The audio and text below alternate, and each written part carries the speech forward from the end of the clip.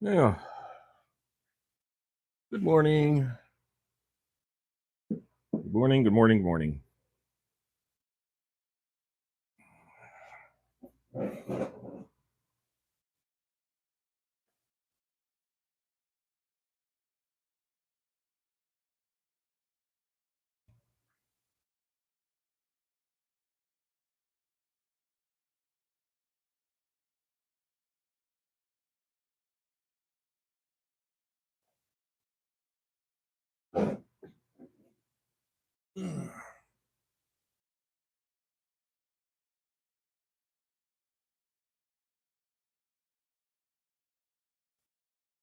I'll just kind of stand here and wait for some people to get in. See who's in here this morning. Let's see. Good. Hey, Tim, first one in. Good morning, sir. Just thought I'd sit here and wait for a minute before getting started. I gotta put a new edge on this.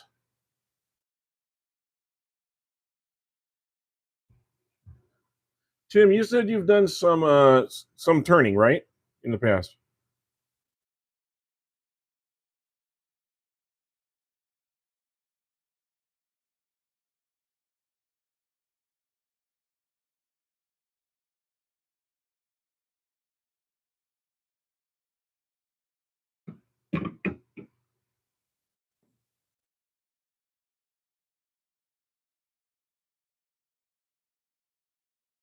Yeah. Scooch this up a little bit.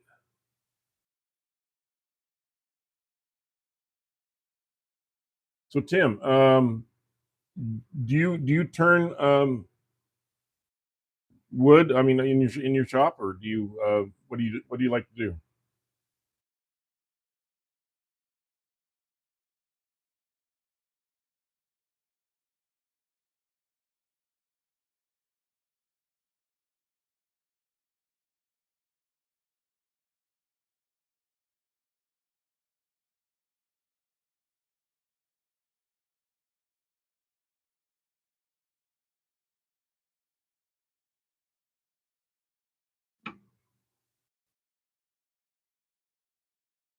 Tim, I just made you a moderator for my channel.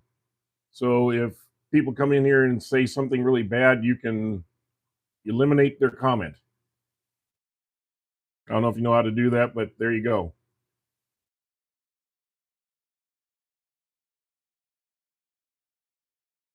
Right now, there's only you and me here.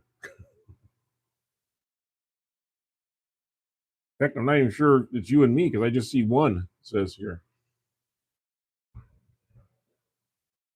Oh, it says 5 here. Okay, so good. All right. No, I want to do. You want to do some turning? Okay. Well, no, I'm gonna approach this a little bit for like a beginner in a sense to a few things, if you don't mind. And I'm like I said, I made you a moderator, so you can kind of moderate things here if you don't mind a little bit. Um, one of the most essential things I'd say about being a turner, if you do get regular gouges, is okay, well, great. My wife scrolls. My wife does a lot of scroll work. Um, yeah, my wife does a lot of. My wife has an Excalibur, just so you know. The anniversary model, as a matter of fact, she had to have the best one at the time. Although now she kind of wishes she went with the Pegasus instead. but she's had the Excalibur for a number of years now. Anyway, I was going to say if you do start turning and you're going to get traditional gouges, one of the first things I do is learn how to sharpen. Now, obviously, you know how to sharpen your carving tools, and you know how important that is.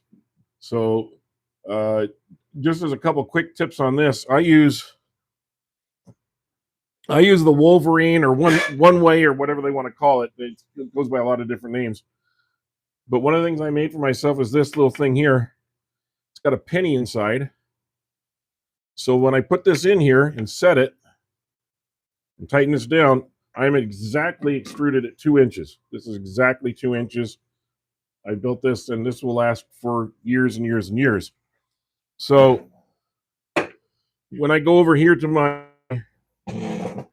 I'll kind of change this out just a little bit. You can see a little bit better. When I go over here to this sharpening unit, I have this already set for the angle that I want here.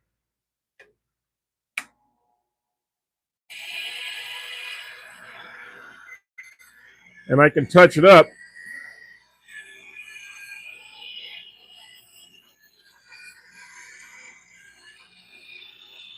very quickly. Usually I stand like this, so I'm gonna be in the way here for just a second. I'm sorry. I was trying to do it so you could see, but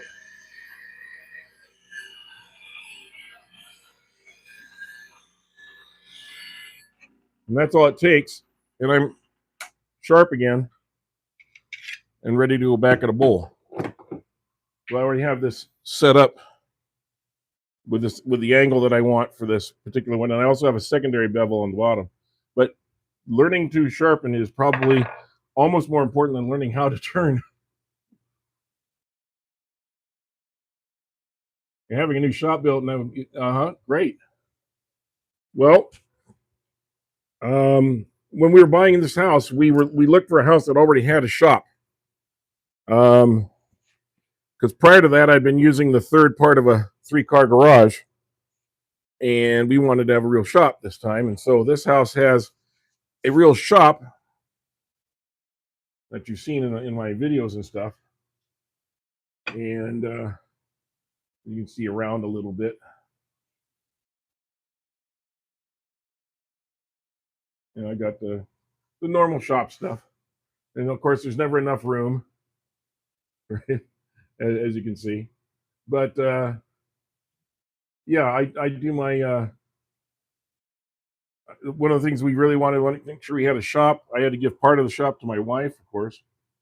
So that's part of it too. So what I was going to do here today, I guess I should get started a little bit. This we're going to be turning in a few minutes. I think it's redwood. It's really light. It's almost like cedar, but I don't believe it's cedar. I believe it's redwood. So this should make a really large bowl. But before we do that, I thought I would touch up a couple things we did the other day. This is one we were turning on Monday. I mean, I'm sorry, on Thursday. And it has this little marked area right here that I just really don't like. It's not really wrong. It's smooth, but I think I can smooth it out a lot more. And I thought to do this, I would use my tailstock to hold this. This is gonna sound funny, but I'm just gonna put this in here. Well, no, I don't. I think I'll do this. You get a lot of different tailstock pieces. So I'm going to knock this one out for the moment. I'm going to go with one that's less marring, so to speak. It won't leave a mark in here.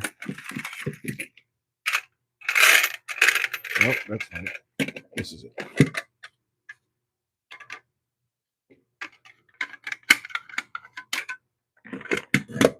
I'll put this one in here, and I'm just going to put a little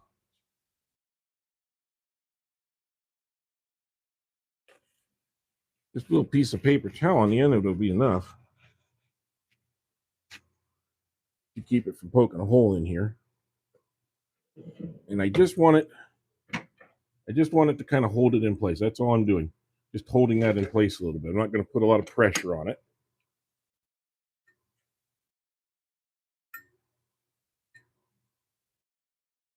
There. That's all I'm doing. Okay. And what we're going to do is, first I'm going to find out why I can't close my door. There you go.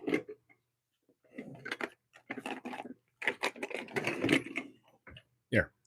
So if I can get my tool rest in here, I'm not 100% sure I can do that. Might have to pull this back out a little.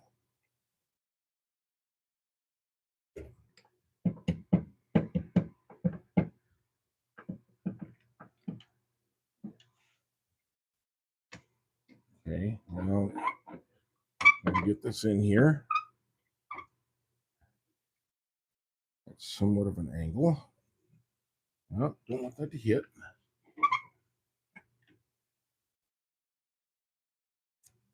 There, got that.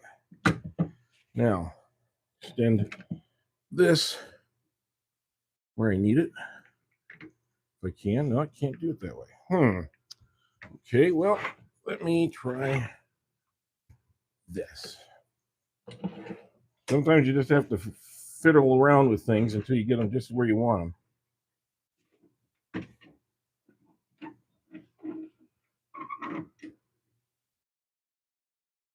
See, that's kind of in my way too much. So I'm going to go this direction. Nope, that won't do it either. And well, I'll do it this way. See if I can get in there. Nope. Well, I'm just going to have to do it without it, I guess. I was going to use a tailstock, but I just don't want to fiddle with that anymore. I think I'll just try it this way and see if I can do it. Okay. So what we're going to do, and I'll put a little protection on here, is we're going to just clean that out a little bit. I want to make sure that I'm in here good. Okay. There we are.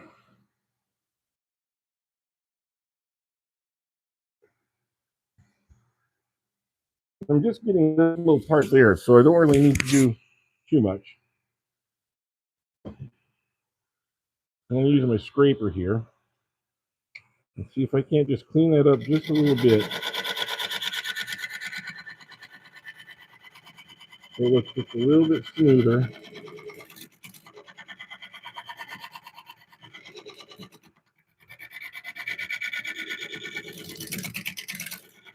And this is one of the advantages of using that recessed miter, is that you can remount, or in this case I had a faceplate on the bottom because I had to use a different approach, but a lot of times you can remount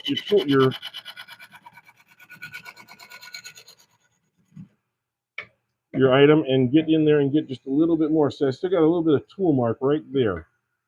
So just keep working that a little bit.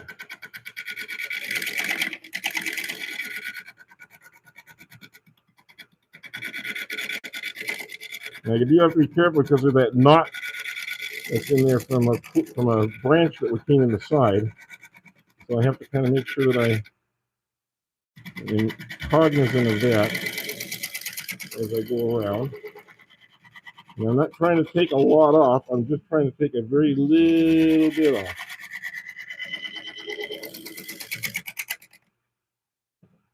Okay, I think I smoothed that off a little bit more. Okay, great. So now I can go in there with a sander and sand that out just a little bit, and that'll be an improvement on this piece that we did from the other day.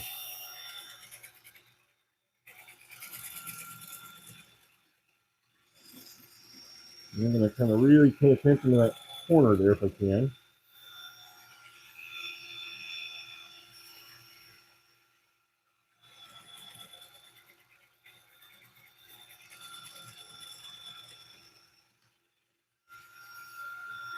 Let's see how that's coming out. That's smoothing out a little better, so I think I'll be able to. Whoa, gotta be careful there. That one little problem I have is that piece right there, that stem. It just wants to give me a lot of trouble when I'm turning it and sanding it. So I'm trying to smooth that area out.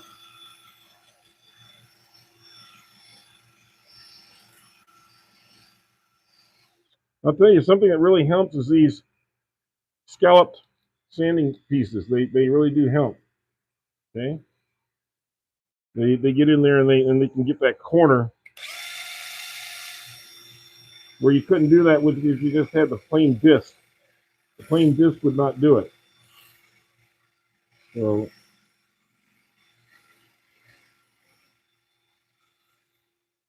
there, that's much smoother than it was.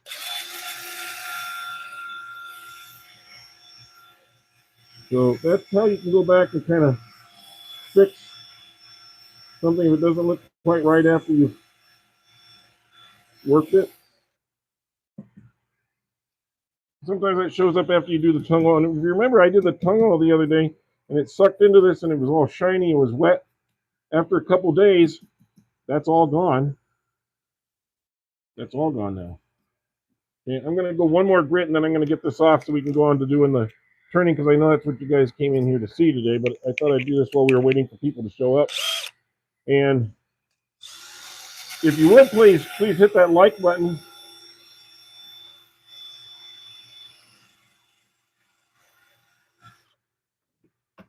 Let's see. Who else is in here? Hi, Rambach. Rambach? Is that Rambach-eyed?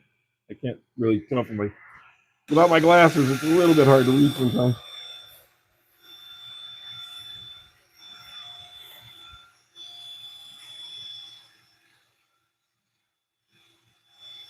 A couple years ago, I had that cataract surgery where they go in and they slit your eyeball open and they take your lens out and put a phony lens in. And supposedly it was supposed to improve and it did. It improved my vision. I don't need glasses all the time, except when I'm reading. You had a choice. You could either have lenses that would help you close up or help you far away. And I said, well, I don't mind wearing glasses when I'm reading. But since then, it's kind of been that in-between area. Oh, Rambo Kid, that's what it says. Okay, now I can see it clearly. Huh. Helps if you're looking through clear eyes. Okay, so yeah, welcome, Rambo Kid. Anyway, so that's where I'm at on this project, and I'll be doing some more tongue oil on this today. Later on to kind of brighten it up, but you can see it really does. Actually, I'll put a little tiny bit on now just so you can see what it looks like when if you didn't see it from the other day. Let me get a shot in here. So there we go. See, the tongue oil does not really change the appearance of the wood so much as kind of enhances it a little bit. Yeah. It's still sucking that in pretty good, even though this was not dry wood. It's still sucking it in pretty good.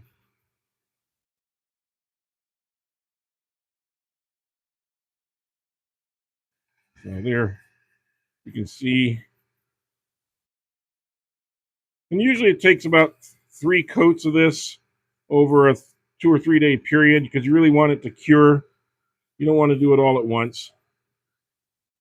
It's like anything else. If you take time, you'll get a better product. The tongue oil is something that needs time to absorb, about an hour. Then you wipe it out off any excess, and then you let it cure for about a day or so. And then you go back and you do another coat. And when it stops absorbing it, you know you're done. And what it does, it goes in the fibers, and that gets down into the wood, and it actually hardens the wood and preserves it and makes for a really good permanent finish, despite whether the wood contracts or moves in and out as it goes. So it's really useful for that sort of thing. So I just really like tongue oil, but make sure it's 100% pure tongue oil. Do not get ones that have varnishes and other things in there. You make sure it says 100% tongue oil. That's really important. So anyway, it's a beautiful piece of wood. This is cork oak, and it'll make a nice little nut bowl or something. And I'm going to set that down. And this was the other one we turned the other day. This one's come out really good, although this crack still concerns me a little bit. And it got just a little bit rough. And here I did the recessed miter on the backside of the bowl.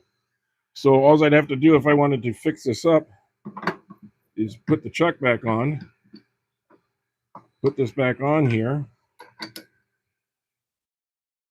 and we're ready to go. And you see it's still in perfectly round shape. So I don't have to do anything. When you have a tenon, when you do the other type of tenon, and you have to cut off the tenon, you don't have anything to attach afterwards. It makes it much more difficult to go back and do anything on it. And one of the things that bothered me about this one was there was a little bit of paint that was on the end of the wood, and it didn't all come off. So I thought I would just kind of take this and just gently kind of try and sand some of that off.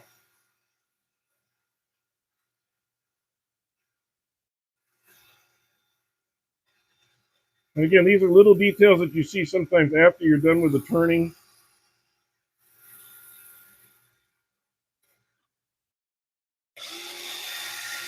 You can see it's a little bit, and whatever paint he used, and I think it might have been like an oil product because it seems to really embed itself into the wood.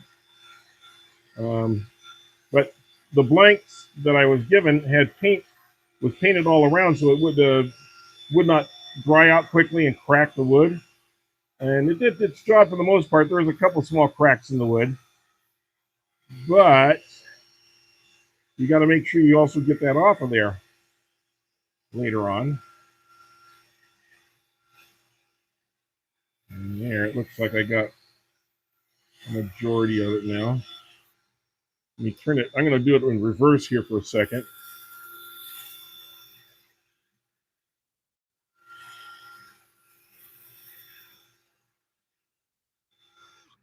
Okay. And I think that did that. I'll wipe this off a little bit.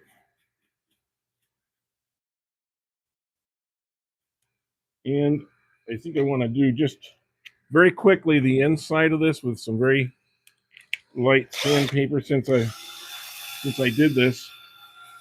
Oh.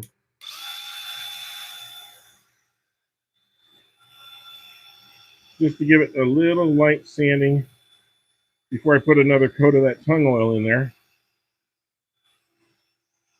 Because you get little bitty hairs of the wood coming up, little fibers of the wood coming up that get raised when you're make it wet. And so this will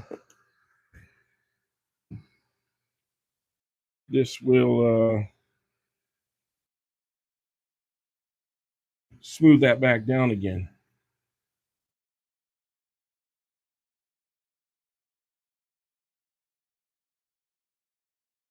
Okay. Let's see how we did on that.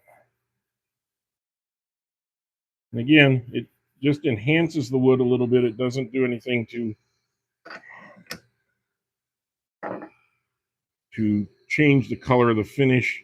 I mean, it might make some woods a tiny bit golden colored, but in this particular case, that's not going to show anyway because it's a golden colored wood. But there, we just touched up a couple projects. I'm just going to let this sit on the wood for a little bit. Remind me, I got to come back and kind of wipe this out in a little while. Go around the outside too. And later on, when I wipe the outside, I'll do the bottom half of this upside down, and it'll be just fine.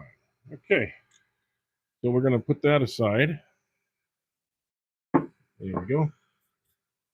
All right, so you all came here to see me turn a big bowl. So let's see if we can't get started on that. This and this out of the way. You see, we got 60, 70 people in here. Be nice if you'd hit that like button. I'd appreciate it. If you haven't subscribed, I see only like about 8 likes so far. So please, if you're being entertained at all, I would appreciate if you would at least hit the like button. I'm going to have to move this out of the way for a moment. Now, am I going to clear this? I'm not going to clear this. Okay. Well, lesson number one, make sure that you can clear your piece. So I'm going to have to cut the corners. It should clear. Let me see. I got about little over 6 inches this way, and this is not 12 inches, but what it is on the corners. The corners is 13 inches. So I just got to take those corners off real quick. So we'll take this over to the bandsaw, which is right over here. Bear with me while I get this out of your way.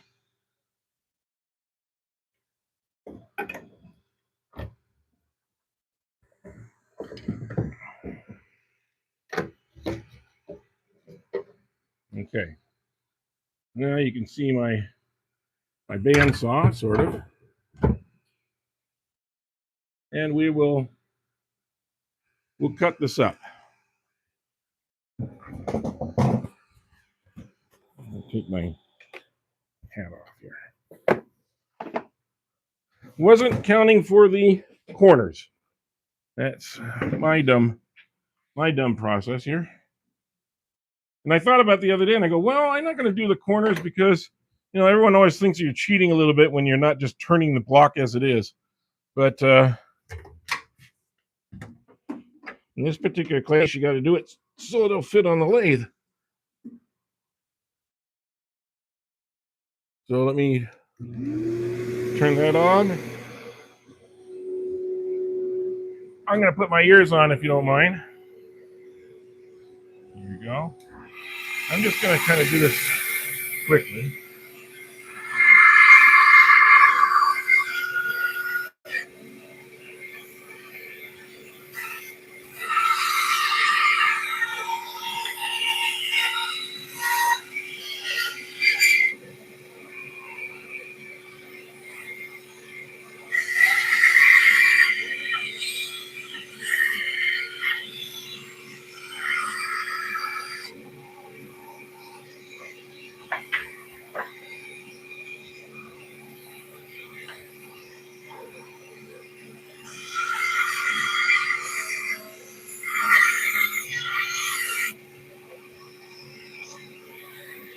Let's see if this. I'm going to do a little bit more on this one.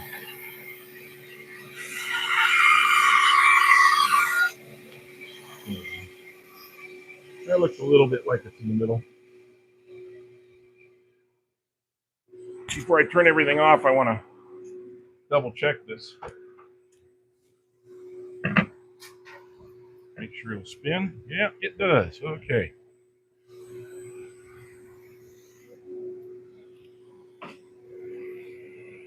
All right. Clean up the dust right away so it doesn't blow around in place. Drop this back down so it's not dangerous anymore.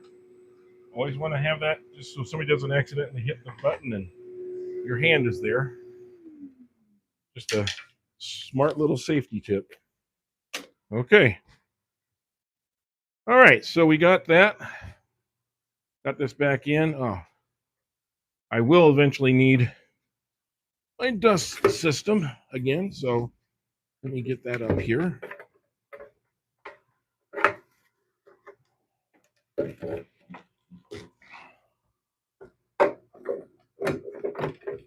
Maybe not at this particular moment, but at some point. So we'll pull you back over here so you can see what's going on. I'll drop this down here so it's in position. And I think we are all back to where we need to be. Hopefully. Okay. So, tool rest on the side here. Yes, I still have not gotten my my replacement for my tool rep for my banjo. They say it's going to be delivered Monday or Tuesday. I'm guessing Tuesday since the post office doesn't work today, and I don't know if Federal Express does. They sent it by FedEx. I think they sent it on the slow pony for FedEx. I don't know. But it's not exactly racing here.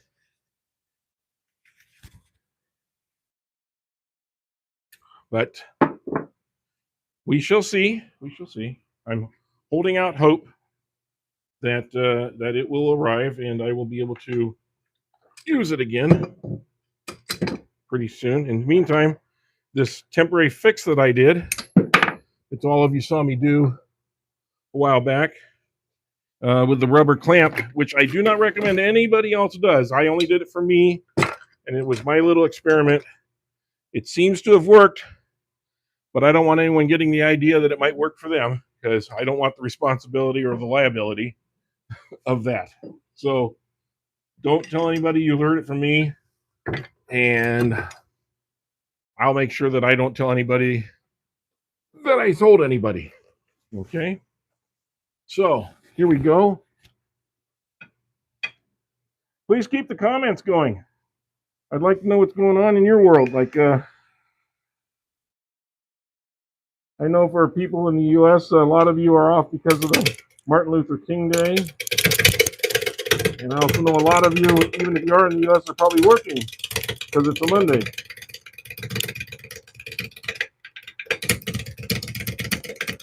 But, you know, federal employees and other people that make money off of the taxpayer, they get the day off. So.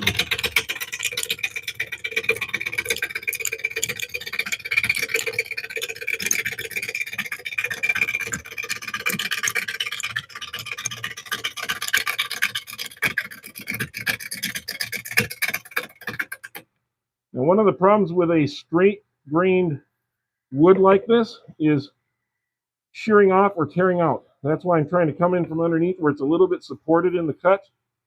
When you come in here, it's supported. That means the bevel is supported by the wood on the inside. And that way we are a little bit protected from the just shearing off. But it can still happen because this is very straight-grained wood. And I really don't want to go up to a high speed on it yet. Although I think I can probably go higher than this.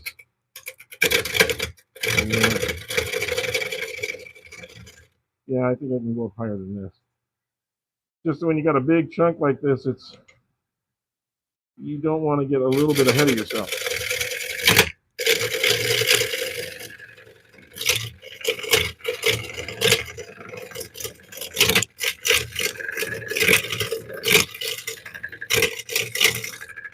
Yeah, I think I went too deep. A little lighter.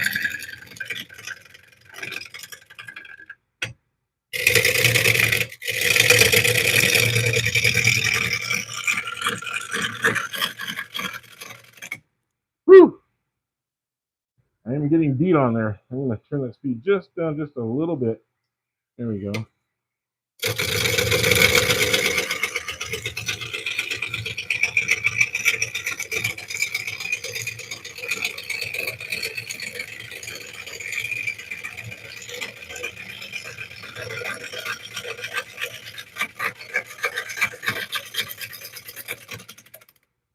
Now, just writing this bevel here, when it's in the wood, that little bevel is what's riding on that wood. And you see where you're nearly round already.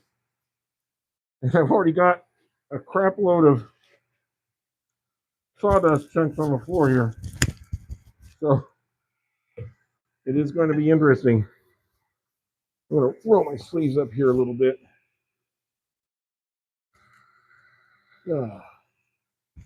We've had dense fog advisories here for the last week and a half. And by dense fog, I mean at 6:30 at night, the fog is already set in, and it doesn't clear until after 12:30, 1 o'clock in the afternoon.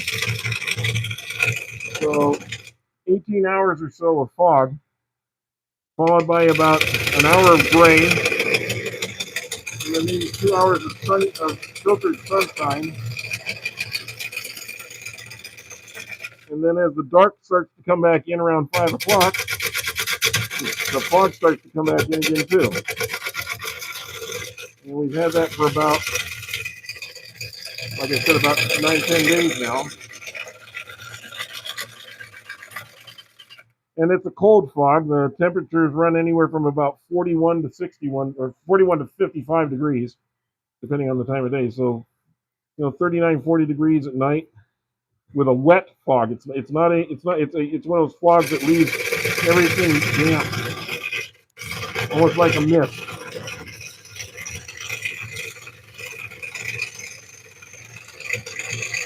And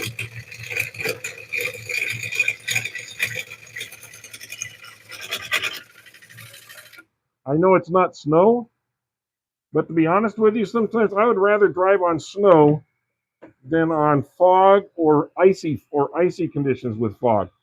Those things are much more deadly to me than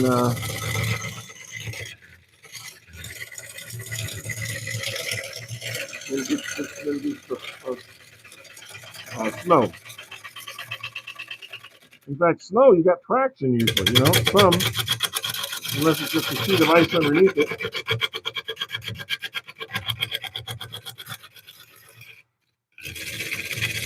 Okay, I think we're getting pretty close. Still here.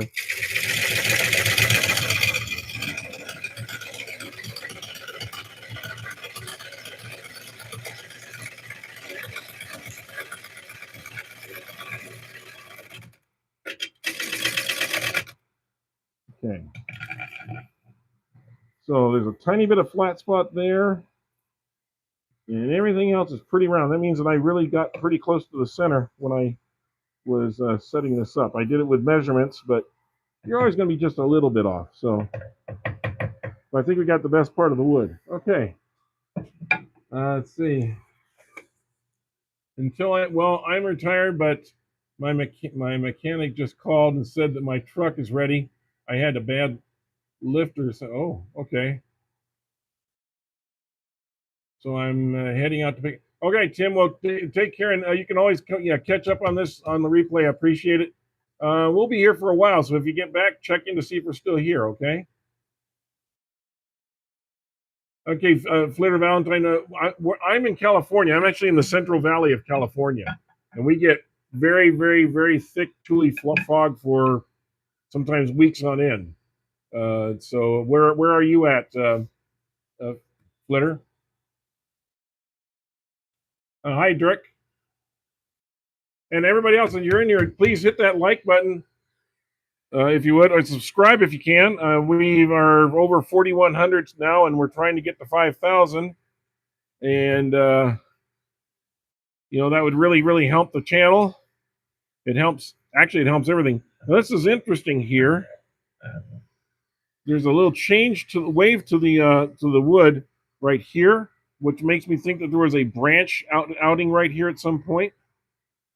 So you can start to read the wood right here too. You can start to read the wood as you start turning it, and it starts to tell you a little bit of a story. Yeah, I'm gonna just kind of do a feeling cut here.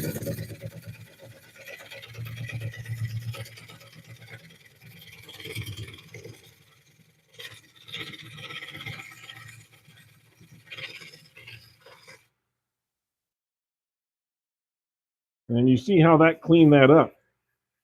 That made that a lot nicer. Now we still got this little flat spot, so I'm gonna have to go back in. But just a little, what they call a shear cut. Makes a big difference.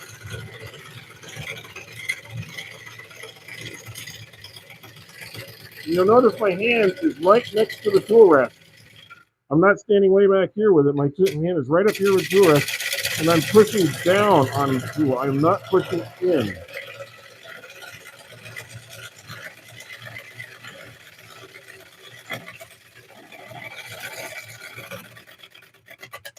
Okay? When you are on the tool rest, this hand is pushing down on the tool rest, not pushing in, and this one is holding it to your body, and you're just letting the bevel ride along with the wood. Okay, I think we took out that flat spot. So now I can go back and do a cleaning cut.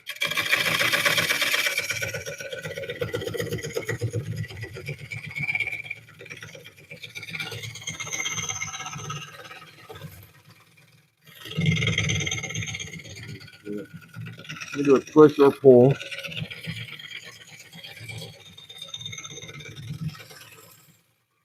And as I'm doing that, I'm watching the top here because I can see where there's little high spots and I can kind of go back over them.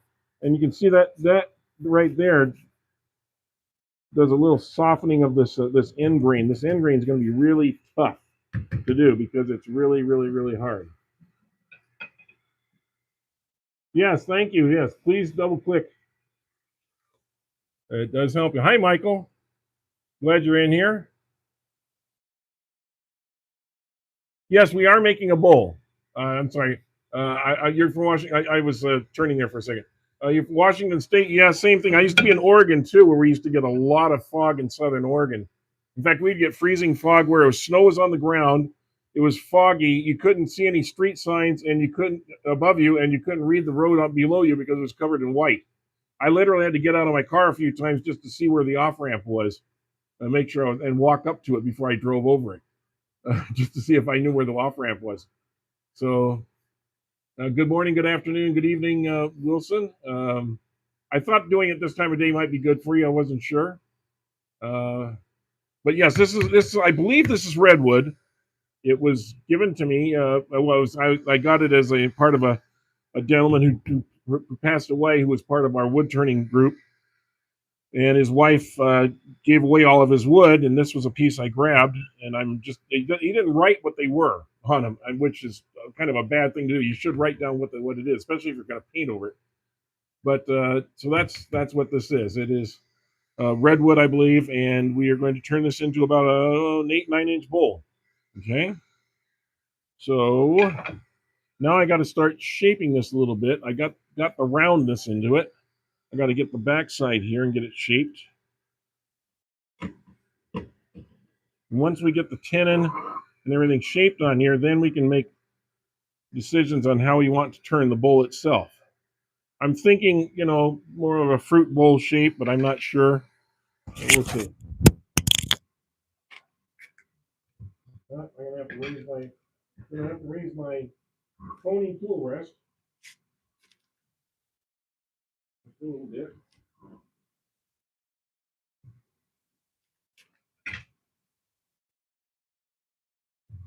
I'm going to do that a little bit more.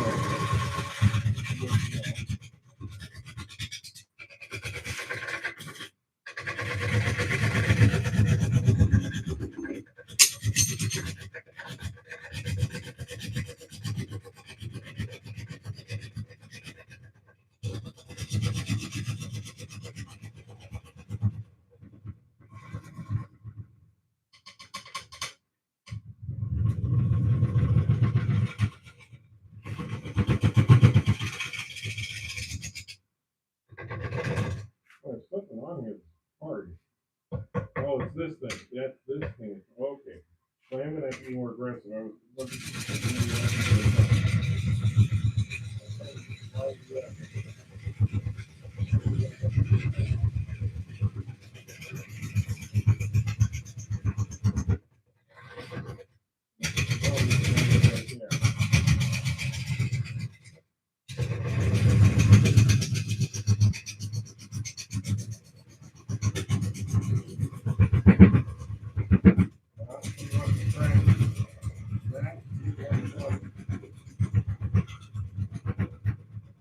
that straight grain really works against me. So I'm going to have to go to a different approach here on this to make that straight grain work. I'm running into this. And I was worried about that because that's that branch that I think I was mentioning. You kind of see a little bit of it right here. I think that's this branch trying to come through, or maybe another one, I'm not sure. But what we're going to have to do is we're going to use a skew.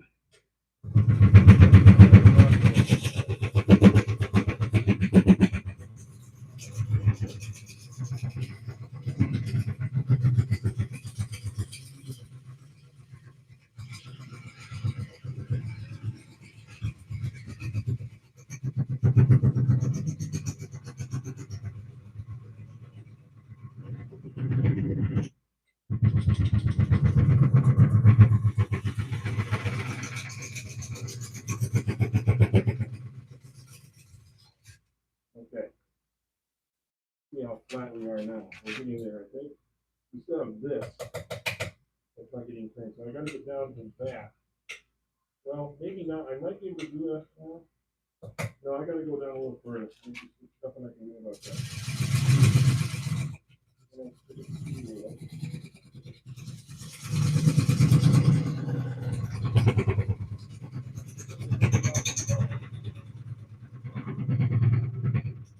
One of the nice things about doing these lives is that you get to see my thought process in real time. How things can change when you're doing training. It's not always what you see on a lot of those. Oh, audio. Ah, I can fix this.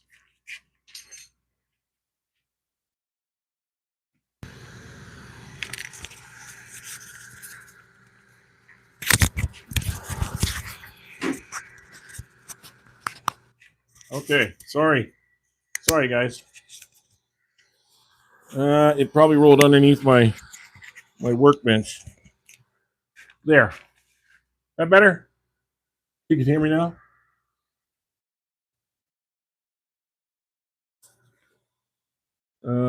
I got quiet, man. Yeah, I didn't mean to go quiet. I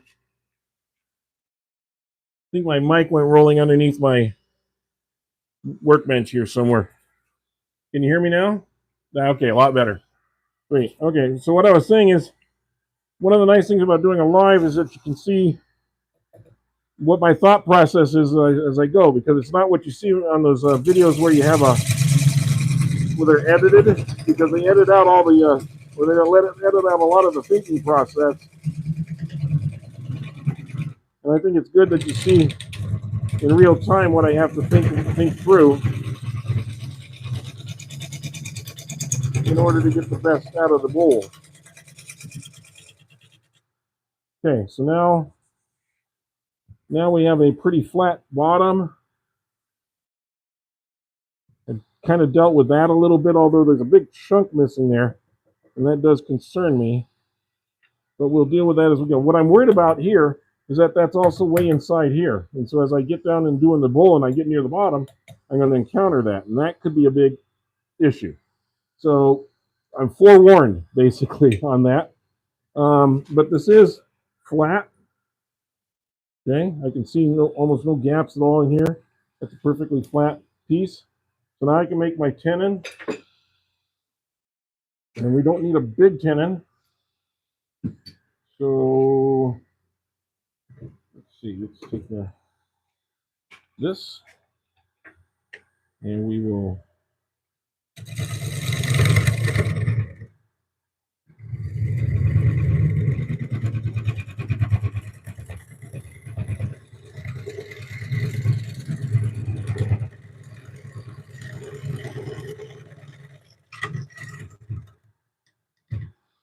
okay.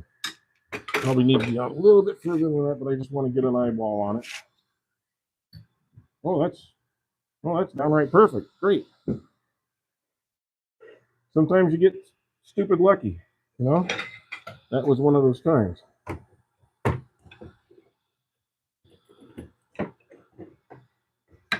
Okay, we're gonna clean this up.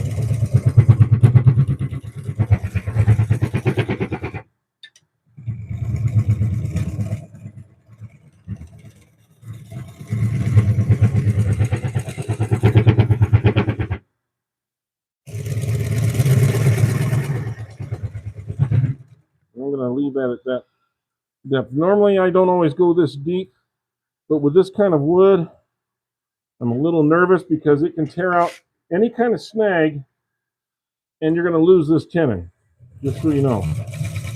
You're gonna lose this kind of tenon right away, because this wood has no intrinsic strength to it, if that makes any sense. So we're gonna have to be really careful on our turning when we get inside. Fortunately, it's a pretty soft wood. Unless we hit a snag like one of these, that's where we have to be really careful. Okay. Meanwhile, I'm going to go ahead and start shaping this.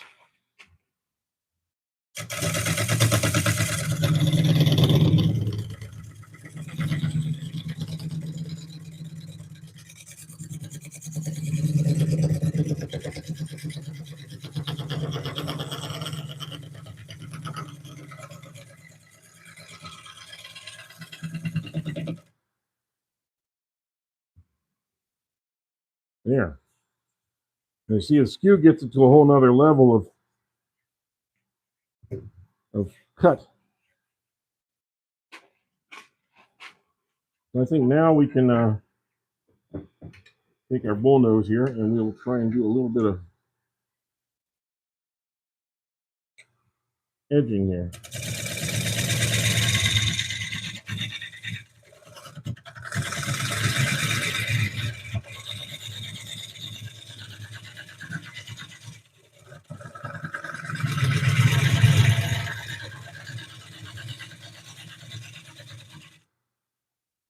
So I think I'm gonna have to go with the gouge here. I'm gonna come out here. Yeah.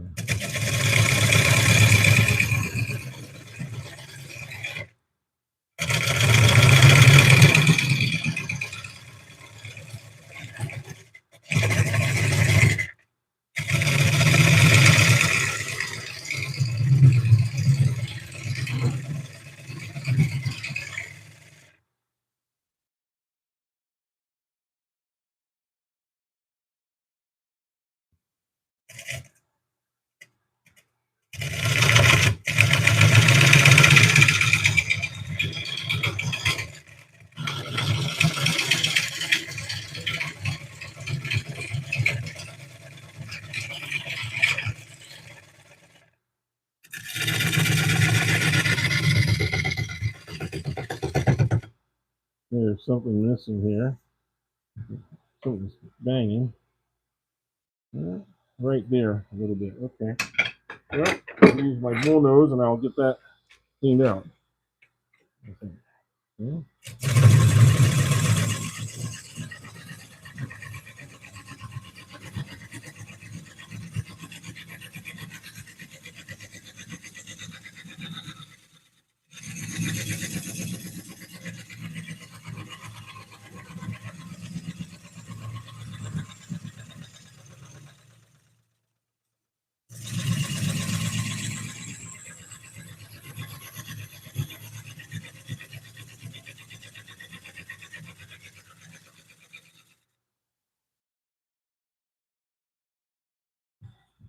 So that's a lot smoother now. I just keep smoothing it out as we go. And the sharper cut you get here, the less end grain sprouting you get.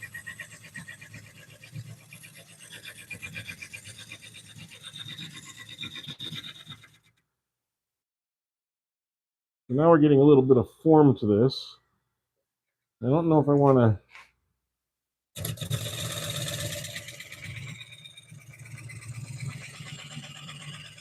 really define that a little bit more. Kind of define that foot a little.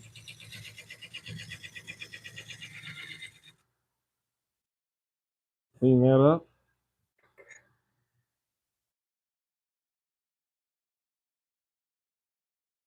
Hmm.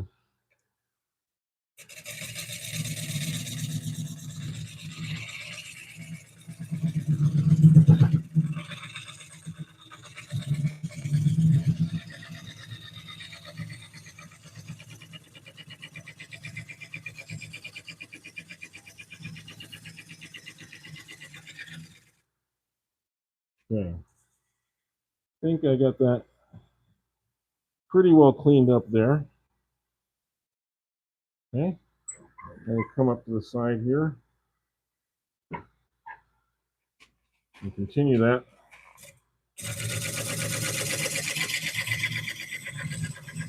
Get a nice clean edge all the way along.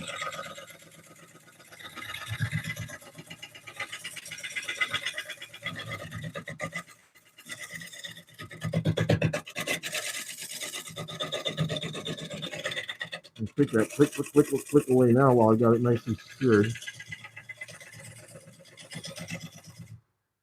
Okay, there's that.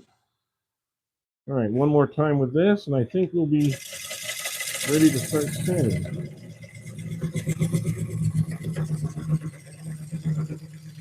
You see the very fine dust and just a little bit of kernels that are coming off there. That's really shearing off the end grain. It's not allowing for much sprouting. We have a little bit right in here.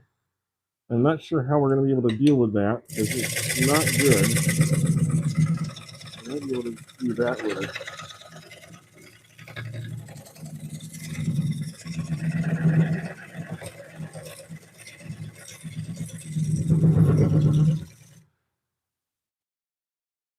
See, if you let that stay, it's not going to sand out. That will not sand out. So you got to kind of make sure you really remove that.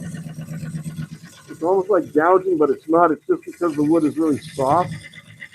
It tends to just tear out like that.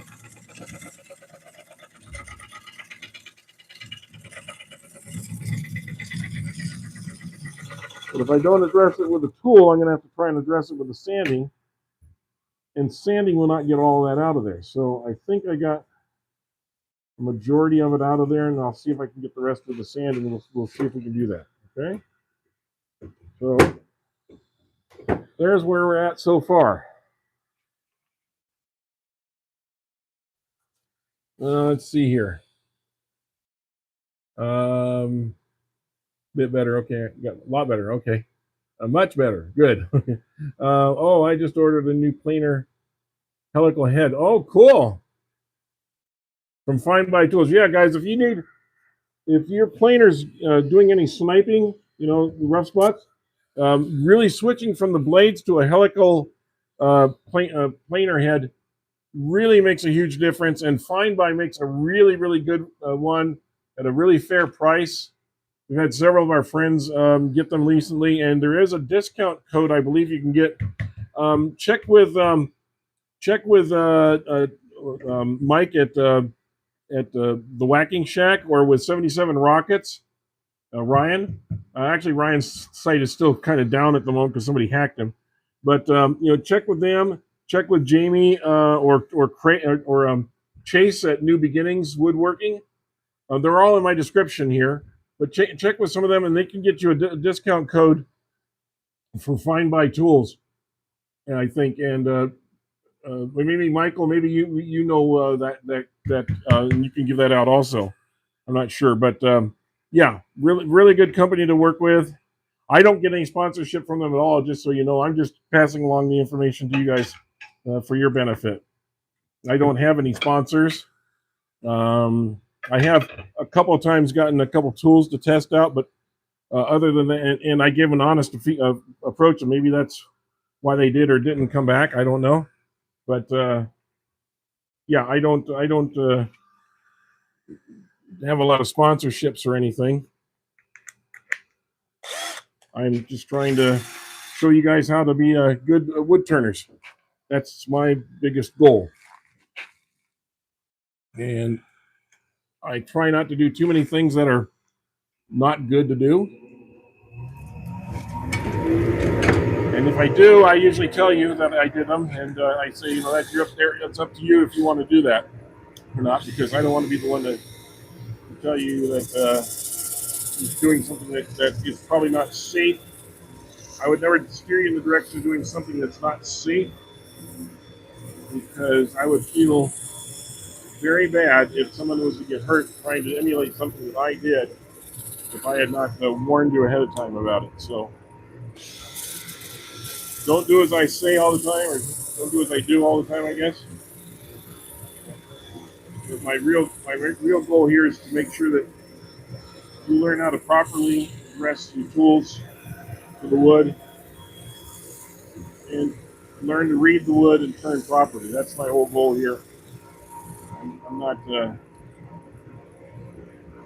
trying to do anything else. I'm not trying to make money, because sure as heck don't make any money on YouTube, that's for sure. I'll be really honest with you. I'll be really honest with you. I've got about 3.7 million views on my channel, and that equates to about $54. And you don't even get anything until you get up to 100. So, monetized or not, the monetization is pretty small. I've got some videos that are up to. I have some videos that are up to like now 700 or 800, and they're 2/10 of 1 cent. 2/10 of 1 cent. That's almost worse than what I get from the bank nowadays. Um, it's a really bad. I'm not complaining, mind you. I'm just trying to give you some reality here.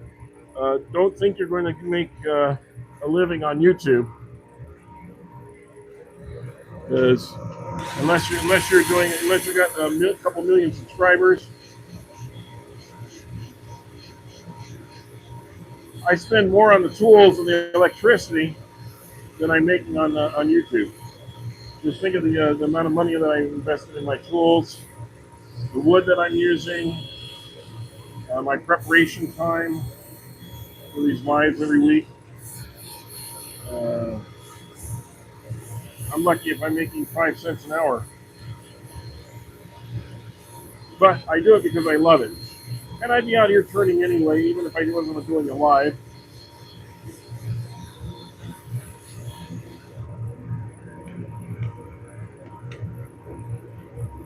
Hi, the Double House. So earlier I asked where you all guys from, and I said I'm from California, and I got one from Washington State. I didn't hear from the rest of you. Where are you watching from? I'd kind of like to know. While we're watching these sand, we can at least converse a little bit. I can safely look away from my sanding a little from time to time and converse with you. So this is a good time if you have any questions or any comments while I'm doing this. Only 35 people watching at the moment. It's kind of sad. We've had 500 and 600 at times watching. I realize this isn't the most exciting, and it's not as dangerous as the one I was doing the other day. But hopefully you're being entertained to some degree.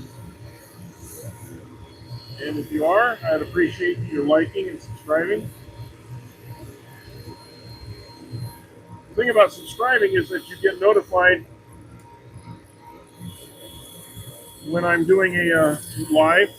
You get notified ahead of time. You also get notified if I post a video.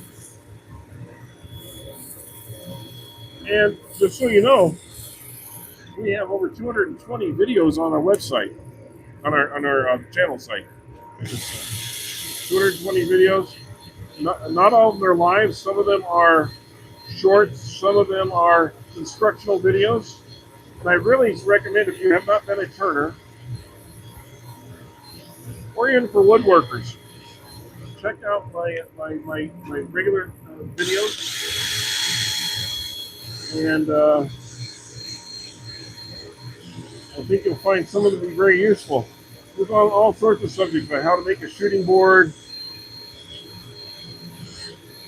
or a couple handmade vices, reviews on small table saw, like small tabletop table saws.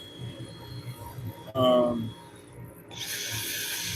over a lot of gouges. What are the best way things to keep?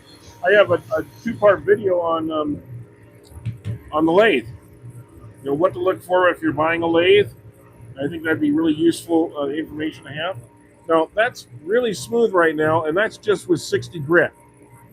So as I go up through the grits here, I think we're going to get a very nice smooth finish on the outside of this bowl.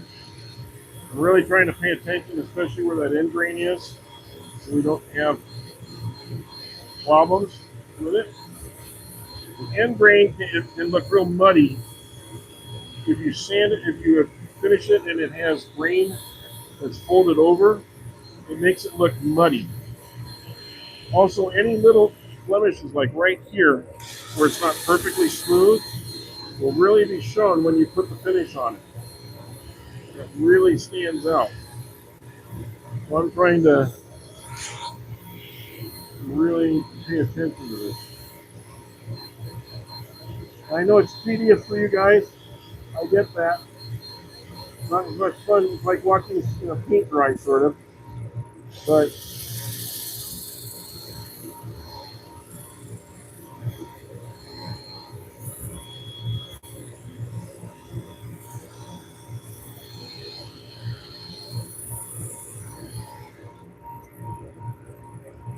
I realize it is like watching paint dry. But at the same time, I'm trying to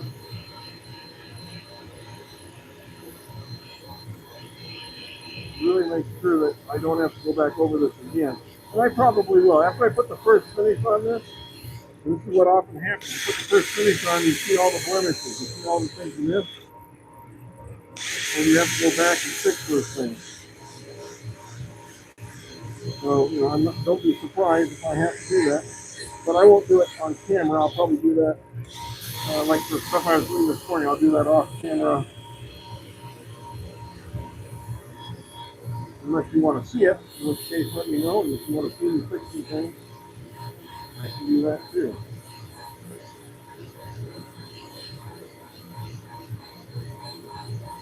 Okay. Yeah, that's really, really nice. I'm going to go one more. I'm going to go to 240 and then I'm going to stop. So bear with me here. You don't want to lose everybody. I'm going to do this reverse.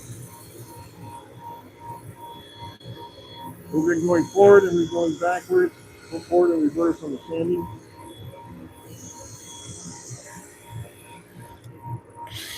Now I'm going to do one more time around the end grain.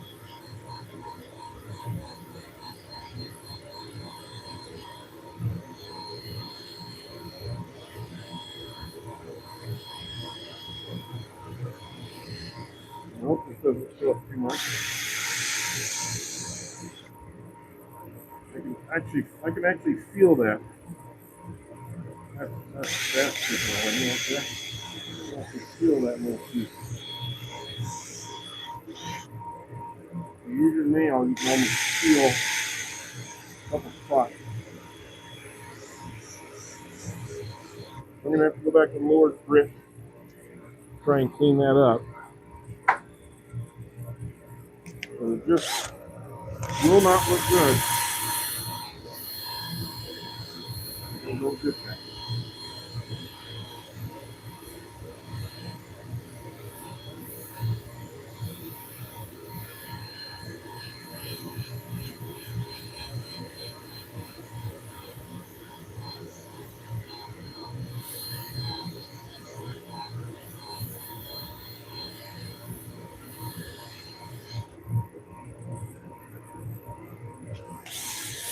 That feels a little better.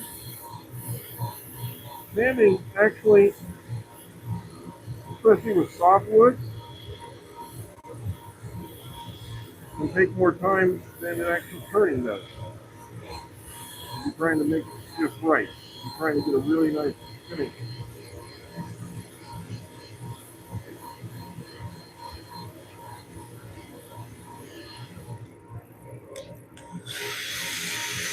Now, for some of you, let's talk about cleanup for just a second. And I know there's only got a few people in here right now watching, but let's talk about cleanup for just a second. When you're cleaning up, if you have a wood that has a lot of dust here, like this, get yourself a little small container, save some of that dust, and mark what it is. And as you build up a set of maybe 10 or 12 different kind of colors of dust, you'll be able to use the right one. If you have to do a little hole filling or something like that in a wood, you can use that dust mixed with glue to do that, to fill that in and not be noticeable. I'm going to turn this off. Okay, we're off there. Okay, let's put a little finish on this. just so you can see how this stands out. I think you'll like it. We'll get over here just a little bit more and let you see what this looks like. Let me put some finish on it, or some oil on it, I should say. Now this is very dry wood, so it's going to really soak this up. As fast as I try and paint it on here, okay, it's just going to soak it in.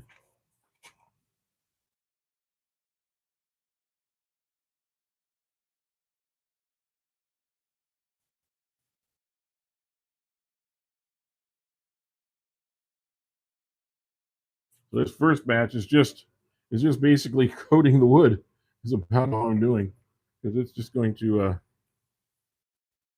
just soak in immediately, especially on the end grain. It's going to go into that end grain very quickly. Now, in a shop situation, you might even do the outside of this and let it sit for a couple days and let it get into the fibers before you even do the inside of the bowl, because you want it to harden inside in the wood before you start going into the inside of the wood, and maybe that strengthens things up just a little bit, especially down here at the tenon. Because that, like I said before, I'm really kind of concerned with that tenon being strong enough.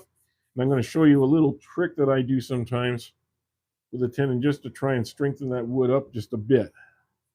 And that's with CA glue. So you're seeing all my little tricks today. Because wood is never just a simple piece of wood.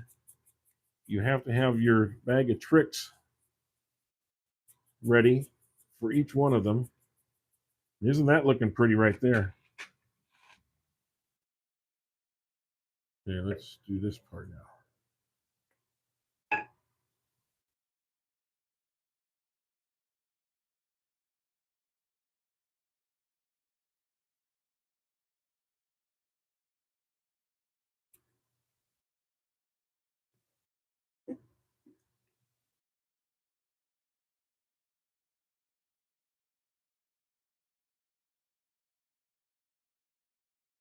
Make sure I'm shaking this up good as I go.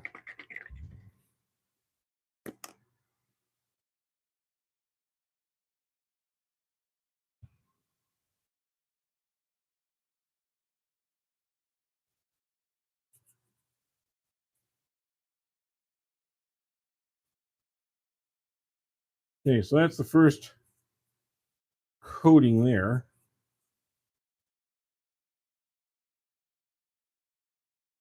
And while I've got the opportunity here, I'm going to get a little thin CA glue.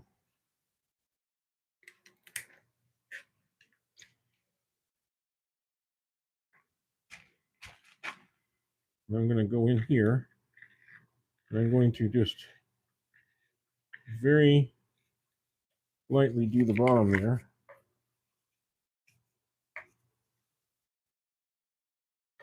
And that hopefully will strengthen that wood fiber just a little bit. And that miter. Give it just a little bit more strength.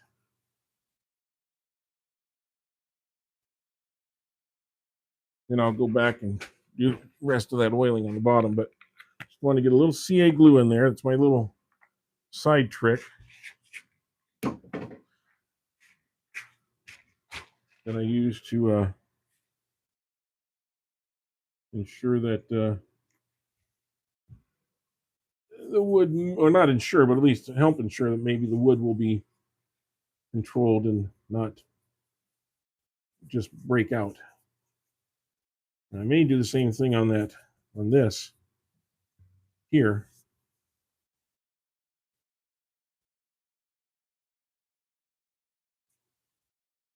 Okay, so it's a nice deep, and this is what I'm hoping the inside will look like, is this deep red color here as we get to the inside of the bowl. Okay, I'm going to give this one more coat on the outside,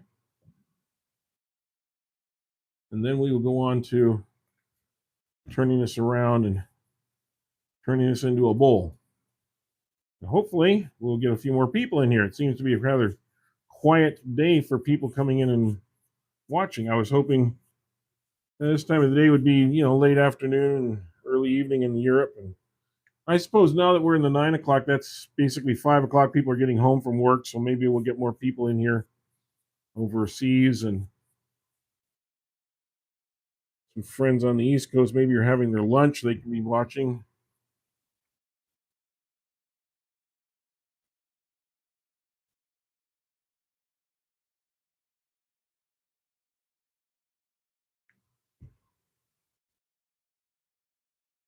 But I know a lot of them have to work today. Not all of them, but you know.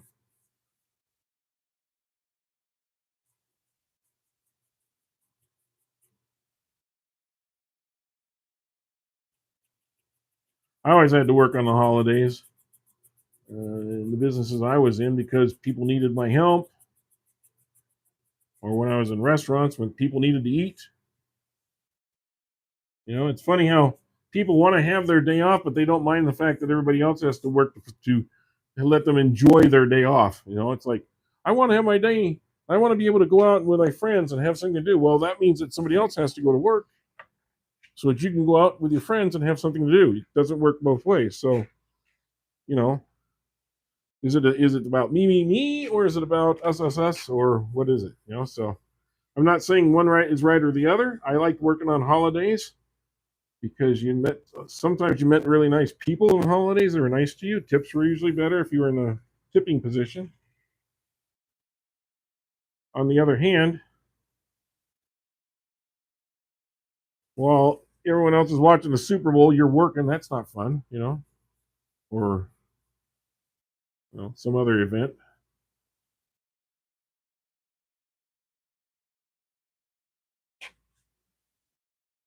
Okay, so here's what we got so far. I'm going to go over this very lightly with a very high grit, and just to kind of knock things off. And I think I'll put a little something else in here. Yeah, Johnny, you're on a lunch break. That's what I was talking about. Good to see you. Good. I've done tenon videos before, if you want to take a look, but yeah, I can talk about tenons anytime. I can do that again in one of my other videos, but I do have some conversations about tenons. But basically, like when I did this one here, you can go back on this video and you can see me make this tenon, and my rationale for it. You have to be really careful. This particular it does depend on the wood to some degree. Now, this is a wood that can break out because it's very straight grain, and a straight grain wood will tear easily. If I get any snags on the inside of this, it could just go rip right off. You've seen that happen. Well, it happened. It happened on this, and so I had to go from having a tenon that went in to one that came out. But even this one got caught, and see what it did? It tore right off there. So, sometimes you say, okay, I'm going to try and do a tenon that I can squeeze in on it, and maybe that'll hold it. But it tore, and this is torn all over the place. See, the grain just tears. And then you say, well, I'll do one that's internal. Maybe that works. You just never know. So you can do a mitered tenon, or you can do a regular tenon, and you just don't know what's going to work best. I'm sorry. I'm just doing a little light sanding over this, on it, catching any little raised fibers.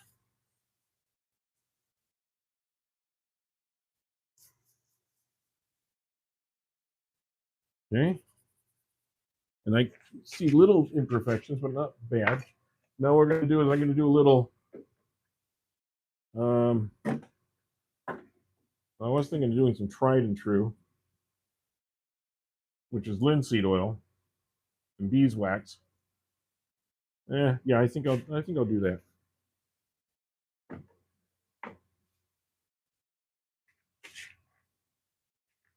So just bear with me here a second while I get my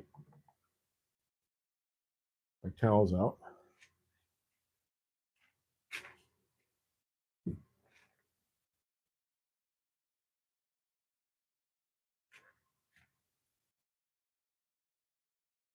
I'll use this smaller one here.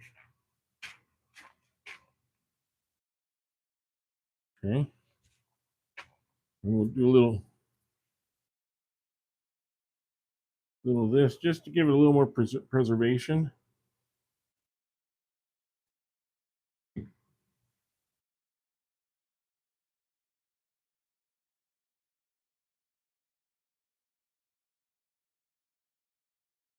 And we'll do a little bit of a friction finish on this just to see if we can't polish it up a bit. When this dries, it will look differently.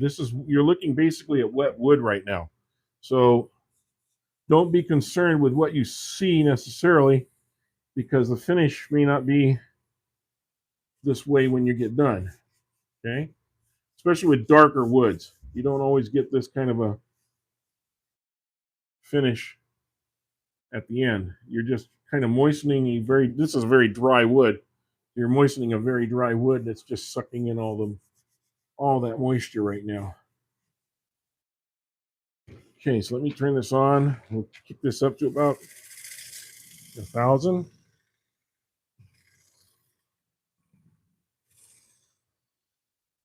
I am standing out of the way of this just in case for some reason something blew off. It won't, because it's a glue on, put on with a faceplate, but just to be on the safe side.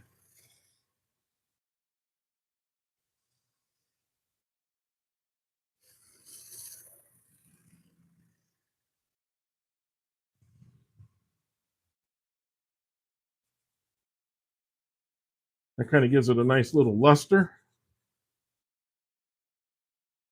That beeswax on there.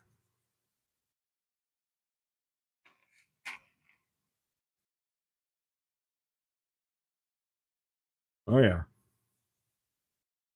Now, like I said, if it was under normal circumstances, I would probably go let this sit for a day and just let all that harden up. But obviously, we're doing a live and we can't do that. And it's not like a cooking show where you have an extra one in the oven that you can take out and show everybody what it looks like. We're at what we are at, okay? I am going to vacuum up just a little bit before we move on. So please bear with me on that, but I want to make sure we aren't tripping and falling over stuff. So I'm going to clean some of this up.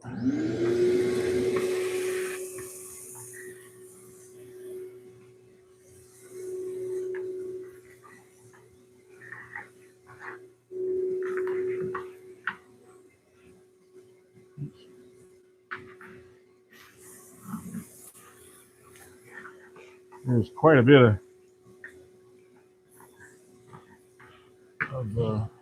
wood fiber around here.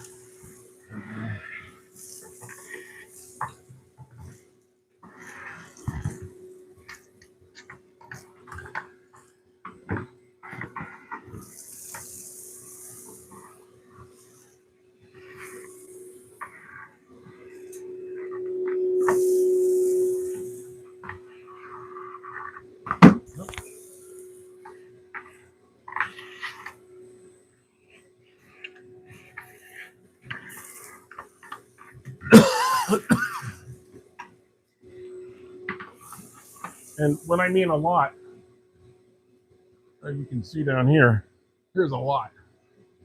So I'm going to just vacuum that up really quick so I don't trip and fall on any of it.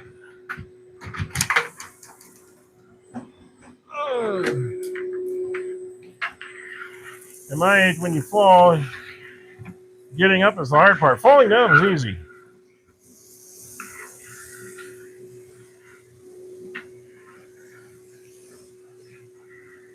It's funny, when you're a little kid, when you're a baby, you fall down all the time and you just get right back up. Well, sometimes you cry about it. When you get old, you fall down, sometimes you cry about it. But you don't get up as easy. Sometimes you have to yell, help, I've fallen and I can't get up.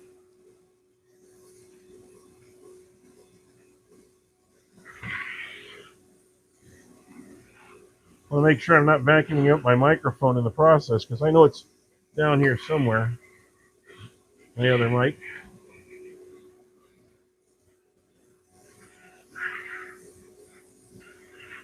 Always another issue when you're vacuuming is make sure you're not vacuuming up any tools or anything that you dropped or something important.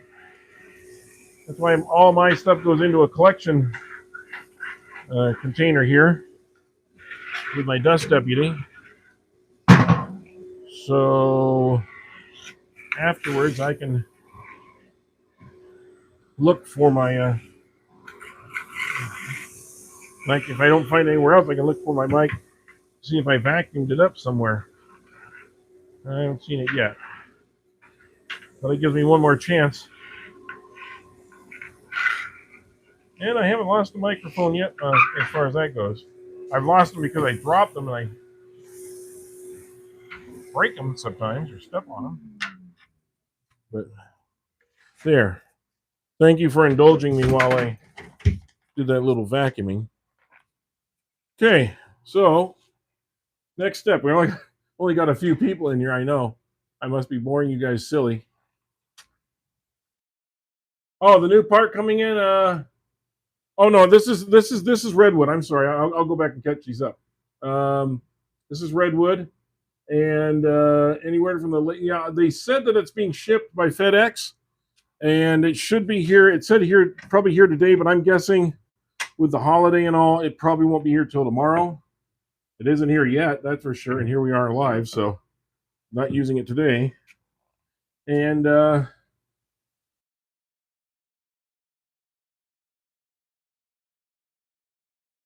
yeah, well, if I fall down and I can't get up, at least one of you guys can call emergency for me, right? That's why I'm doing it live.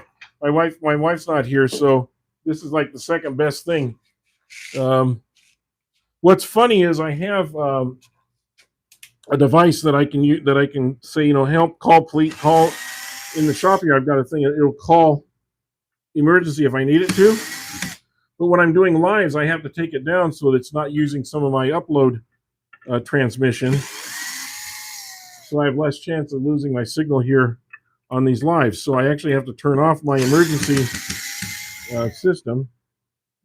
And the reason we put that in there is because if you are working in the shop and you were to do something like I did once, like cut your fingers off, you kind of want to be able to, you can't dial a phone. If you're holding your bloody hand with your other hand, you can't really dial a phone. There's a lot of things you can't do. You can't, I still got blood on my door over here from me trying to open the door when blood's running off out of my hand. So, it's, you don't think about those things, but there's certainly a possibility when you have an injury.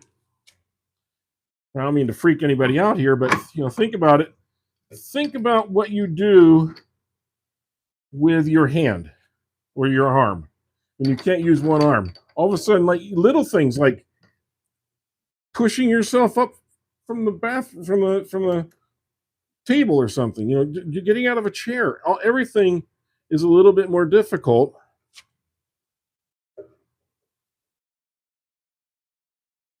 Everything is just a little bit more difficult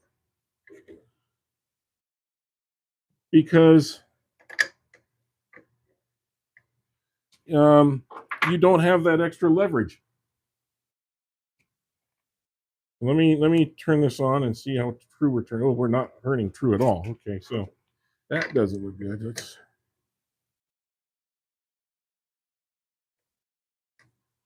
try that again. A little bit out of round. See if I can take it off and see what that is. It could be. Oh, that looks good. We're going to do this.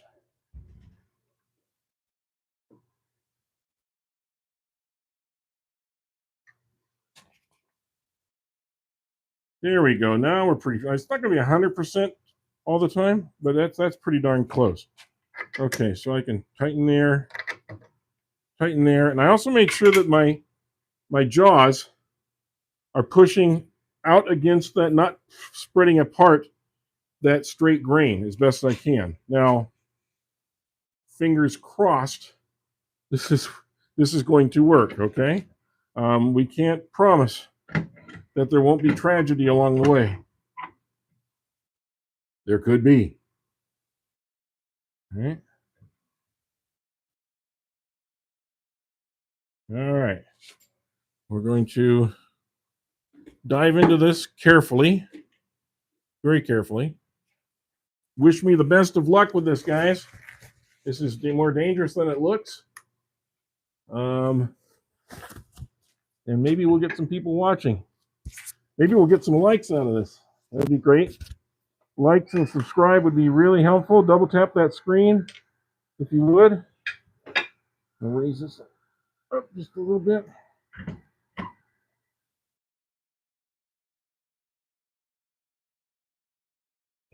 Okay.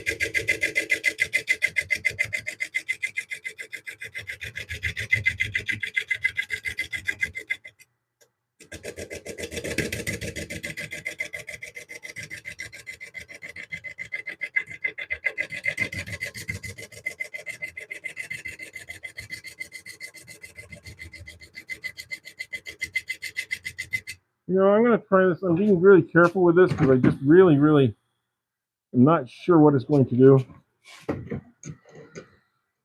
I'm a little unclear as to the validity of this turn here. So I'm going to do this first. I'm going to use a little carbide so I can be a little bit more aggressive with that. It's like a scraper. As you've often heard me say, it's basically a carbide is a scraper. I'm going to take that rough edging off first. That click sound we're getting. I'm going to try and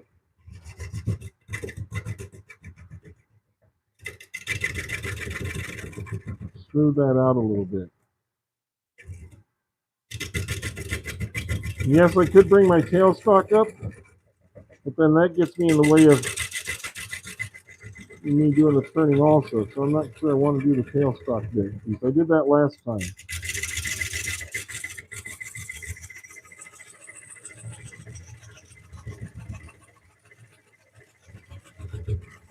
But once we take that roughness off and it's kind of turning smoothly, I think we'll move through this pretty quickly, at least until we get to those danger spots. And that's what I got to constantly be feeling for. Is are there little hidden branches in here or other things that could catch and cause me to get a catch that makes the bolt come flying off.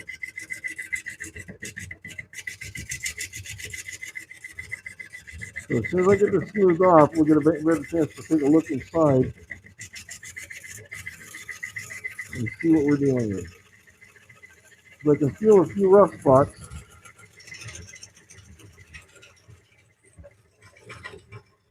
Okay. So we've gotten past that initial. Now see, there's a little bit there. I do see, there's the first knot. There's a knot. And that's what we're going to be watching. Also, you notice this is not completely flat. This side's a little bit lower than this side. So we're still working our way through that. Okay. And raise the speed just a little bit.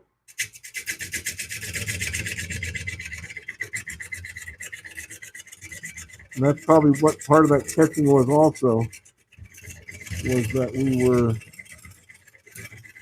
not completely flat across.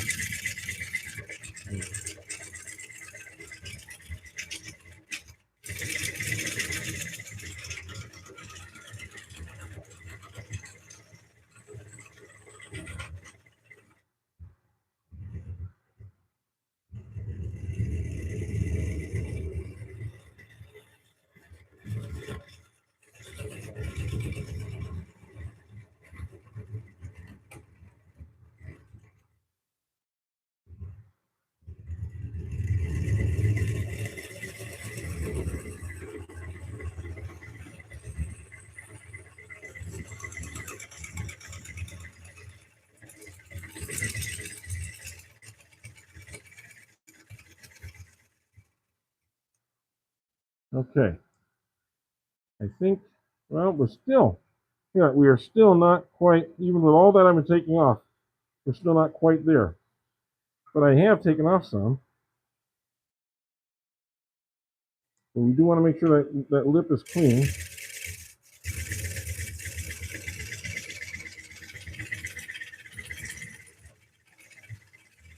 I'm just going to work on that edge. And then I'm going to come in a little deeper here. Start to establish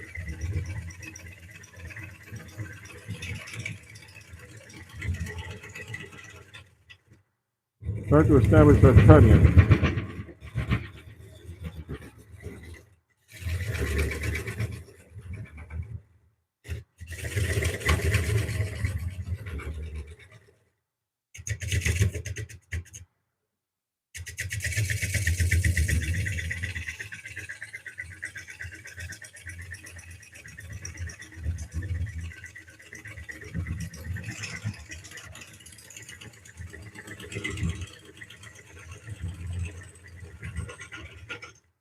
Okay.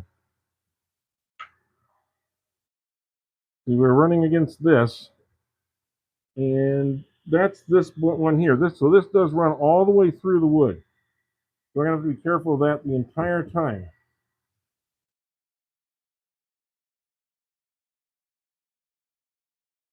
Let's see. Who else is in here? Oh, hey, Michael. Hi, Mike, or Mike. Everyone say hi to Whacking Shack Mike. He's got his label right here. We've got 77 rockets right here. But check out the Whacking Shack if you get a chance. And check out Michael Wilson's also. Michael's, if you want to put yours up here, Michael says he's going to be putting out another video soon. He keeps saying that, so I'm assuming he is. Like, he's a man of his word. But time is always an issue, so please get that in there too. Timber Designs was doing a live last night. Dave up in Canada, and that was pretty good. He did a nice turning. You should check out his channel. He's not a wood turner by trade necessarily, but he's doing a pretty good job with it. Catches on pretty quickly. And Mike has come a long way. Mike from the Whacking Shack used to have a what we call the Franken lathe, and since then he's really upgraded to a real lathe, and his quality of his work has really moved up. He watches a lot of videos and he takes them to heart, and he learns very quickly.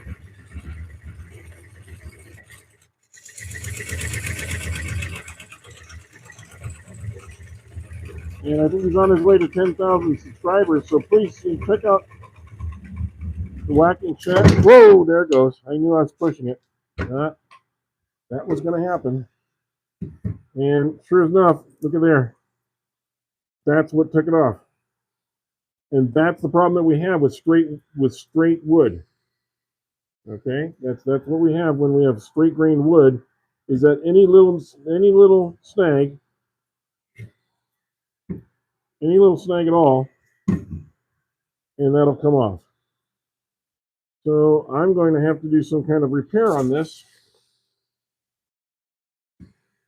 or go deeper with another tenon, or use some other method to attach this. I might do a glue up. I might do a glue on the for the bottom of this. That might be the way to go. I don't normally do that, but for a big bowl, I usually do it for small things. But for this one, because it is such a tear out type of wood, I think that's what I might do. I may first of all reattach this. I may do a hot glue. Show you what I got. Something like this. You hot glue it on, like so, and you turn the bowl with this on. Now, because I've already got the outside done, I'd have to make sure this is absolutely 100% perfectly in the center. Okay, so if I do that, I'll be able to mount it with this and turn it, and hot glue will actually hold probably better than this is holding. Okay, so that's probably what I'm going to do for the moment, and just for the tiny moment here. Let me see if I can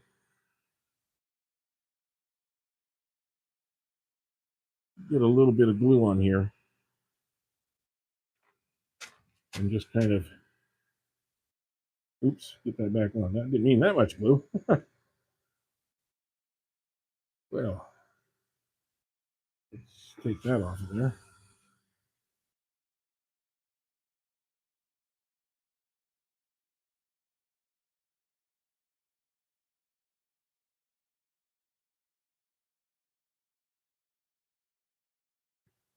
I have to wipe myself off of there.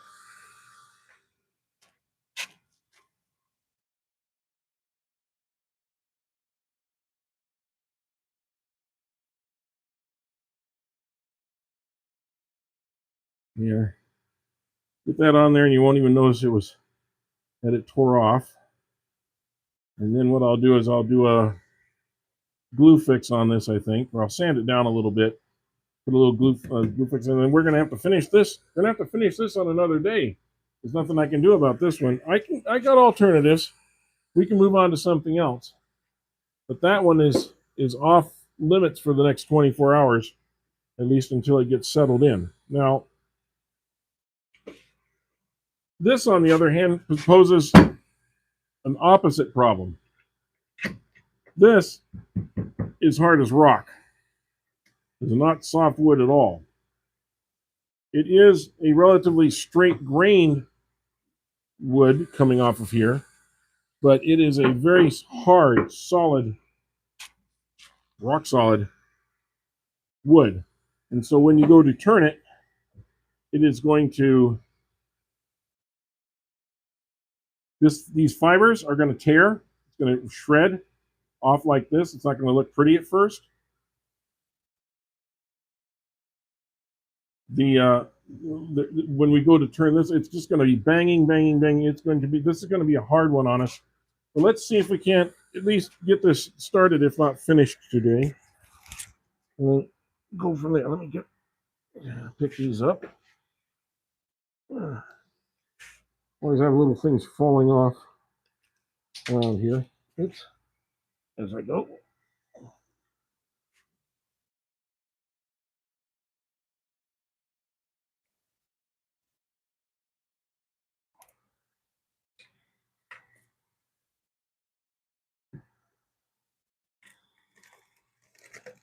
There we are. Sorry. Just moving things around here a bit to make adjustments. We are like Boy Scouts. We come prepared. So I'm going to switch this. Well, that's interesting. My number of people watching goes up after I have something break or have something fall off or the bolt goes flying. All of a sudden, everybody wants to watch. It's always interesting to me. It's like NASCAR races, right? Everyone wants to watch the crash. I don't know. Is that better or is that too much light? You like that? Okay. Mike said he'd be right back. Meantime, let's get this going. Let's see what I can do, what damage I can do with this.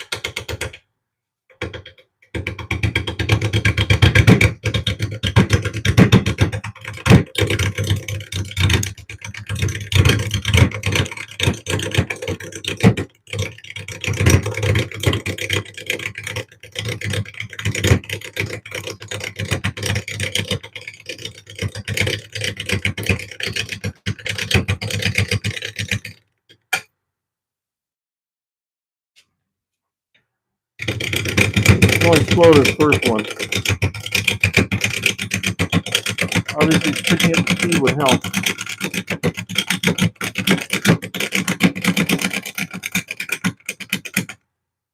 Now, I'll show you something here. I've got friends. Let's see if I can hear. I got this big honking bowl that's made for doing this kind of, or gold gouge, I should say, for doing this kind of thing on a bowl. But I don't like it because you do that, and I don't think you're really breaking off that much. You're just getting beat up a lot. Okay, I don't really think that's the best method. And that's why I do this other method that you've seen me do in the past, is where you undercut the wood. Now, I don't think I'm still sharp enough, but probably need to sharpen soon. When you come from underneath, and we're going to pick up the speed here a little bit.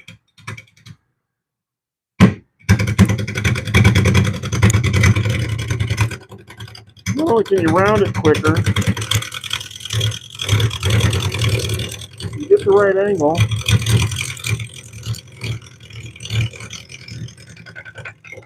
and you can actually move along pretty good.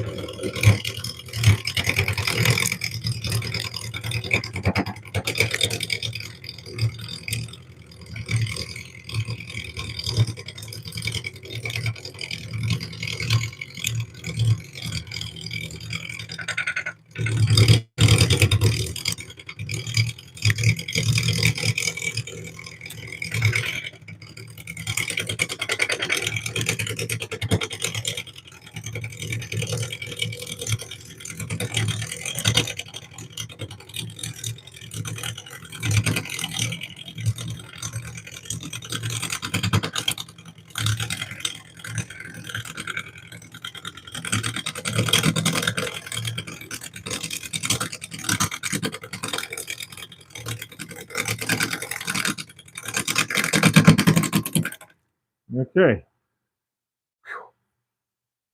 Now you can see that does take a lot out of you. But we're starting to get it rounded. Now, obviously not going to be near rounded yet. I think I'm going to sharpen this, because that took a lot out of this blade just in that one little move. Let me kind of do this. We'll set this, turn it on. I know you probably can't see because my back's covering it.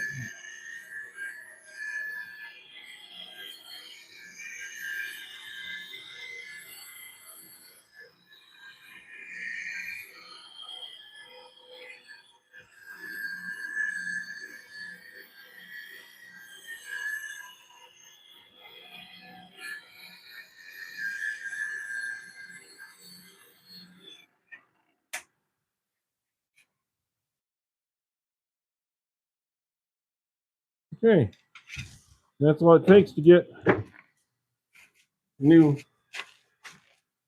edge on there. We'll go back to this.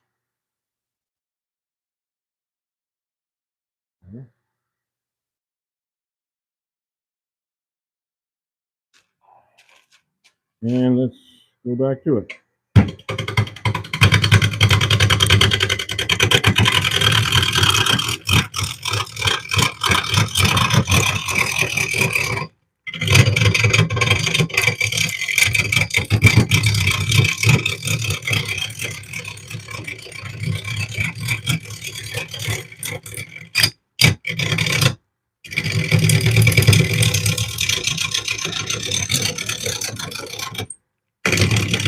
Yeah, I know, I'm kind of going to do it too deep there. I'm just going to go do that a little bit smaller.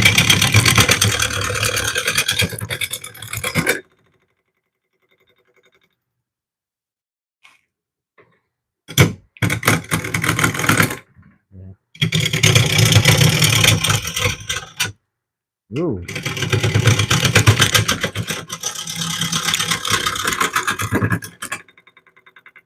I got to be really careful. Remember, this tool rest is temporary. Like that.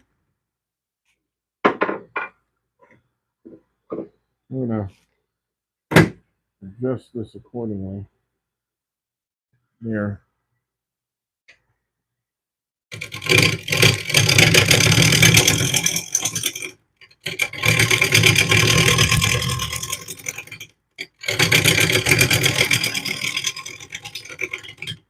So you can see that sharpening, it did make a difference.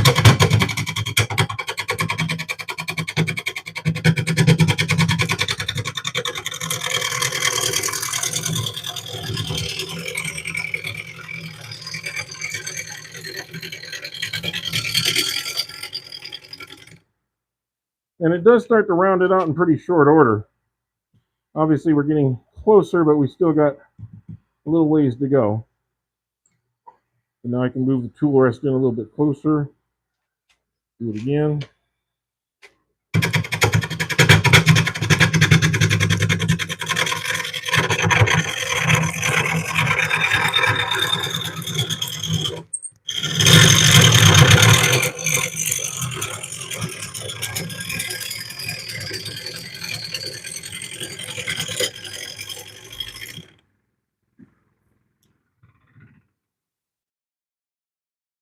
Okay. Like to stop it every time or two just to see, readjust.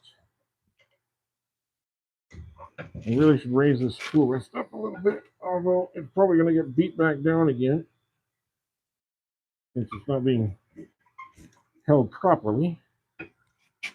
But hopefully Laguna will get that fixed for me, get that new part for me soon.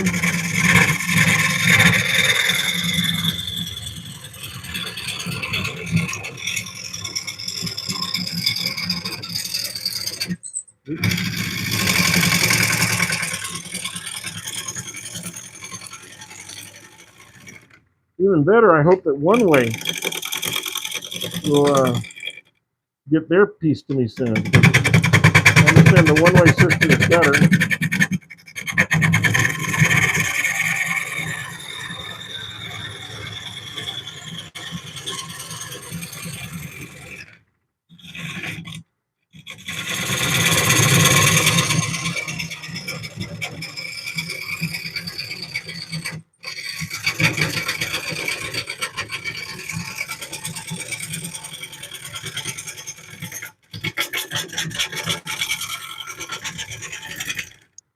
But I gotta tell you, it's really getting a lot of heat.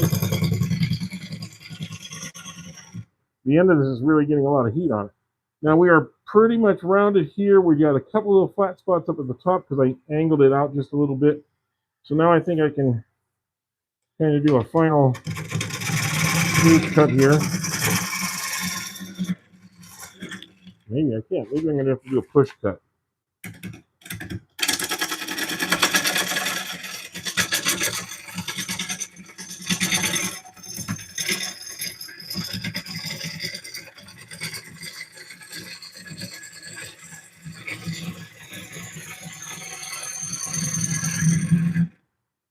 Okay.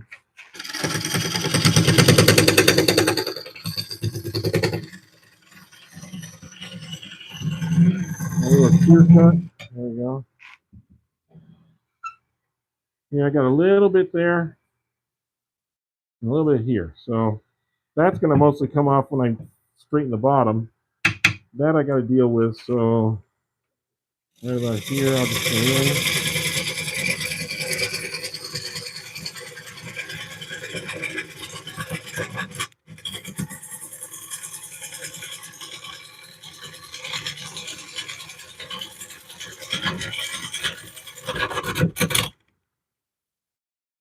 There we go. And I think we eliminated that flat spot. Good. Now I can just go back and kind of straighten all that out with my bull nose. And the nice thing about hard wood like this is that it really will polish up nice. You don't usually have as many end grain issues. I think I can make a little bit of a curve here. I like to make a little curve in the rolls if I can. Give it a little bit of a look.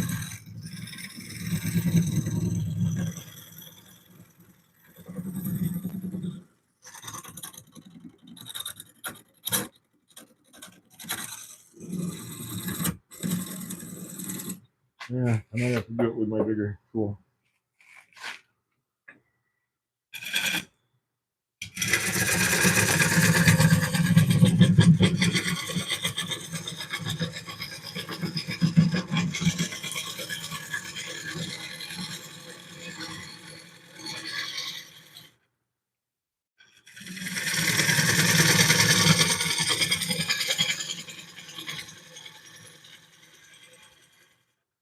There we go. Now I got a nice little curve out of that.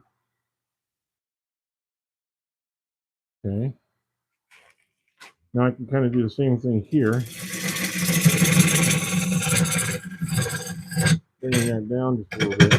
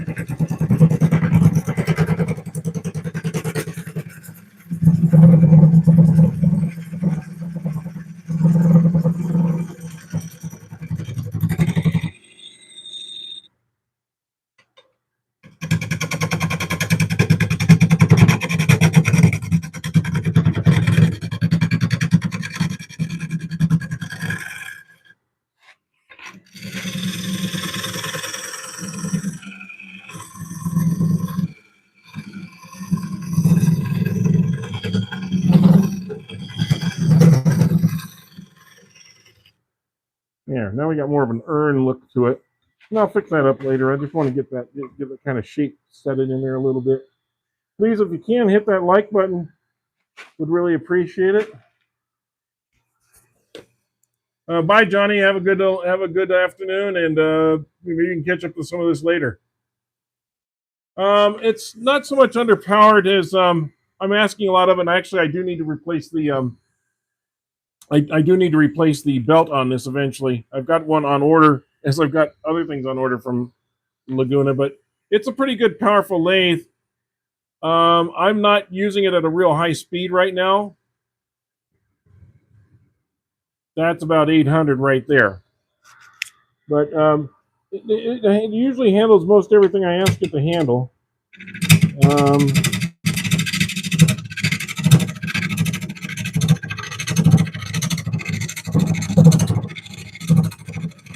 I mean, it's not a Powermatic, yes. You're absolutely right. But then most of what I turn doesn't require a Powermatic.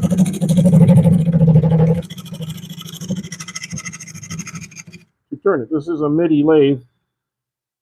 It can handle up to 15 inches on the outside. And I've done black walnut on the outside of this, so if I can do black walnut, it should be okay. It's not really underpowered so much as it's grabbing a little bit because I think the belt needs a little bit of it needs replacement after 3 or 4 years of use is what it does. Belts start to wear and they don't have as good of a tension.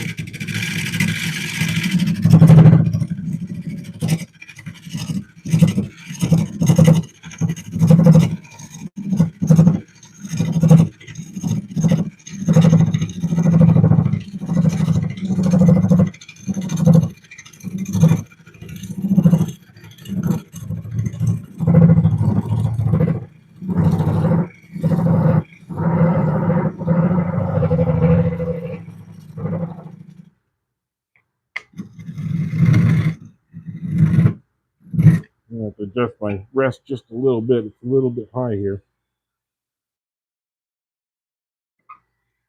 Yeah. There you go. Now I can cut right across. Okay. I need to.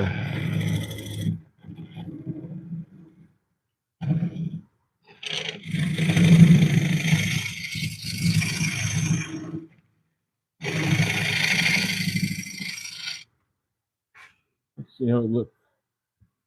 That's looking pretty good. Get you a better view on there. This is interesting pattern here. This is that oak.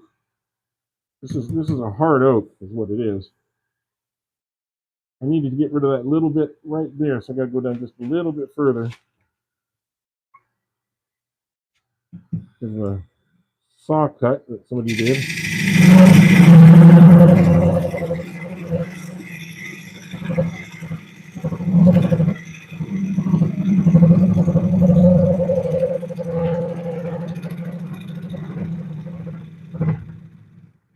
It's powering through hard oak, so I think it's plenty powerful enough. So Uda, if you want to know what this is a oak. It is a I believe it's maybe from cork oak or white. I'm not sure, but it's very hard oak. Okay, this is not a soft tines. So you know, you take it for what it's worth there. Please do hit that like button and subscribe if you can. We'd like to get our subscriptions up maybe to 4,200 today. That would really be helpful. Looks like we had about 53 likes so far. We got 45, 50 people in here at a time. Depends. So please, over the last hour and a half, 2 hours, we've had, well, actually for 2 hours, we've had quite a few people in here. I'd appreciate it if you would hit that like button. Subscribe to the channel. This is the fourth bowl we're working on here. Okay, I think I got that. I think I got it pretty smooth. I'm going to use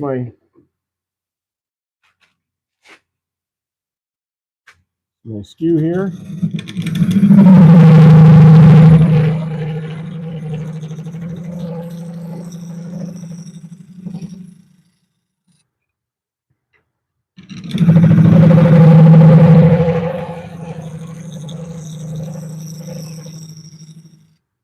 Again, you get a little bit of shatter when you have that rather straight grain. Not 100% straight grain, it's kind of wavy grain right here, which is odd all to itself.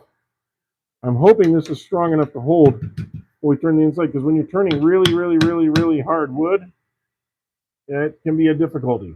Okay, again, kind of like we had on the other one. But we're going to try it again, and hopefully we're not having two problems today with tenons. That other one kind of was anticipated. This one, not so much. I would hope that we can control this one pretty well. So let me get my tenon started here.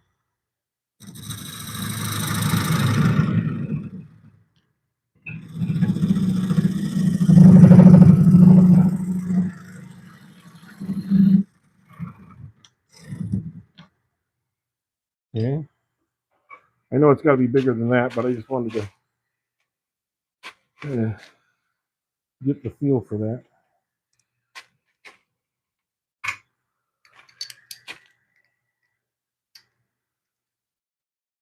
Well, see how close we're getting.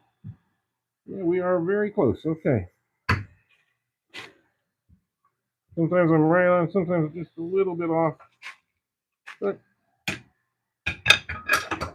either way, we'll set it.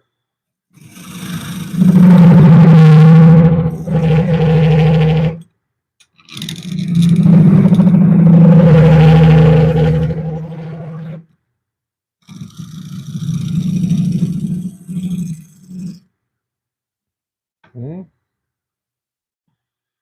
See if I got that set about right now. Just a hair more. Just a hair more. Okay. Of course, you got to remember when you cut on one side, you're cutting the other side, so you're doubling the depth, or doubling the width of the cut that you're making.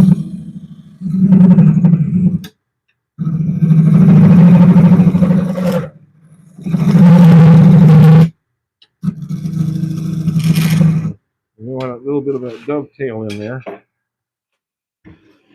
for the hold. There we go. Now we're in there. Good.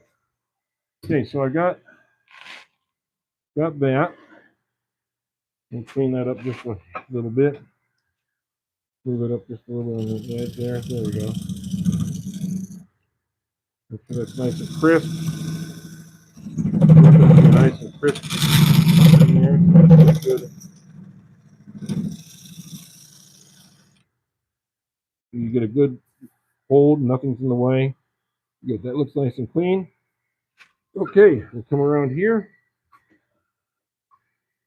And just kind of smooth some of this out a little bit and get this ready for turning on the inside.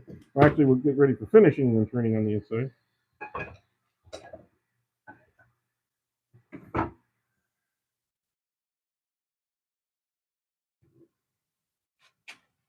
Okay.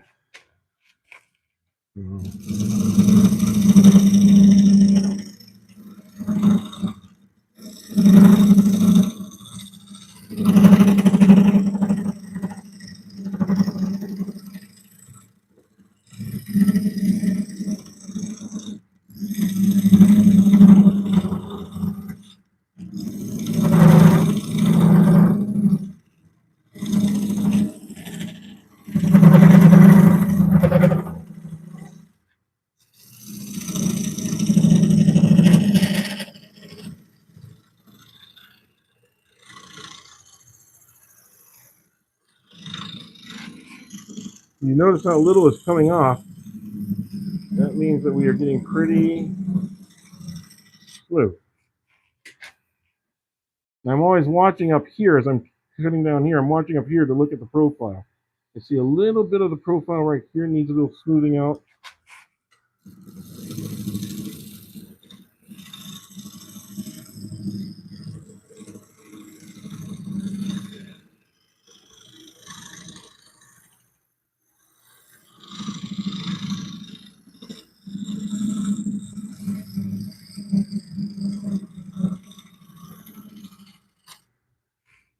Okay.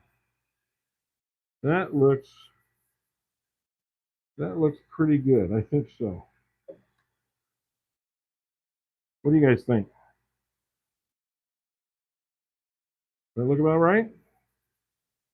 We got this interesting thing here. I'm not sure what's going on with that. I got a lot of end grain sprouting. I'm going to have to get off. Now I'm going to try and do this with the scraper, with the scraper, or with the skew.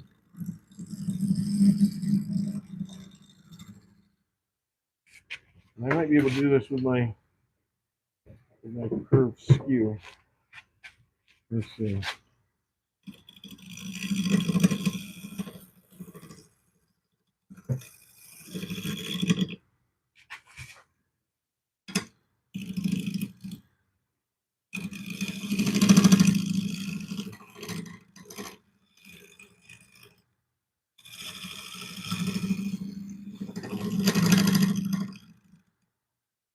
It's kind of hard to use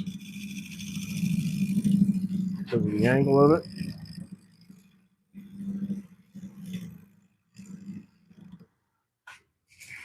I might be able to use it this way.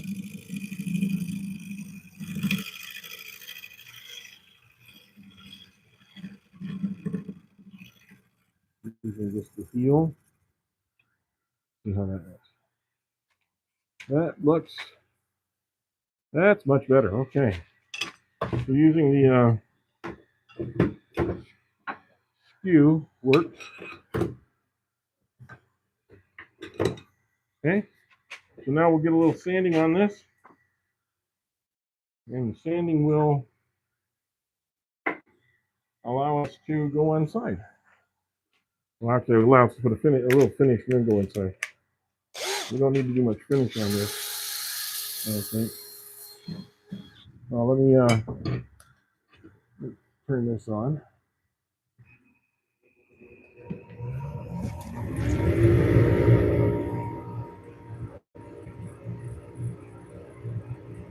Oh, a Shopsmith Mark 5, huh? Yeah, I heard. It does use a powerful tool. Unfortunately, it's kind of like it's really good. Shopsmiths are really a great idea, especially for small shops. Unfortunately, as I understand it, they went out of business again. The guy was trying to revive them, and They went out of business again, although he's still got plans. Or maybe he's finding a different way of reviving it. I don't know what that is. The only downside I found to some of the Shopsmith tools was like the Shopsmith hand tools. And I believe this might have been one. I'm not sure, but some of them were really good and some of them were not. Oh, here we go. Here's one of my shops. I got a few Shopsmiths. This one is okay. It's nothing special. It's a Shopsmith. So I think they went through different ownership groups of Shopsmith. I think the quality went up and down a little bit, just like it does for like Craftsman and did for others. I could be wrong. Let me know. But that was one of the issues that a lot of people were having with the Shopsmith was that a little bit of quality has just started to seep in along the way. And then, like I said, that happens with any tool company. It's happened to Black & Decker. It's happened to Craftsman.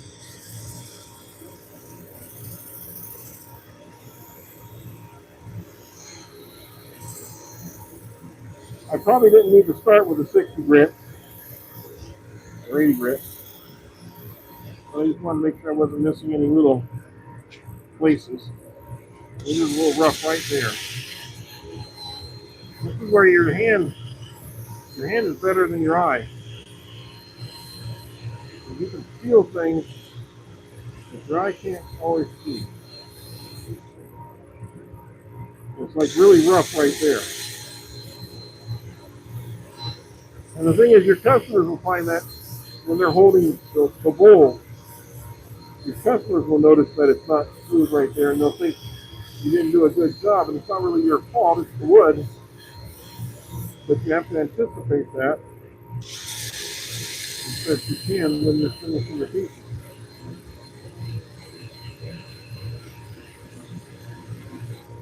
And of course, the sharper your tools are, the better cuts you get also.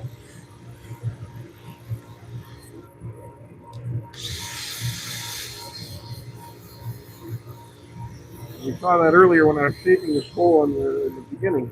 When I went to sharpen it, it really made a difference in cutting.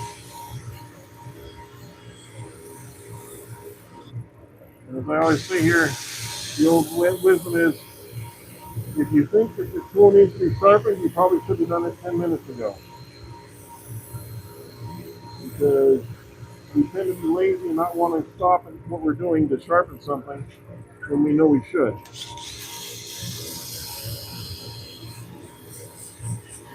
The end grain here is going to give me a little bit of trouble right here. I can see that right now.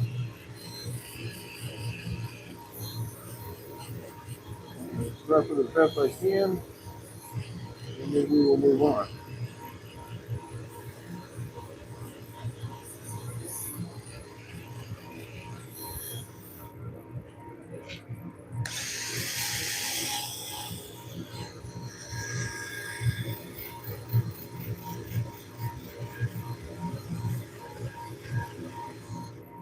Okay. Go to another grit and see what goes on there. For all of you watching, please hit the like button. Please subscribe if you can. It costs nothing to subscribe. It does notify you that next time we're doing a live, and I do a live every Thursday, so there will be another one on Thursday.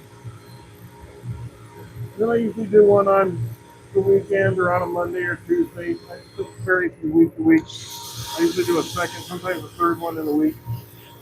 But I definitely do one every Thursday. It's always something different. And today we've had a pork oat bowl. We've had a juniper bowl. We're working on a redwood bowl, and now we are working on a. I think this was oak. I'm not sure if it's. I don't think it's pork oak. I think this was like a live oak.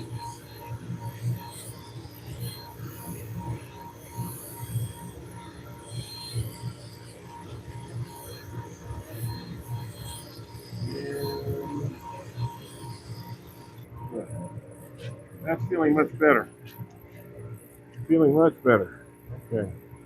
We'll go to one more grit here, and then we will see what this looks like with a little bit of finish on it. You can get an idea of the colors. There's a lot of color in here. I'm going to put this in reverse a little bit. Get any little sprouting pieces of wood. Turn that off.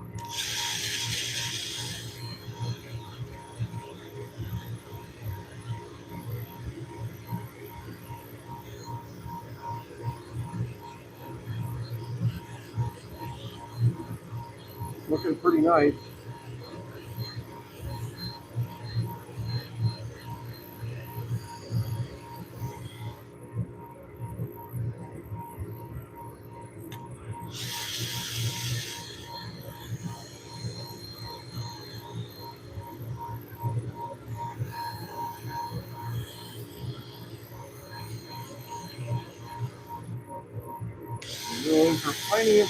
Tiny little imperfections you can pay attention to. Right in there this time. That's okay. The character of the wood, you can't take it all out. You don't need to take it all out. You just need to acknowledge that it's there. That. You need to acknowledge it's there so that you can at least not be surprised by it and deal with it. Okay. There we go. Okay. I think that's good enough. Good enough for government work, anyway.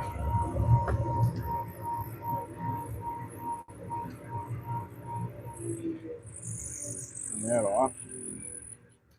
It's be a little loud. Okay. I will now get my finish on here. And you'll see how this comes to life just a little bit. Almost like zebra striping in here. Like palm. It reminds me of palm wood.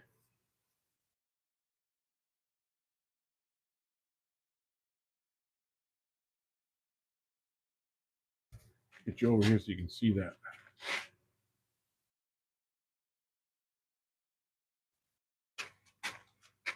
See that?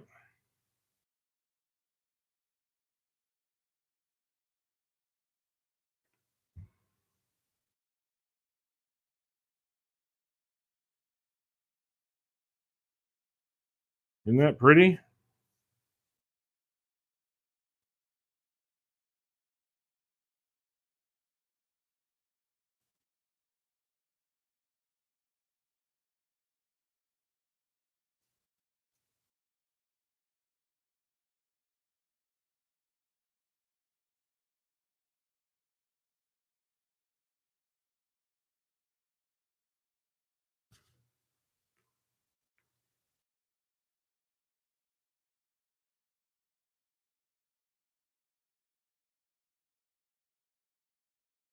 Okay.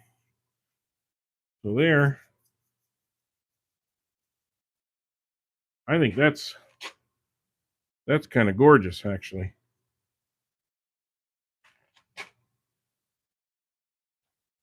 Well, what do you guys think?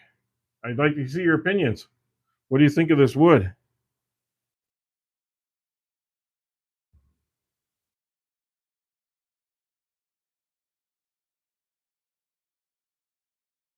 And because it's a really hard wood, it's not going to suck this in as much as others, but I'm going to give it a few minutes to kind of get a chance to suck in some of it, because I can see on the end grain here, it's already drawing, so it is drawing it into the end grain, but maybe not so much into the side grain. So side grain here, end grain here. So let's just kind of let that sit for a minute. But yeah, any questions that you have, now's a good time. I'd be happy to answer them for you. And while we're letting this dry a little bit, please feel free to comment in here. Nobody's going to bite you. No one's going to hurt you.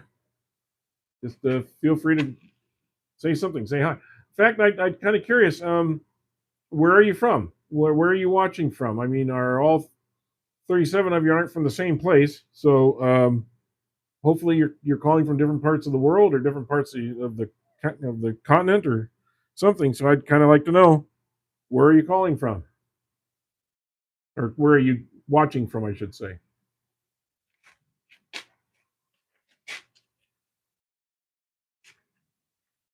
Trying to.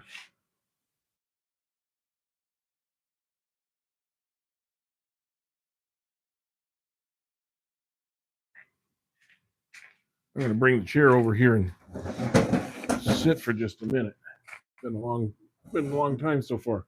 Well, I'm letting this dry a little. So, what do we got?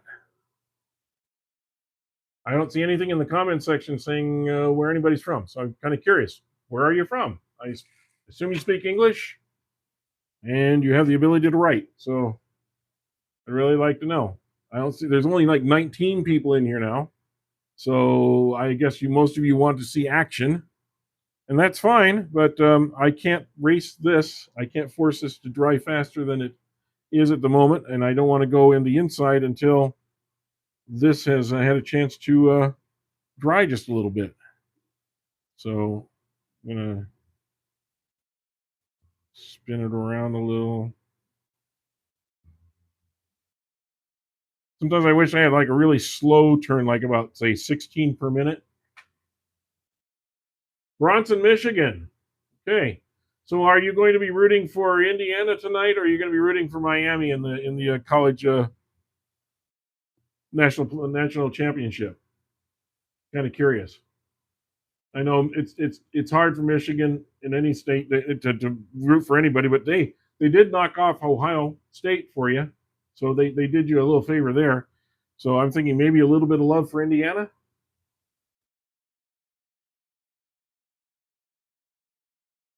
What am I going to do today? Well, this is part of what I'm doing today. This is I got up this morning and I've been doing this since 8 o'clock in the morning my time. Um, as to what we're going to be doing the rest of the day, well, I've got a lot of cleanup to do here. I got to find my microphone that I lost under all this.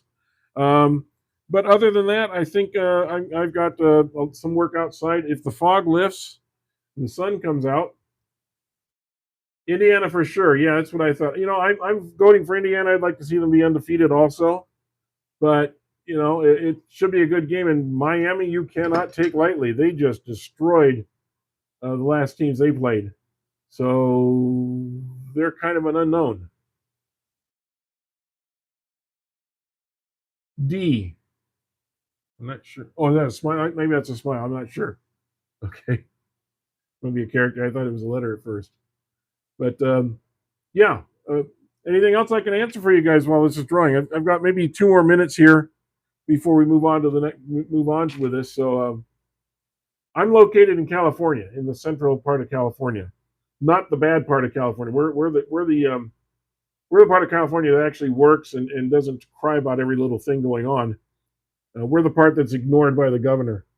We're the ones that pay the taxes. So we're the working part of California.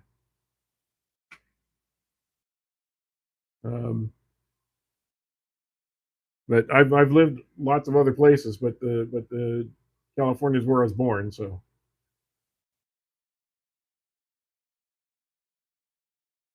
what about the rest of you? I see like 29, 30 more people in here. Where are the rest of you from?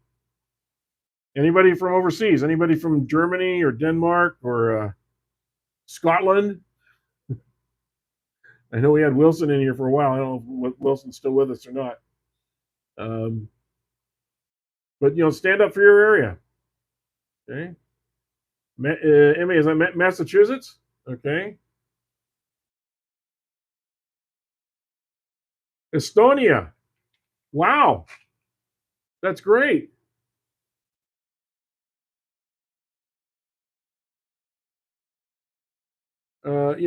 India. Okay. I got a lot of viewers from India. There's a lot of good wood turners in India. If you look through YouTube channels, there's a lot of people that do very specific woodworking in India with very primitive tools in some cases. It's really kind of interesting. Um, yes, Estonia is very small, but I understand it's a very pretty area. I've never been there, but just my recollection is that it's very, very pretty. Um, and are you considered a separate country or you are a principality? I'm not sure which. I assume a separate country, right? And are there other Turners in your area? I guess my second question is, you're separated, okay. Um, my other question is, are there other Turners around you? If you have other Turners around, for instance, I joined a wood turning group here in the valley. I didn't think California had too many wood turners because, well, it's California, and you think of wood turners as being in the Midwest, where there's a lot of hardwoods available and a lot of trees to be had. But actually, there's quite a few. Our wood turning group in this little area here has about 60 active members, and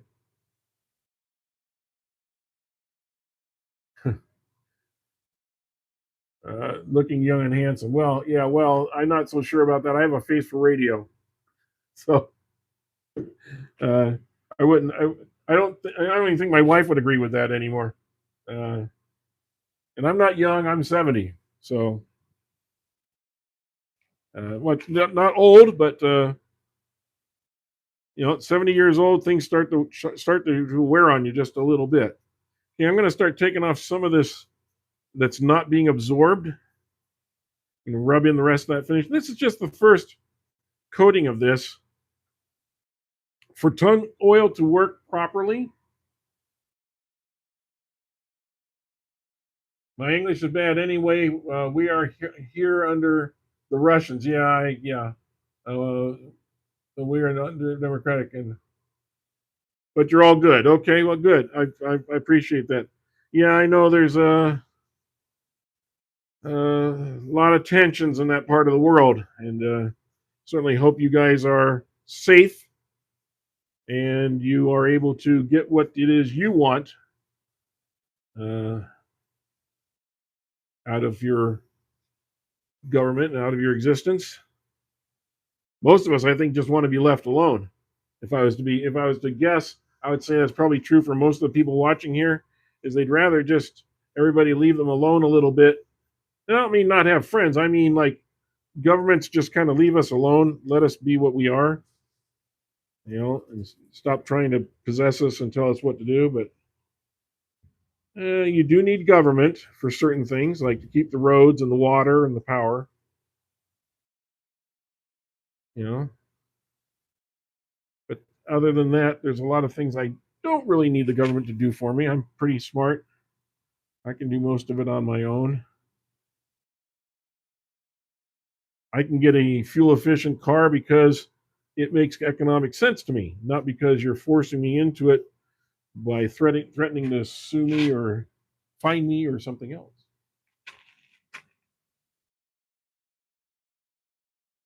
Well, NATO keeps you safe, but now we're now we're apparently our president is trying to piss off most of NATO. He's not a big believer in NATO, unfortunately, and we're still stuck with him for 2 more years. So I don't know how Greenland feels about us right now either, to be honest with you. Oh, what am I coating this with? I was using that's 100% tongue oil mixed with a little bit of limonene, which is a citrus oil, like the oil you get from orange or lemon rind, and which gives it a nice smell, but it's also a cleaning agent, and it has a little bit of mineral oil that I put in there too, just to make it flow a little bit better. But it's 100% uh, tongue oil, and make sure you don't get the stuff that has the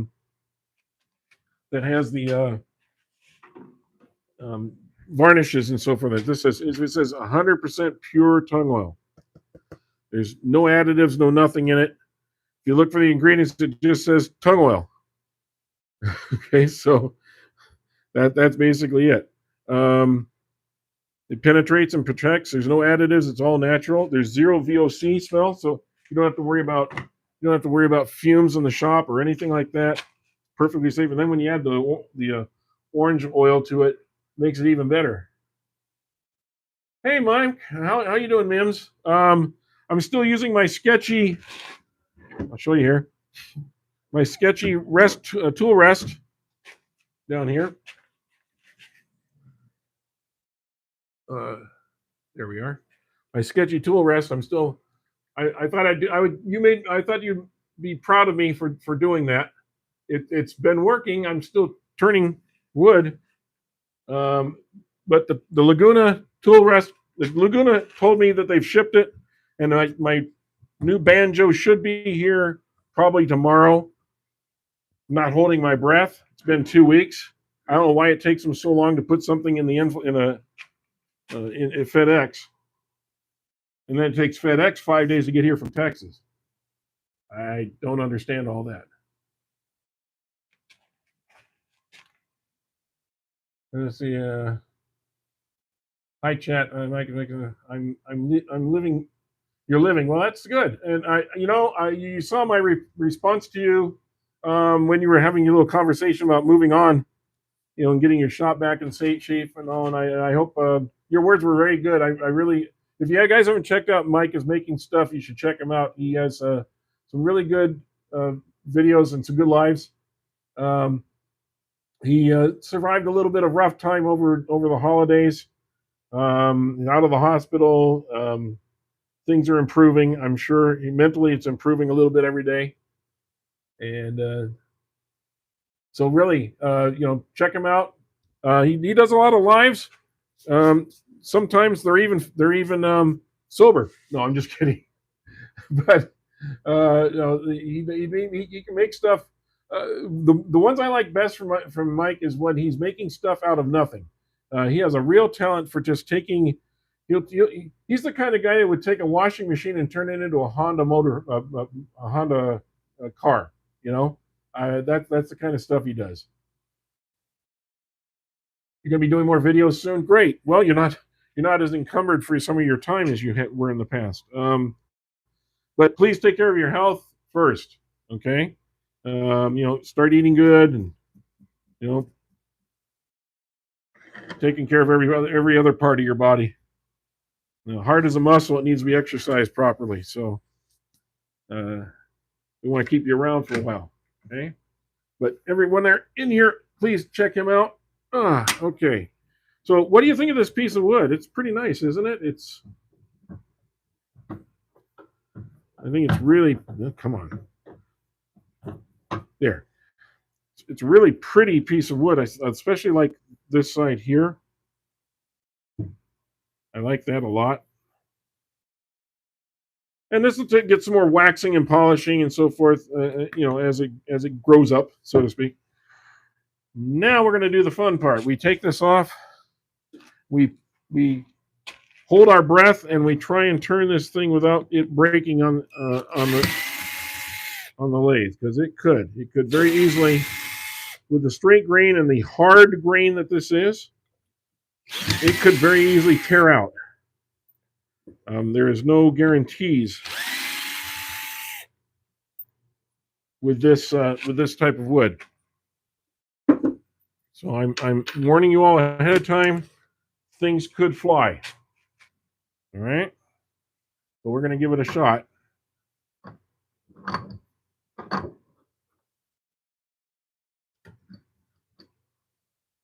Okay, we got that on.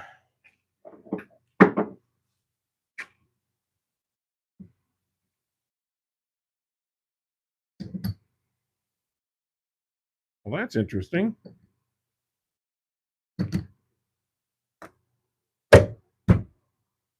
Huh. It's possible that I mismeasured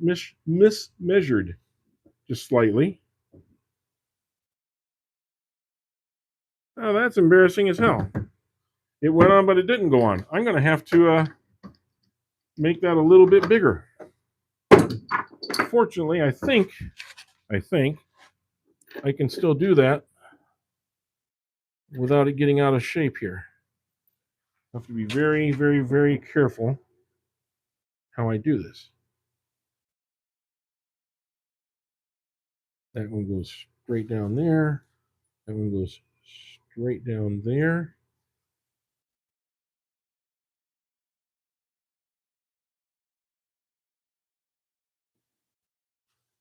If these are even just slightly off in going down the holes, they will be offset. They will not be straight in the returning here.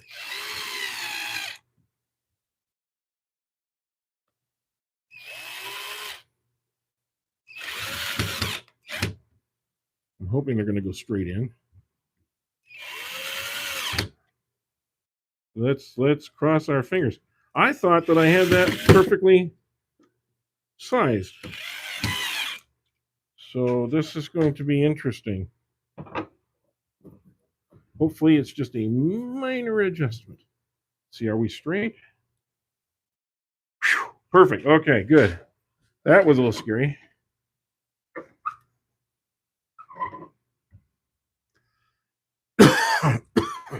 Okay. Let's make this just a tiny bit bigger.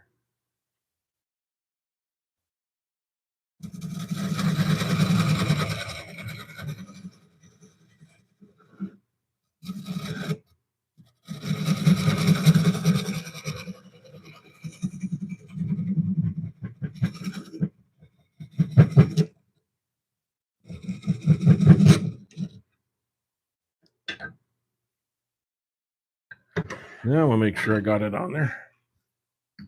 Yes, now it goes in there just fine.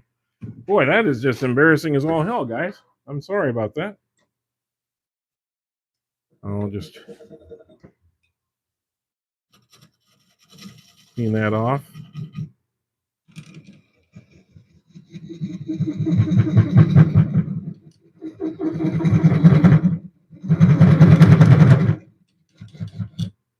And make sure that that's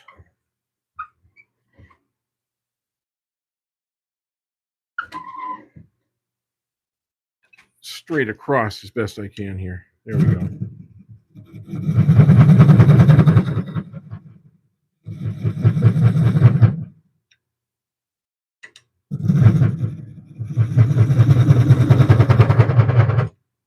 Okay, there we go. Now I got a good. All right, there. Well, we fixed that. Hopefully, no more problems. Again, we'll take that off. Always better that it's too small than too big, that's for sure. I always want to err on the side of that. But let's take these off. By the way, stainless steel screws only. I like to use a square drive because it's nice and positive. Better than a Phillips head or a star. Star tends to be, I don't know, to me, the star one kind of doesn't hold well in my mind because there's too many fine points to it that can slip. A square is pretty flat, pretty much just that. It's square. There's not a whole lot you can wind out of it. Great. Okay. Now let's see how that turns.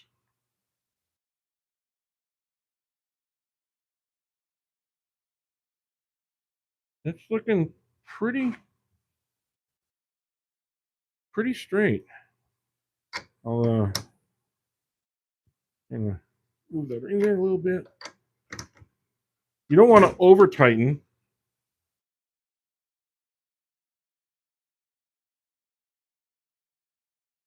Okay. If I was to put something on here, running pretty smoothly, see? Okay. So we got that pretty squared up.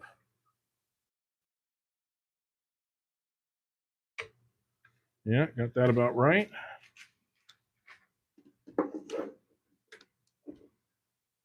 Okay.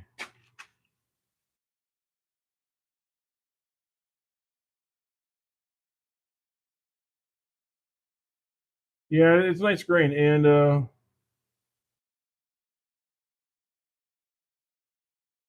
Yeah, you're right. This is one of those. This is a nice piece. I just like looking at the outside. I'm interested to see what the inside's going to look like with it. It could be a beautiful bowl if I'm able to turn it out properly. It does kind of look like a stair banister. You're right. The way it's turned. If it was rounded at the top, you're right. It would look like a stair banister. But I think as a bowl, it's going to look even better. So let me get my face shield on here, which is really in need of cleaning. Okay, and I'm going to have to move this light out of the way. Okay. Make sure you guys can see properly. I'll get you down in here. Oops.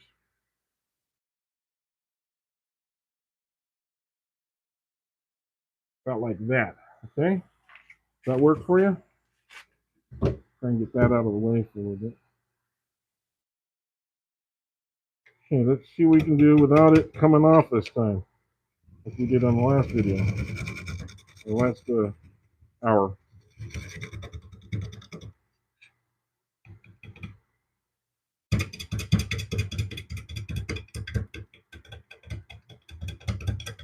Boy, I just really don't like the way that. I don't know. I'm kind of skittish after that last one. I shouldn't be, but I'm just kind of skittish about it.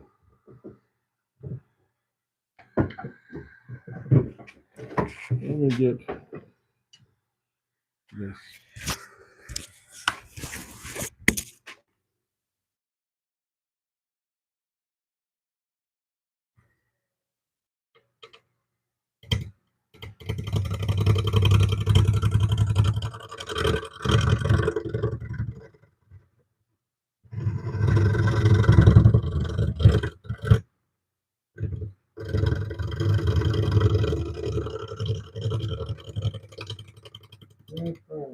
Very slowly.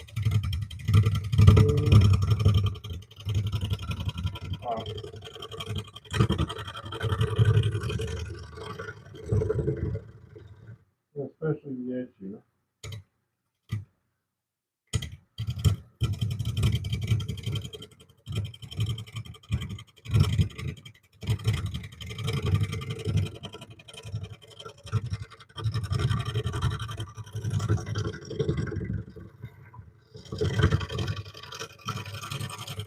Now this is sitting at between 7 and 800 right now, and yet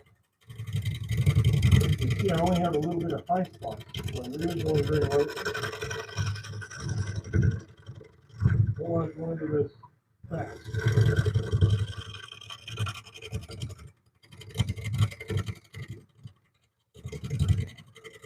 I want to get catchy.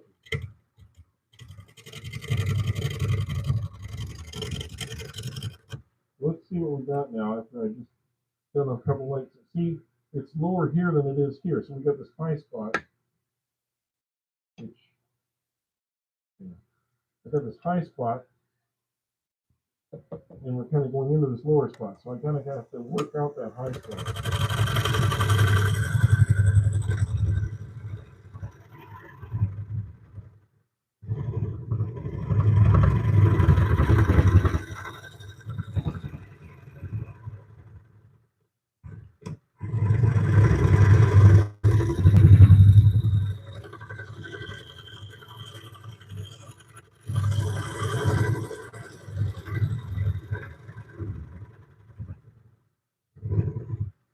Okay. Now I got this a little bit lower. Now I can kind of work my way out this way.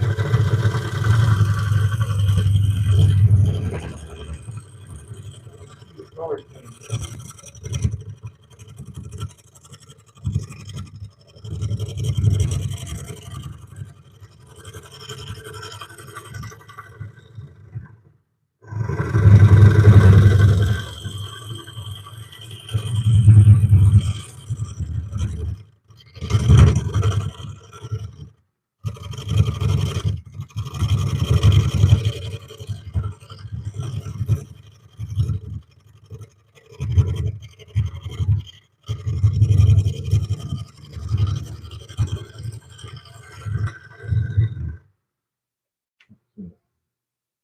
still,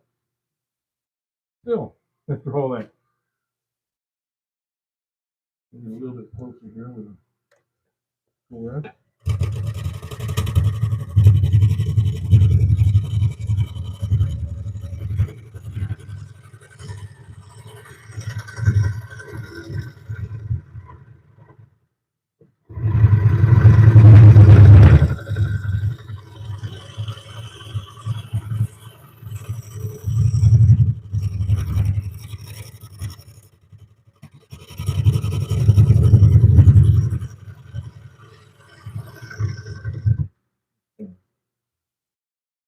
Getting close, getting very close there.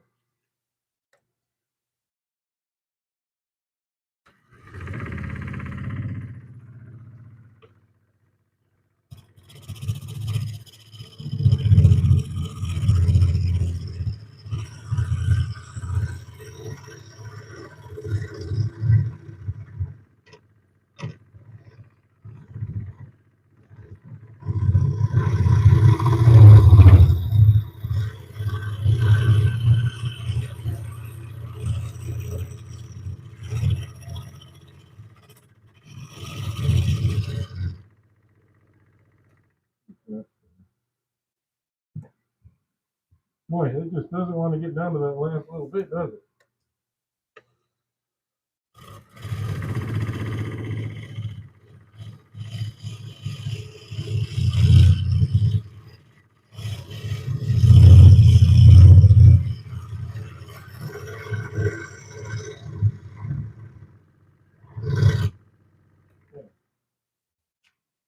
All right, so now we got a banister.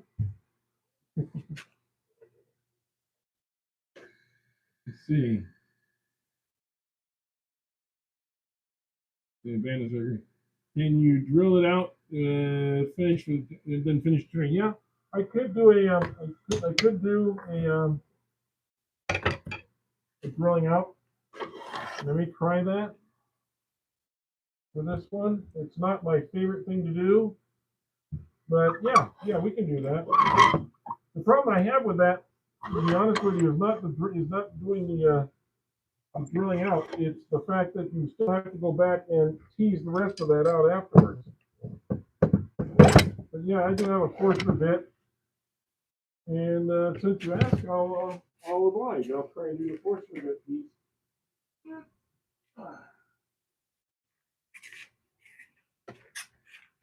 A little kind of set up here, but we'll get it.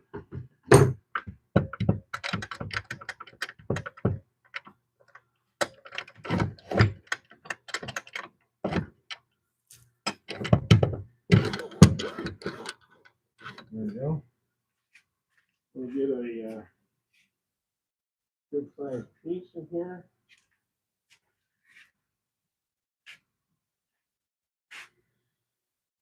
And a chuck.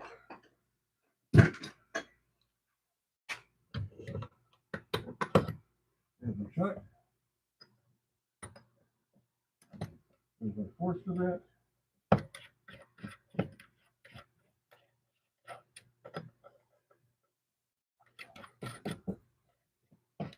Once you turn it the right way, if you want to tighten it.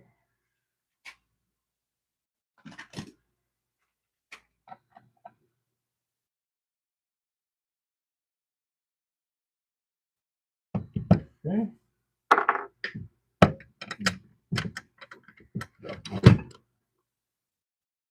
Yeah, break this in a little.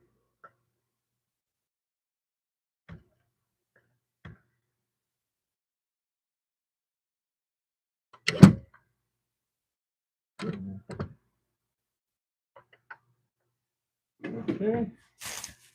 Let's see what we can do with this. Okay. Let's slow this down. You don't want to be going to 1,000.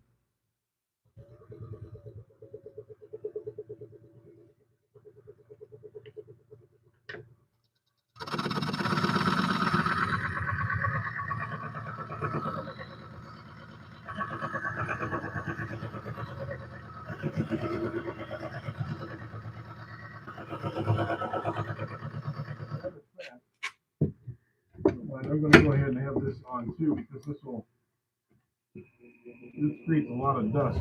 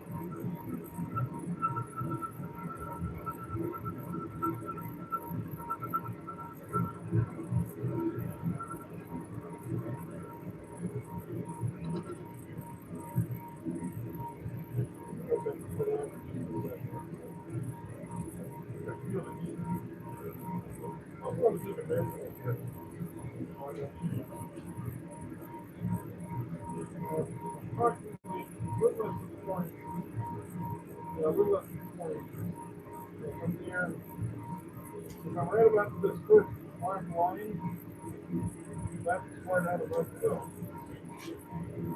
First line.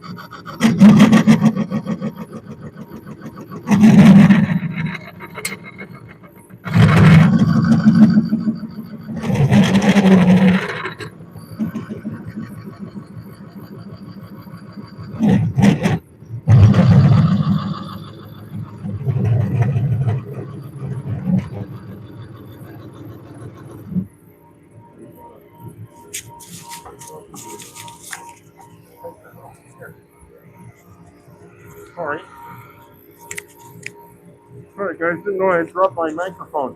I apologize. Can you hear me better now? There. The microphone fell. There. Now you can probably hear me a lot better. Okay, so I'm going to make sure that's tight. Back this off just a hair.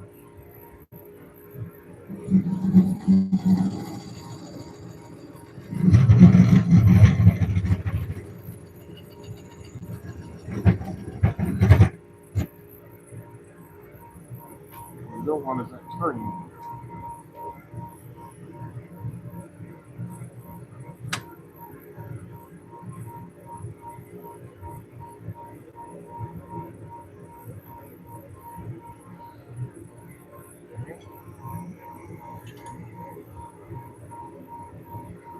You have to take it very slowly.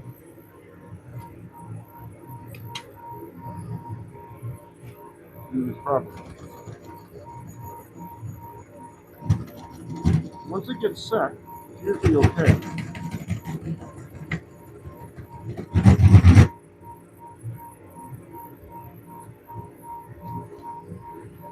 No, that's not good.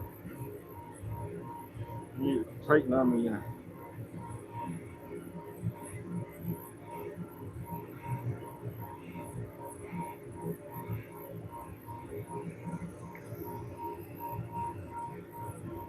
Oh, I don't want that.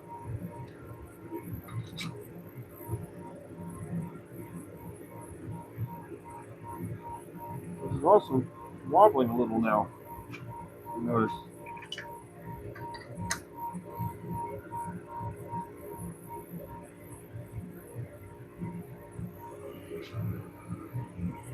Okay.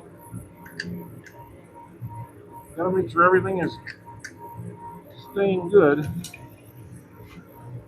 you try to approach these things.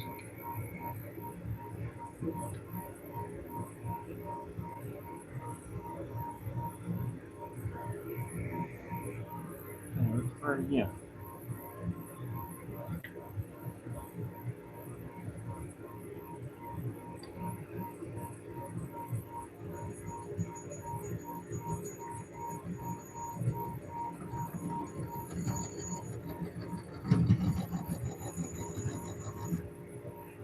No, that's just that's not good. My Jacob's chuck is not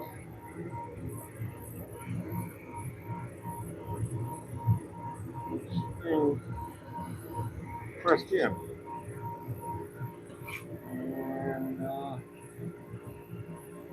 well, let's see here. Might be able to fix that with some.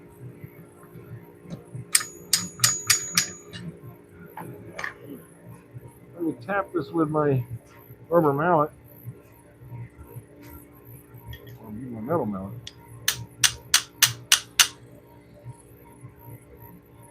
Make sure it holds. Okay. We'll try this one more time.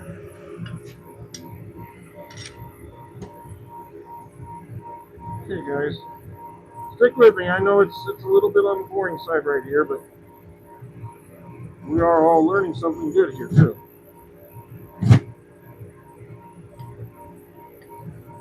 Well, that's just not going to work. Okay. Well, if that's not going to work, then we will take it off,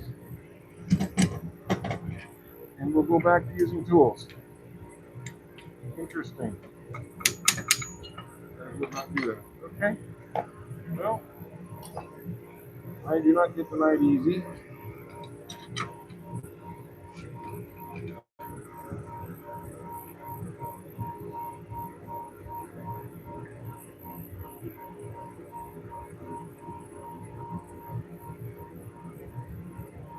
So round that is. Still a little bit, seems like it's a little bit off. Get a visual here. Very slightly off. That's not too bad.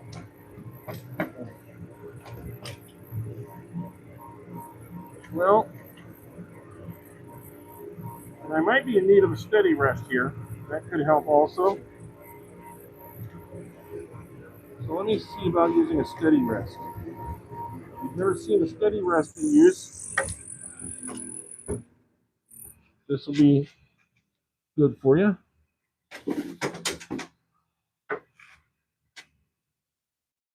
This is a steady rest.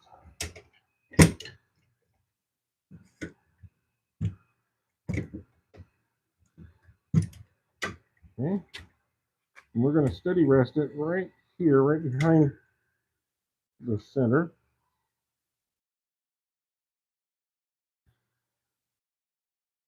Up there.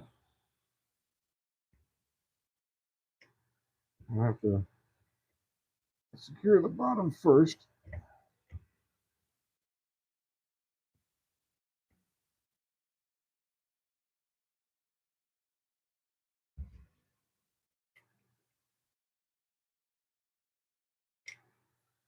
Okay. Bottom is secured. Now we can put these down. So I'm going to move just a little bit back.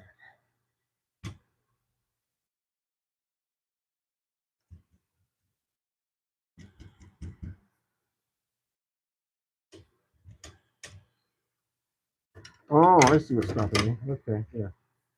All right. All right. That's in there.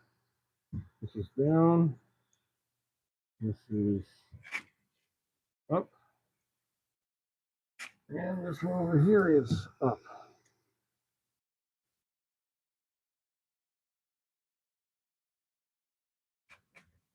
See how they run? They all run good.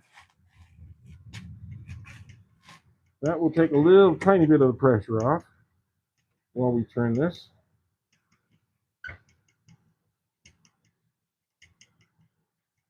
And we may have to make some adjustments along the way. But for now, let's just see what this does, okay?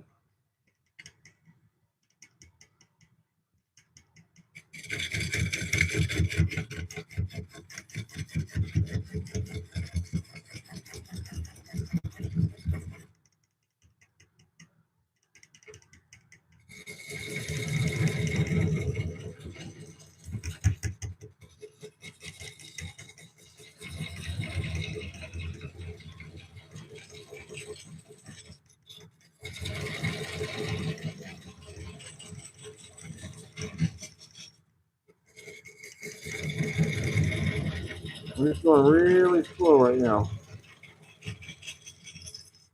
Don't want any speed on it. I just want to make sure everything's working properly.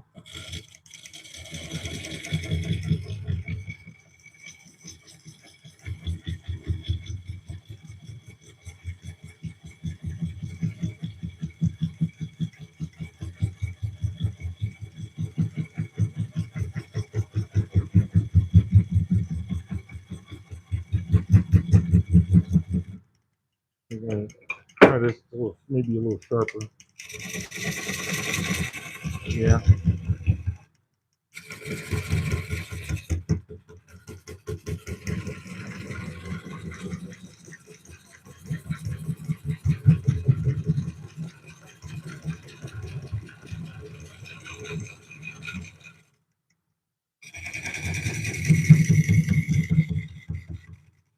It goes beep, beep, beep, beep, beep every time I hit right here. And I'm not sure what is hitting hard. There's something that's hard that's hitting right there every time it comes around. I'll turn up the speed and we'll see what it does here.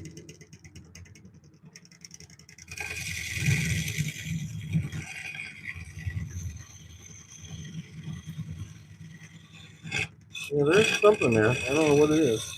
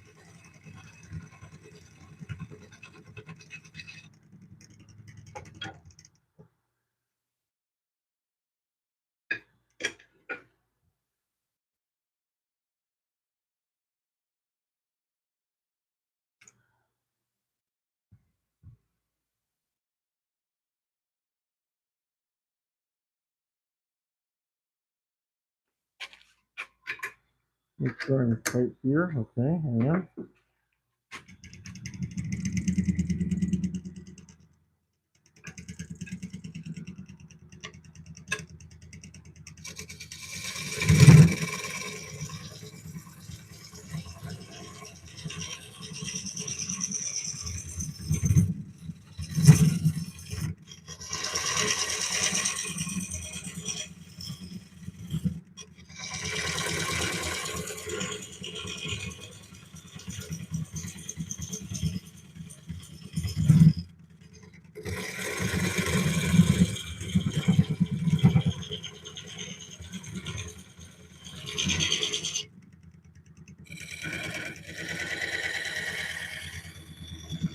This is going to be a tough one.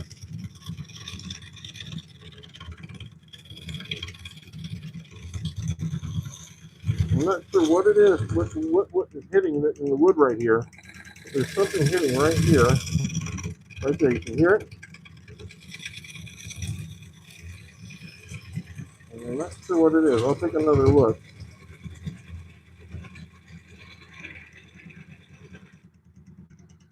See if I can see it.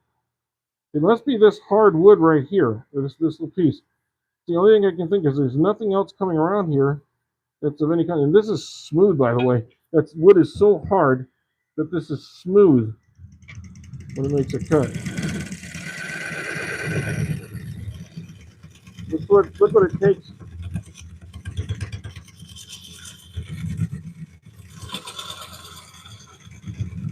To make a cut in there.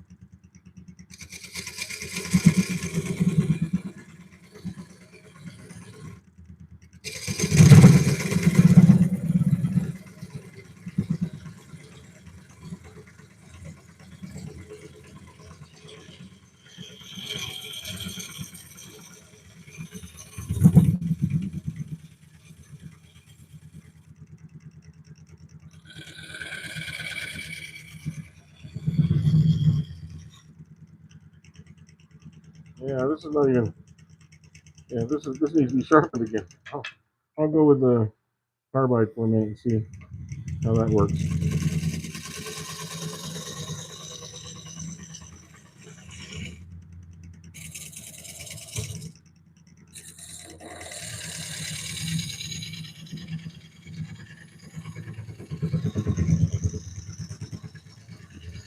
Yeah, this wood is dulling our blades.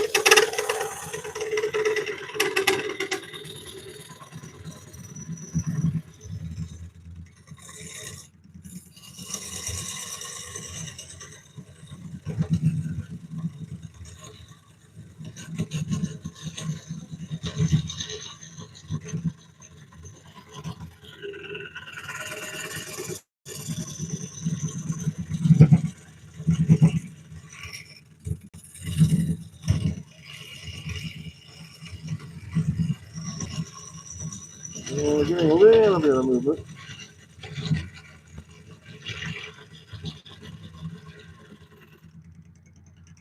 Not a lot. We're getting a little movement.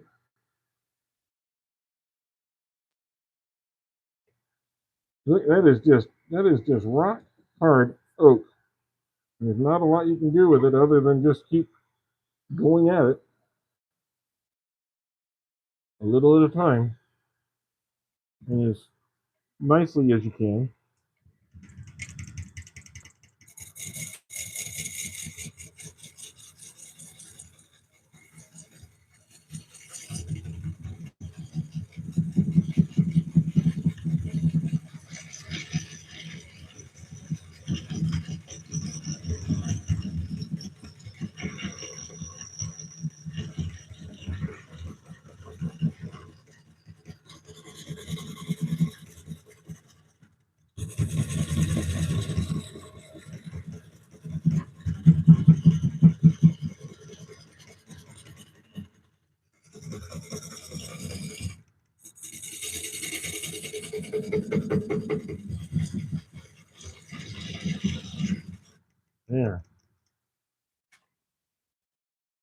Well, I think it's beautiful wood.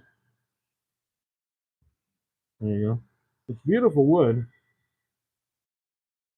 Okay. I only see a few people in here watching right now.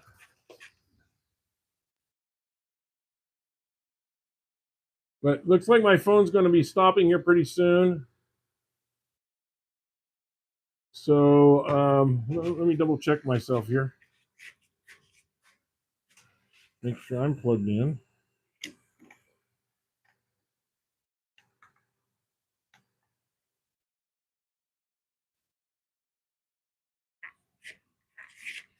Make sure I'm plugged in here.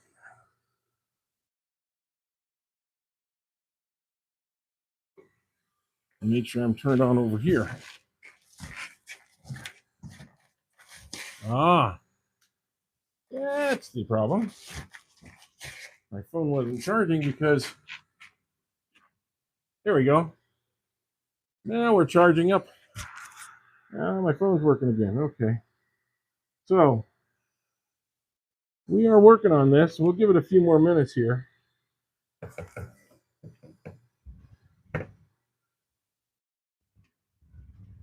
Hey Mario. Hi Mahar. I think that is. Welcome in. Please hit the like button if you guys would.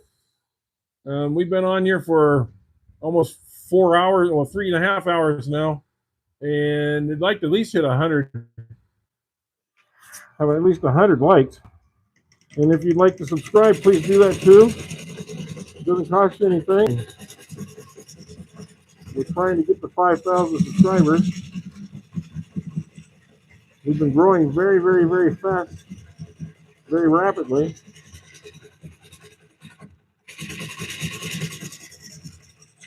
But like any creative channel, we need you guys in order to grow. We can't grow on our own.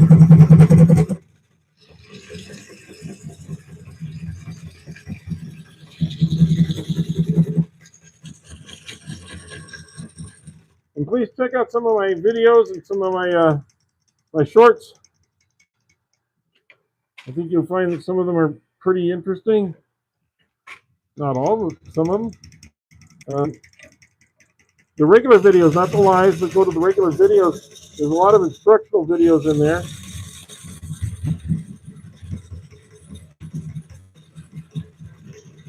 I've got over 220 videos on my channel, so it's not for lack of content. There's no lack of content here. Well, that keeps grabbing. I'm not quite sure what's grabbing. Something keeps grabbing. Right there. Something keeps grabbing every time I come through there, and there's nothing to show that it's grabbing. I don't know what it is.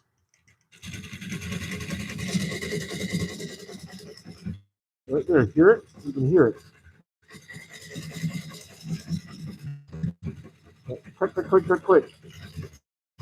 It's something extra hard.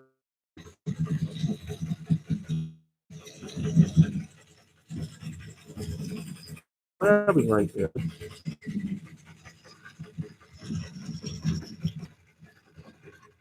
I'm not sure what it is.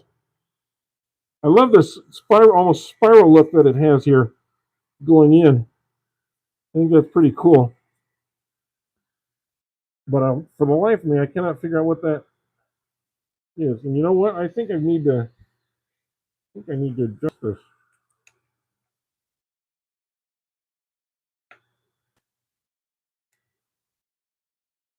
Oh.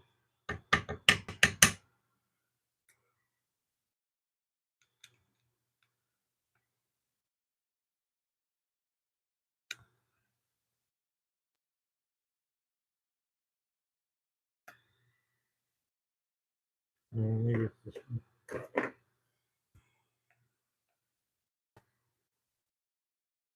There we go.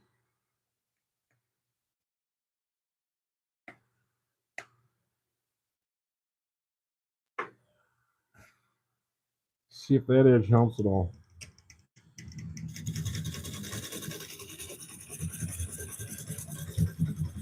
A little better.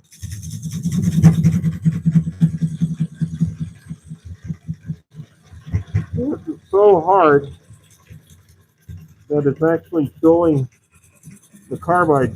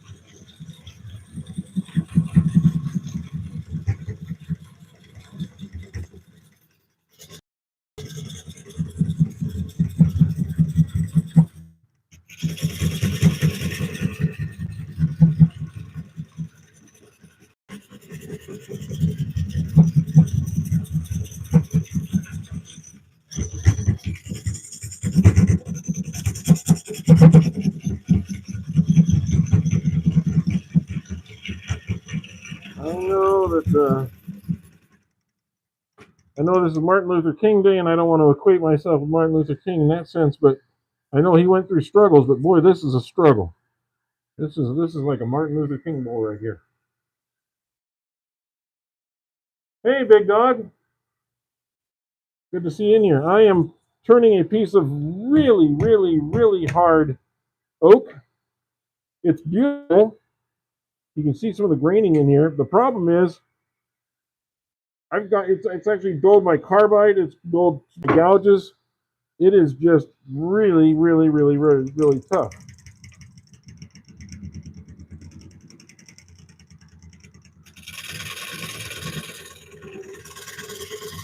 Look at that.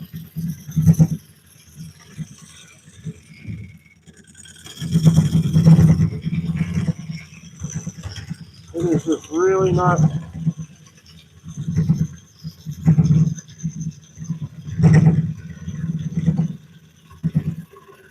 wanting to cut much.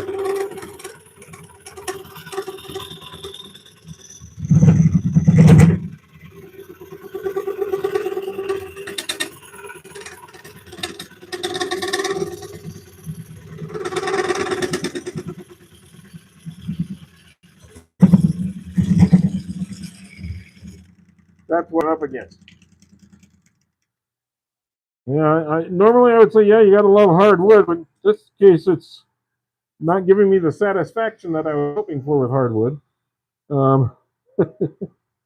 If that's what you're meaning. But it is a gorgeous piece of wood. We did the outside of it, and it looks really good. You can look back on the live and see that it's a beautiful piece. But boy, I got a long way to go here because this is about 4 inches deep. I got to go.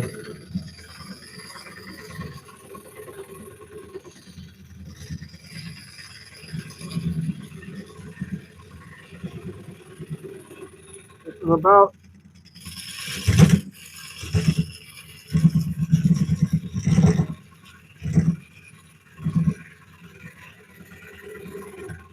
I'd say this is about 5 inches wide.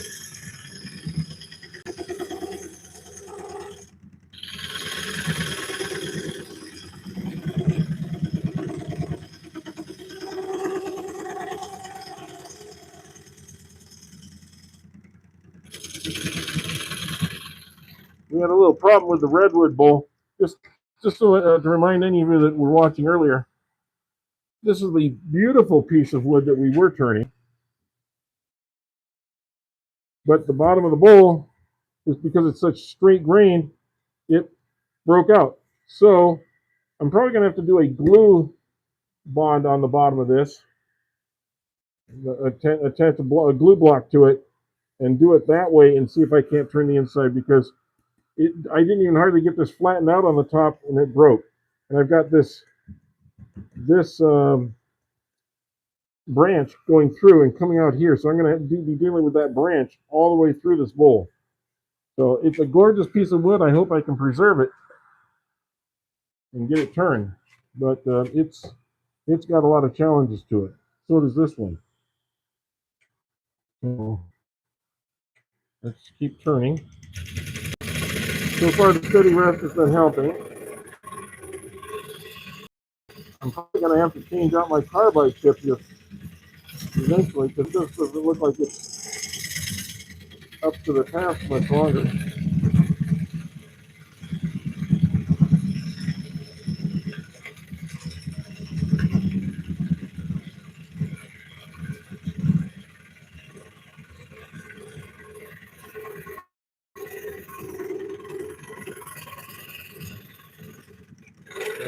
This goes way down in there.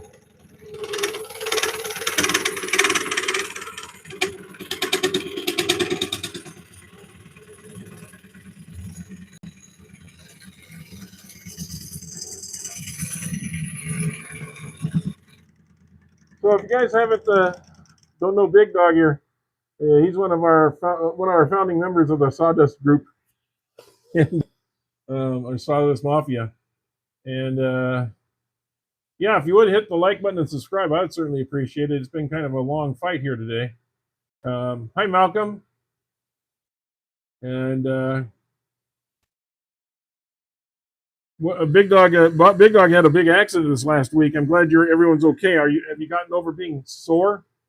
Because I know you get sore like about 2 days after an accident is when it really starts to hit muscles for some reason. The adrenaline wears off and the other things wear off, and all of a sudden, you feel all sorts of pains you didn't have before. When my wife got T-boned, that was the way it was with her. She actually got more sore as the days went on before she got better.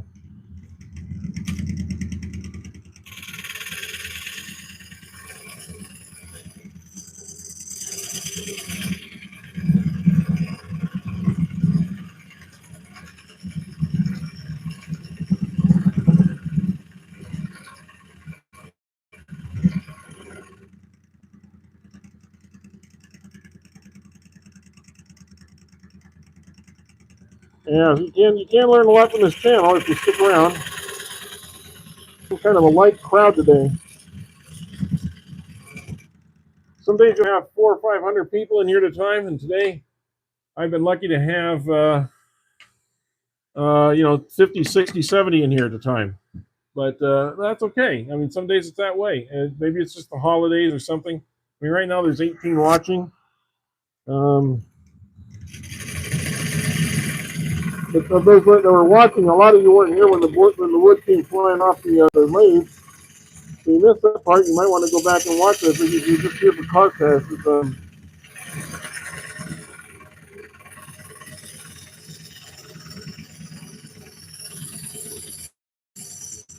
you go back to my live at about the 1 hour and 30-minute mark, somewhere in there, is when the Redwood came off the lathe, and we had to stop that one.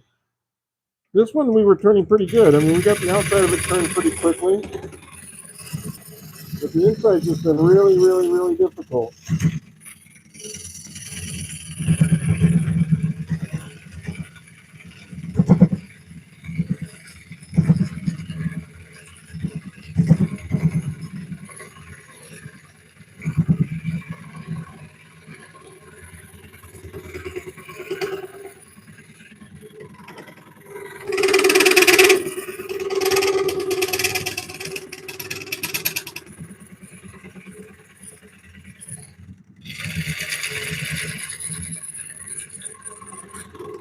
I'll tell you, to be honest with you, if I wanted to, I could turn this into a vase.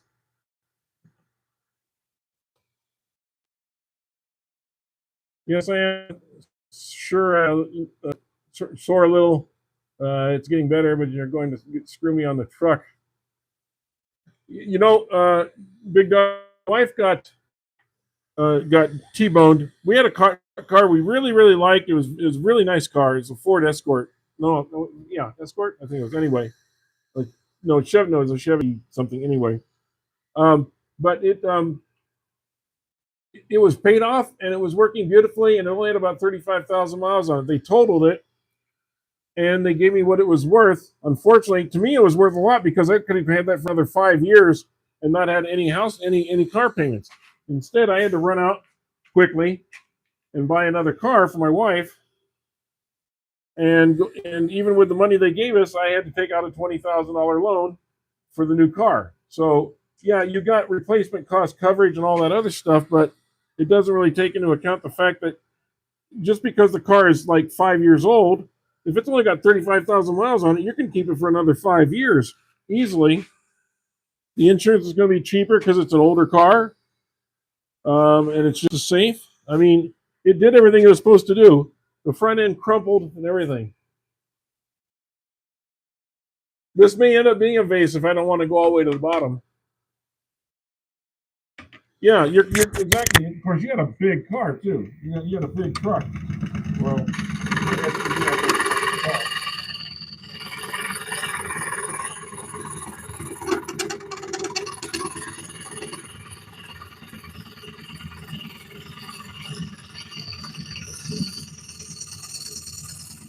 what makes me think that this might be a good vase, honestly, is the fact that it's very, very solid wood. It will hold water, but also you can get the glass tube from the florist that fits in there and hold live flowers in there too. But it can also hold a plant.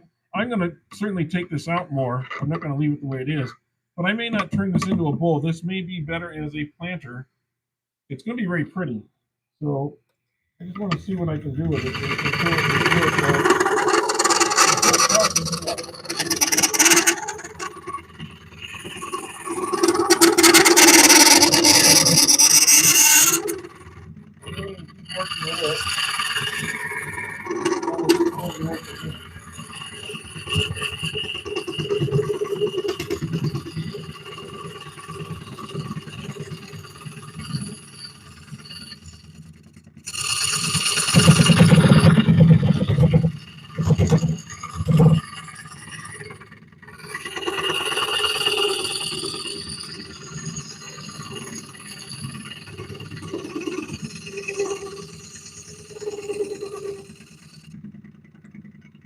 Yeah, it's coming. This is actually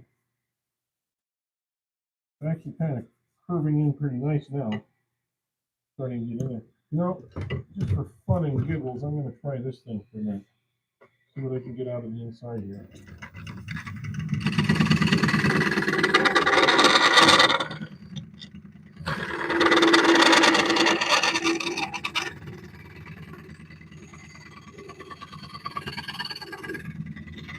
I don't know if I can get my hand out.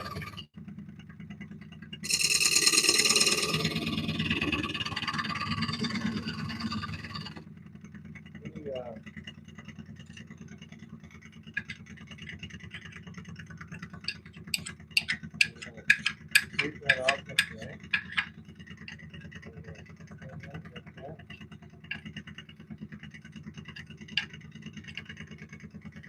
See how that goes.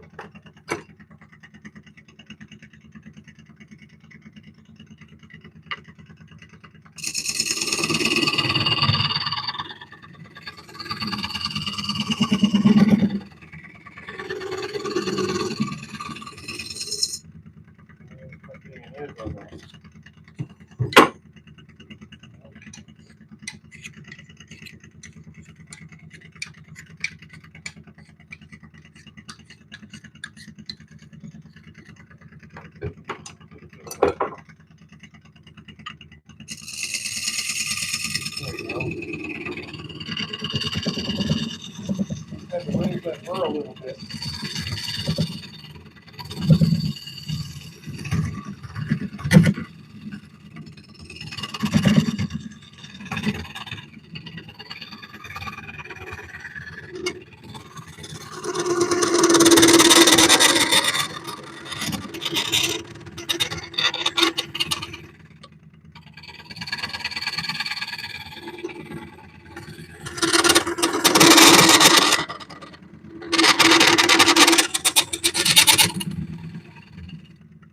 Mostly what you're hearing there is because it's extended way past the tool rest, and so it makes that chatter.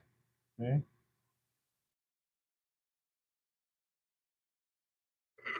Yeah, yeah, it's good to have a couple bases in hand. That way you can know what you kind of know what you want to do. I'm not sure if I can get this in there any further. Not with this on here, and that's the problem. I need to have this on here to keep that straight, but at the same time, I'm not sure I can get in there.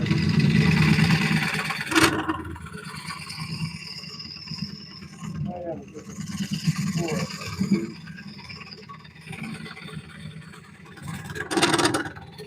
And anyway, if you already have the glass tube, that way you can kind of measure the hole accordingly. Make it fit right in.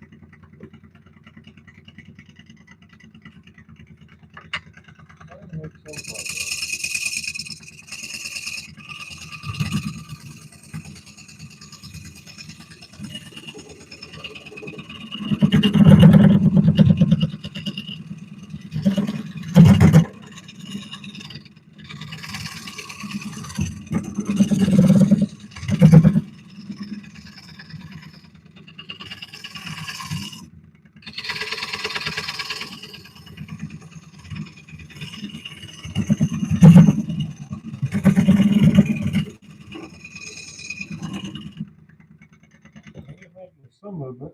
It's starting to widen out here and get a little bit nicer. I do like that grain in there.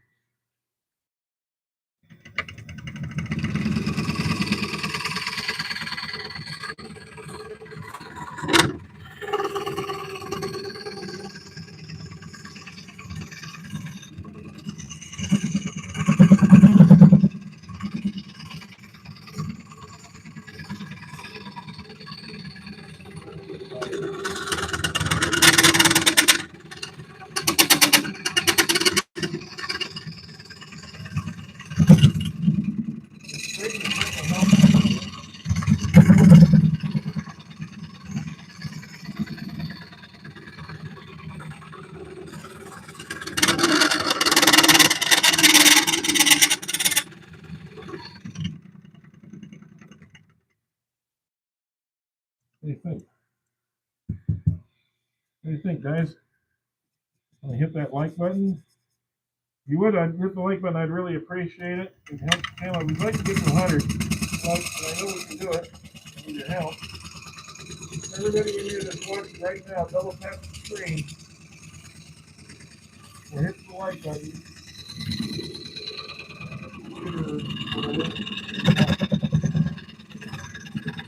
We'll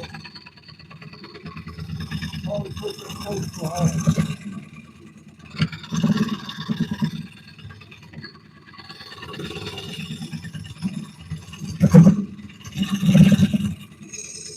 And if you hit the subscribe button, you're going to push us closer to our 5,000. We're trying to get to 5,000. So please, if you can help in any way, that would really be appreciated. We're doing it 2.5 hours now.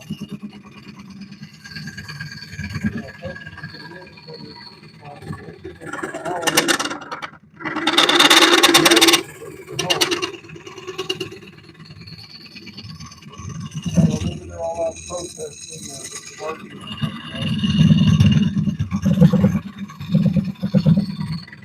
But if we can have friends from Estonia watching, we should be able to have friends here in the United States watching too, right? I do appreciate our people from India. Let's see, we heard India, we heard Estonia, I heard Michigan. Don't know too many other places you guys are at, but let me know where you're at, where you're from, or where you're watching from.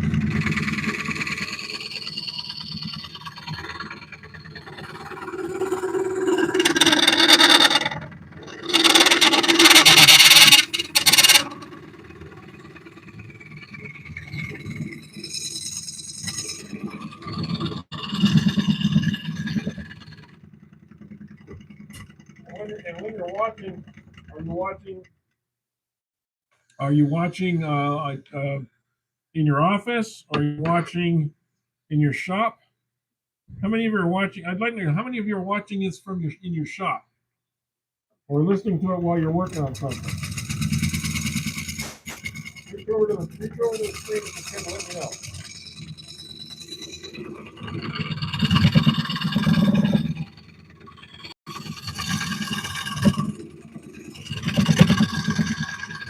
A lot of you are probably background chatter.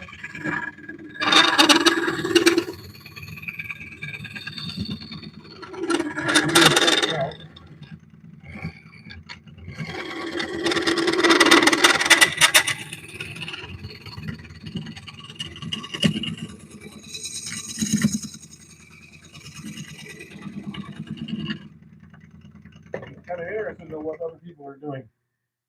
Okay, in the shop, that's good. You know, I mean, you don't have to say I'm in the bathroom or anything like that, but if you're in the bathroom watching, that's fine too. I mean, I don't care where you're watching me from. Just make sure you wash afterwards. but well, we're starting to get kind of a bowl out of this, sort of. It's slow work, but we're getting in there. I'll kind of get you down in here and see if I can get you a better angle.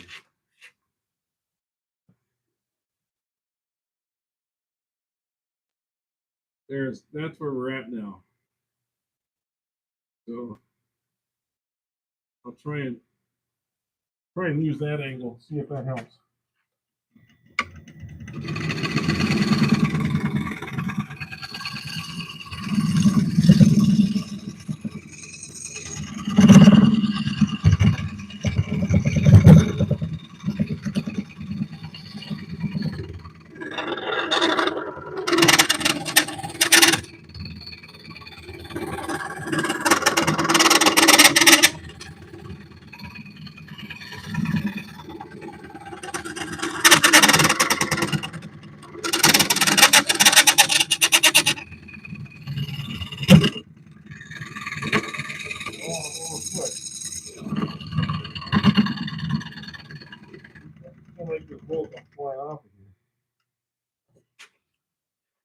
I would like to see if I can use this one. I bought this one and I've not found too many bowls where I can actually use it.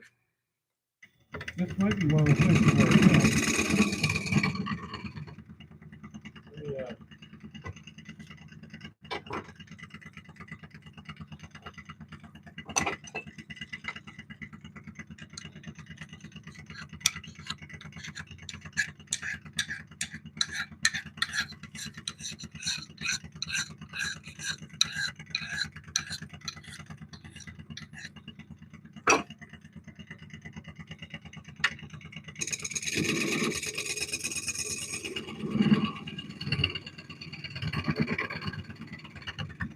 Very refined cut. Goes to the other one. It's also a much bigger tool.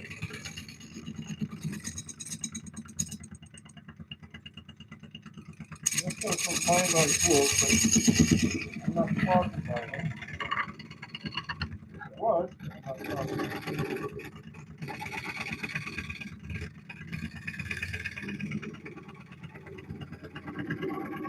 In fact, this one,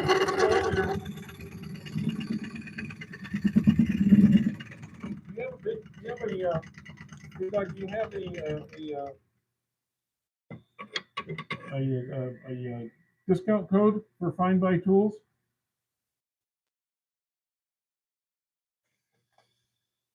You have a 28-inch blank to make a huge bolt. My God, you're going to need a huge. Can your lathe out? The outside of your lathe do a 28-inch bolt?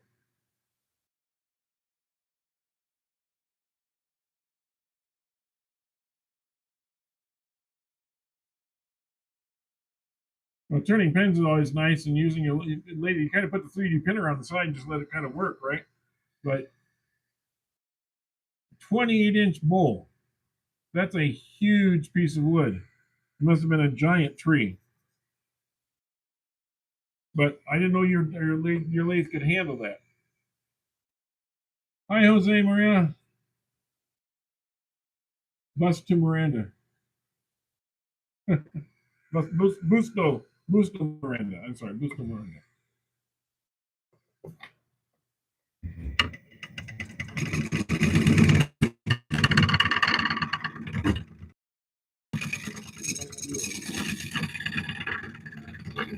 I had my wife. We'll have breakfast with a friend. Looks like she spent some money in the process.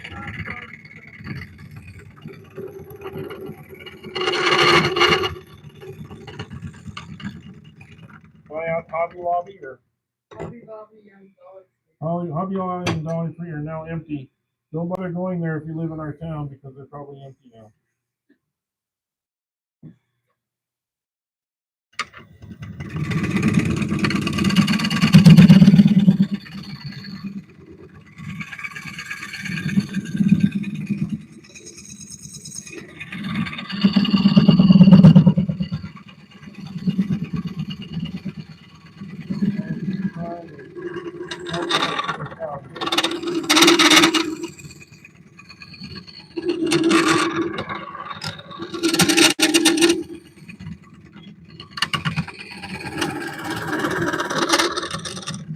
Plant or base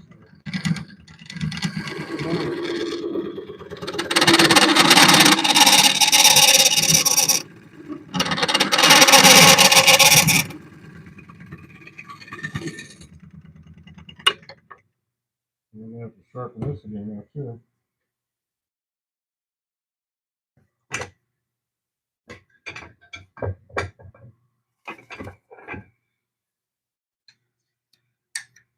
That burr comes off after a little bit of time, especially on this hard oak.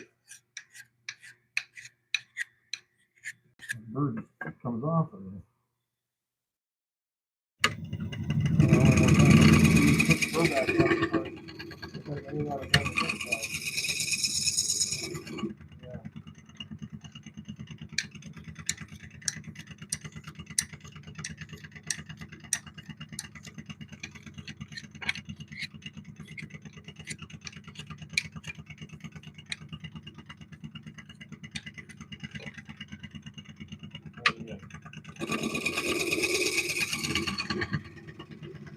Well,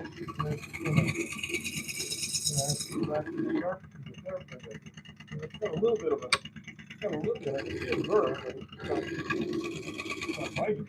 All right. Well, let's try this.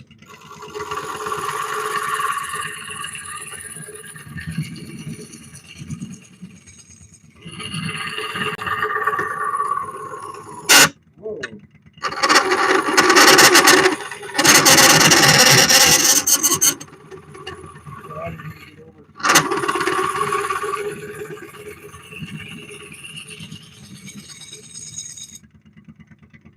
Overextended, it doesn't want to do that too well.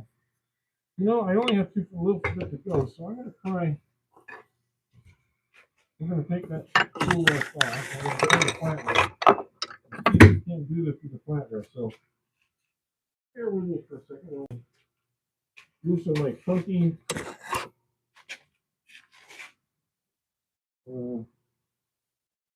dumb made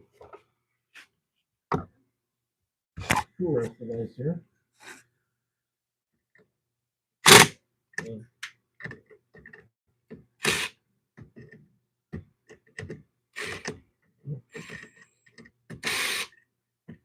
Oh, that's really, that's pretty fast. I didn't need to do that. Okay, take this out. Take this out. And this is going in. Hopefully we can tighten this down properly.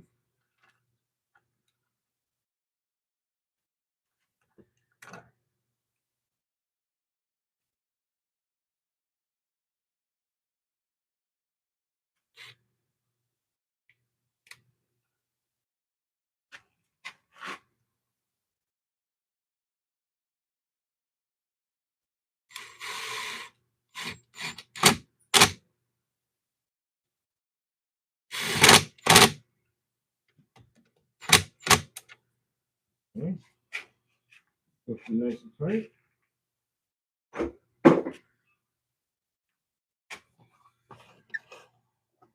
And that will be room for separated in this thing.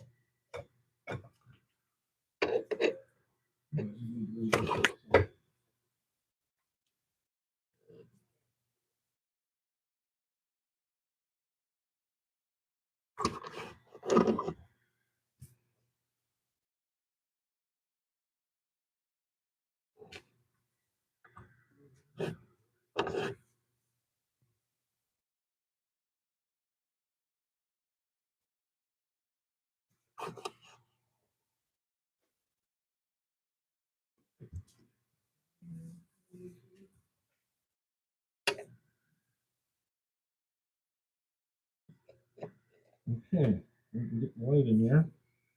Okay, let's see if I can get you guys in there too. Let's see if we can finish this out.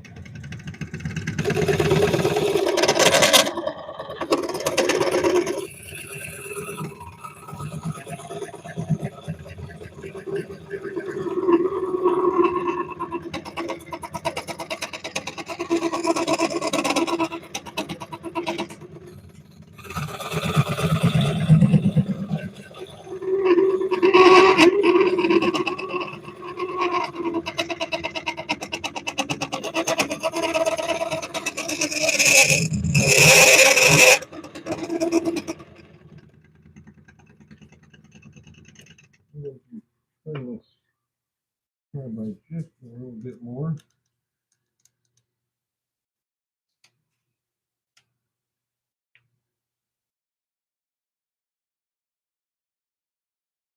Okay.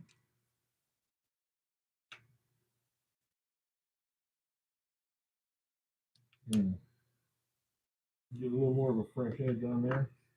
See if that helps.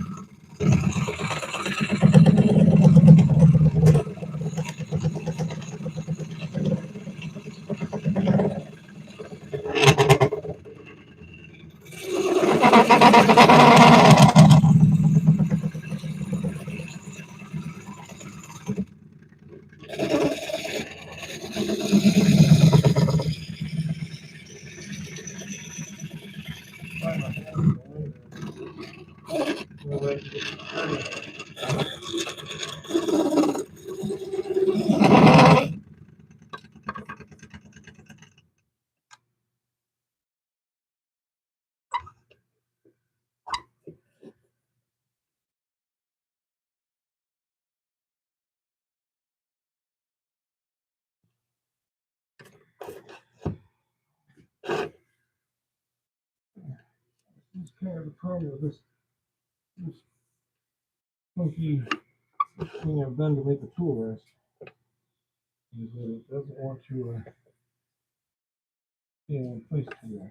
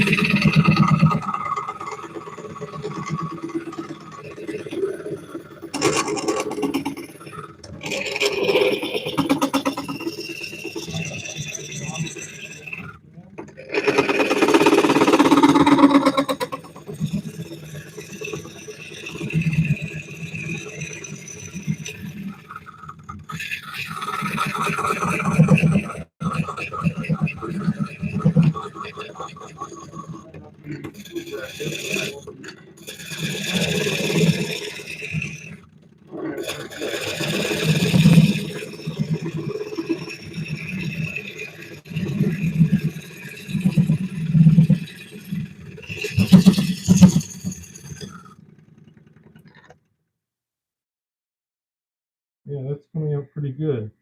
And get that last 1 inch there. Be okay. This is really blazing hot right now.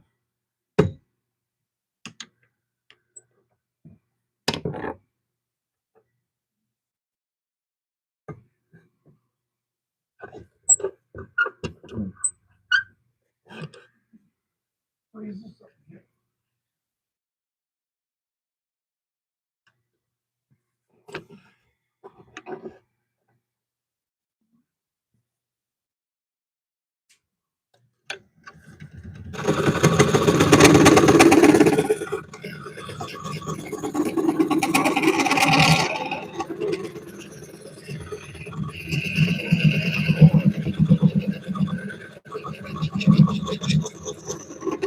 I have just a 4 inch.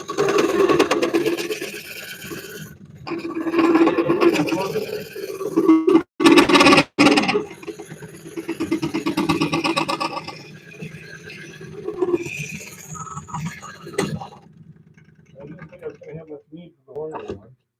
Boy, it just keeps sliding down. Raising it back up.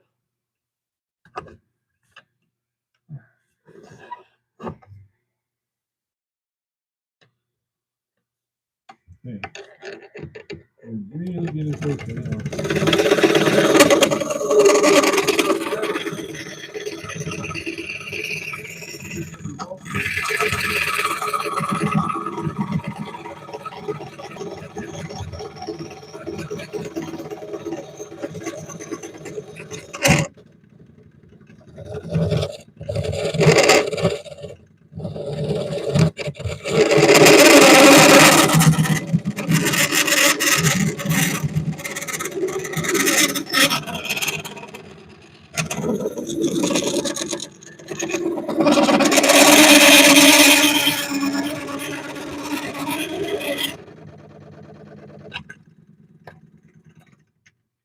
Yeah, it's better. See, this is rubbing on there, so I'm trying to raise this thing.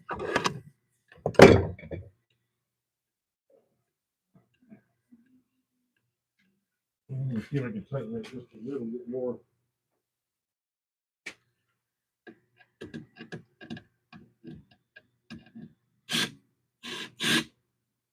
Yeah.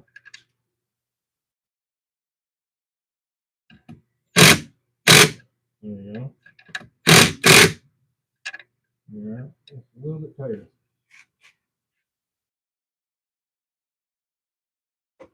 Impact wrenches are wonderful inventions and things like this. If you don't over tighten things, you can. So now I'm going to have to kind of.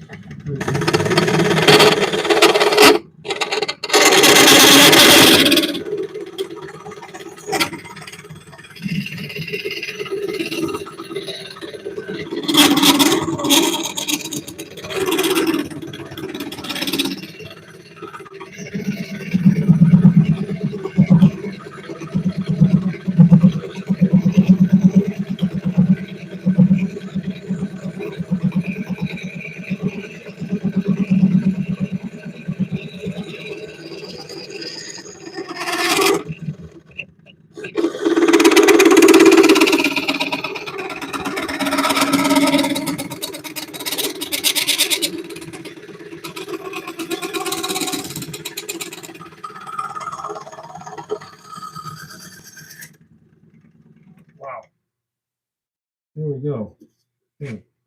Now I can get in here with this and.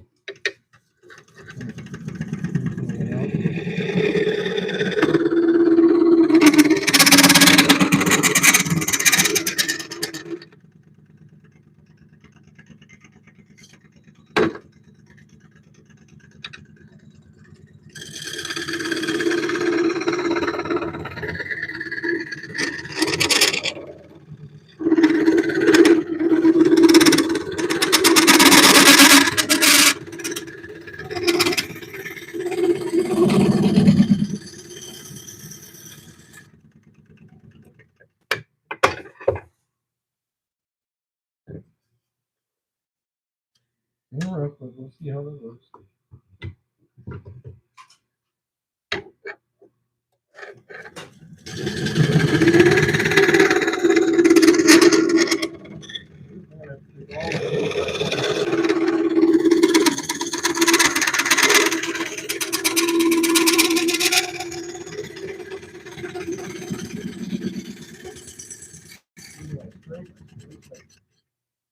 It's taking everything off out of these. Okay. I'd just like to clean that out a little bit more and just kind of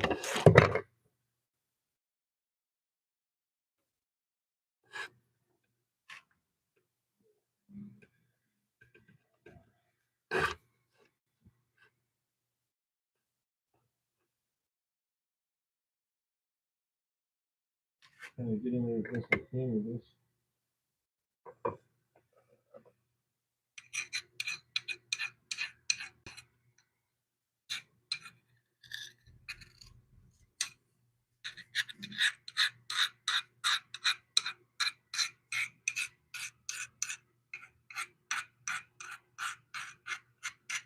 Keep that pushing it up a little bit.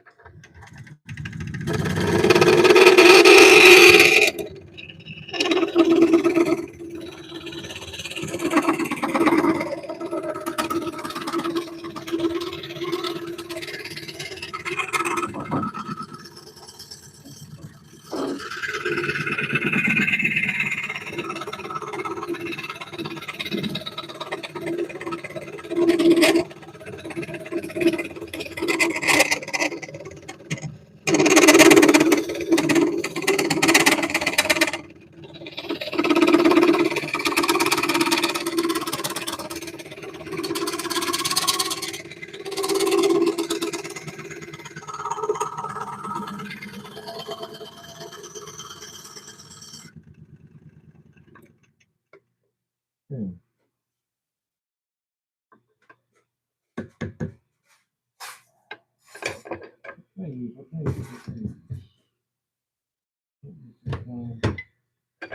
And running out of things I can use on this. Use a scraper.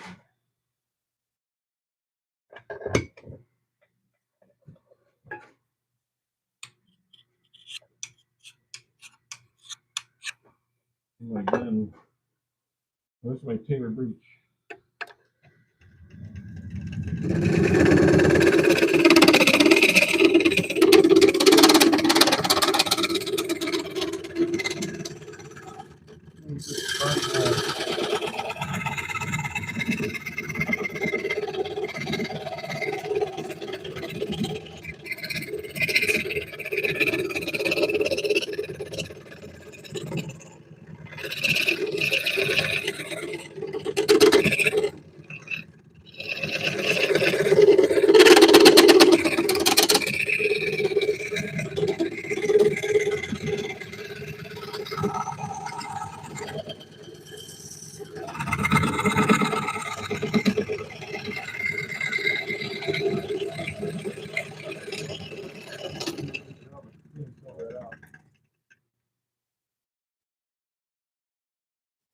Yeah, that's doing a good job of cleaning some of that out.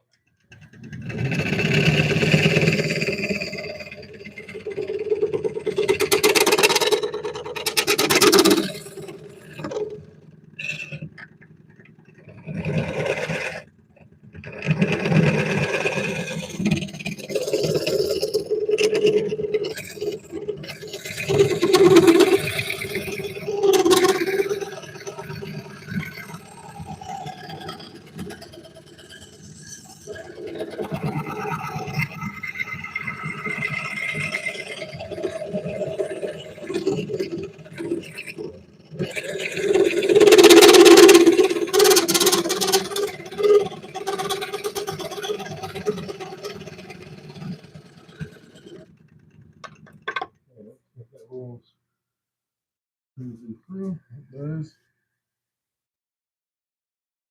Yeah, marathon line today, Michael. But I finally got through this oak. I think I got it.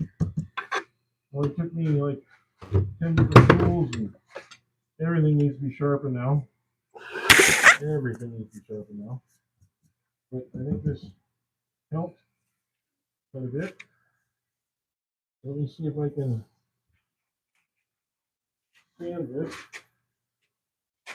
and we'll see what this looks like, okay? So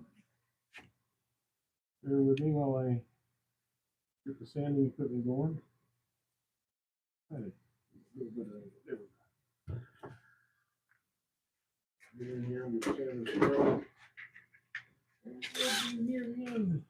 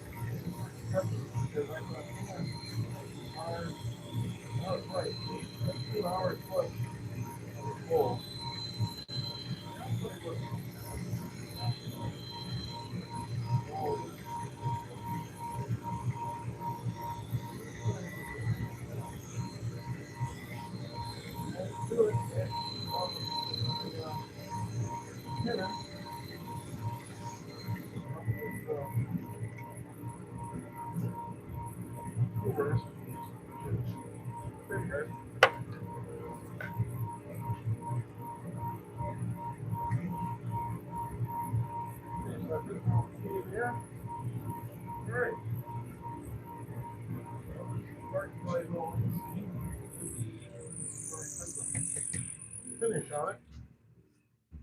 And you can see how what the grain looks like on the inside. This side of the eye.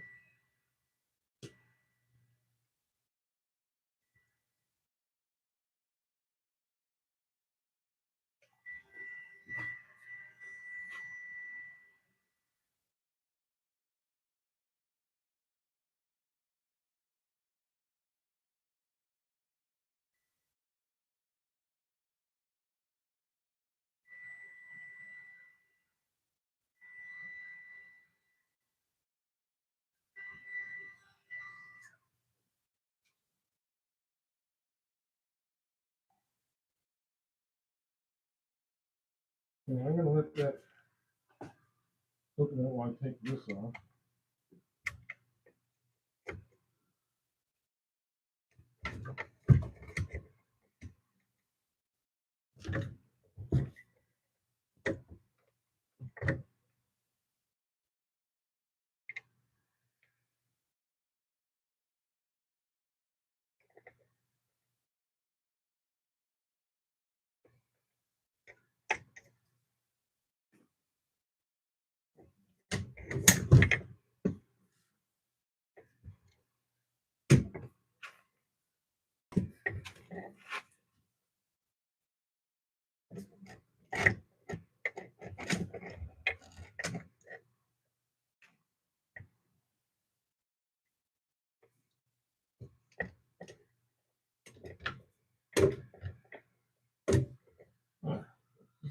you have smaller fingers.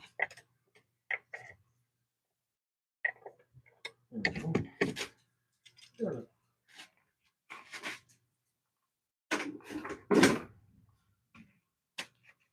All right. I'm going to come around here to the outside of this and just get a quick sanding and redo the outside here a little bit too.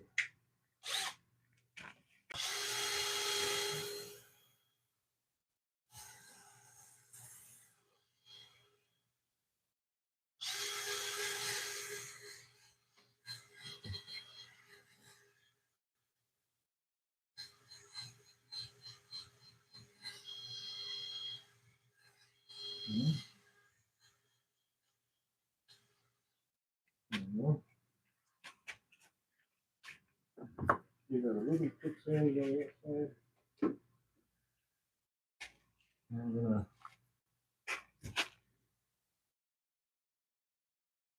if this finishes working on the other. It's like I said, it's not sucking in a lot of this because it's so hard. There's just no room for anything to suck in. But I think I'm gonna put a gloss coat on this when I'm done. It looks like glossy. It just really puffs even more than it does normally. I think that this is one of those that a glossy finish is going to be the way to go.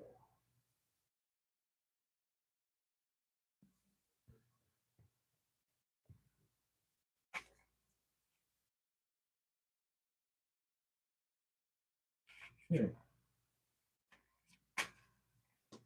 That way.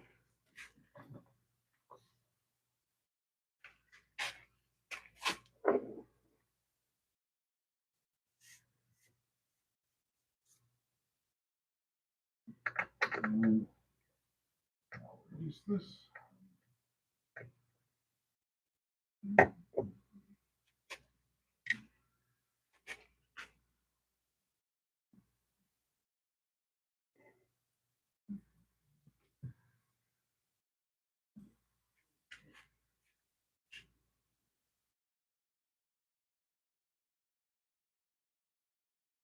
You guys kind of see what it looks like on the inside.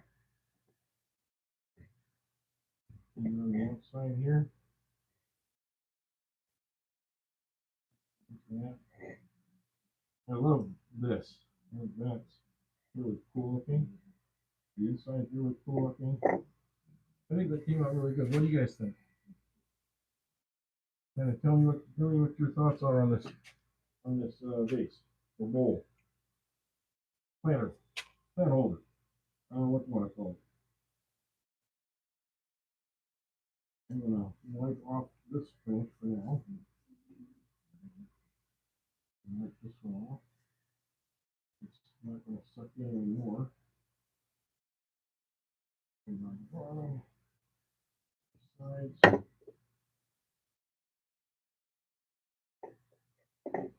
Here. That is a finished. That is a finished bowl. Bottom.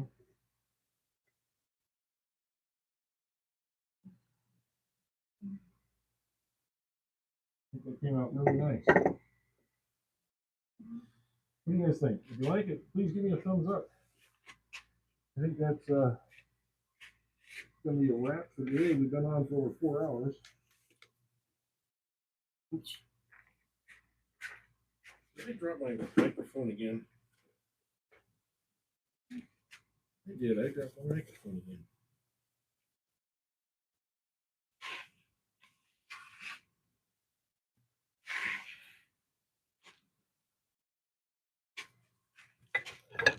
Well,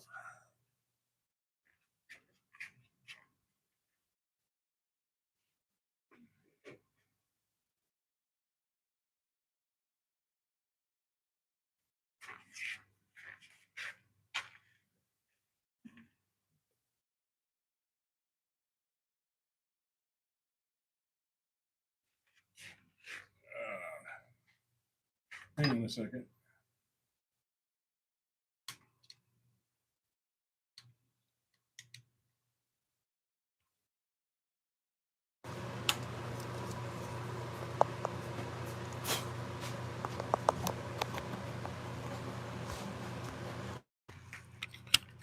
Wow, that's nice.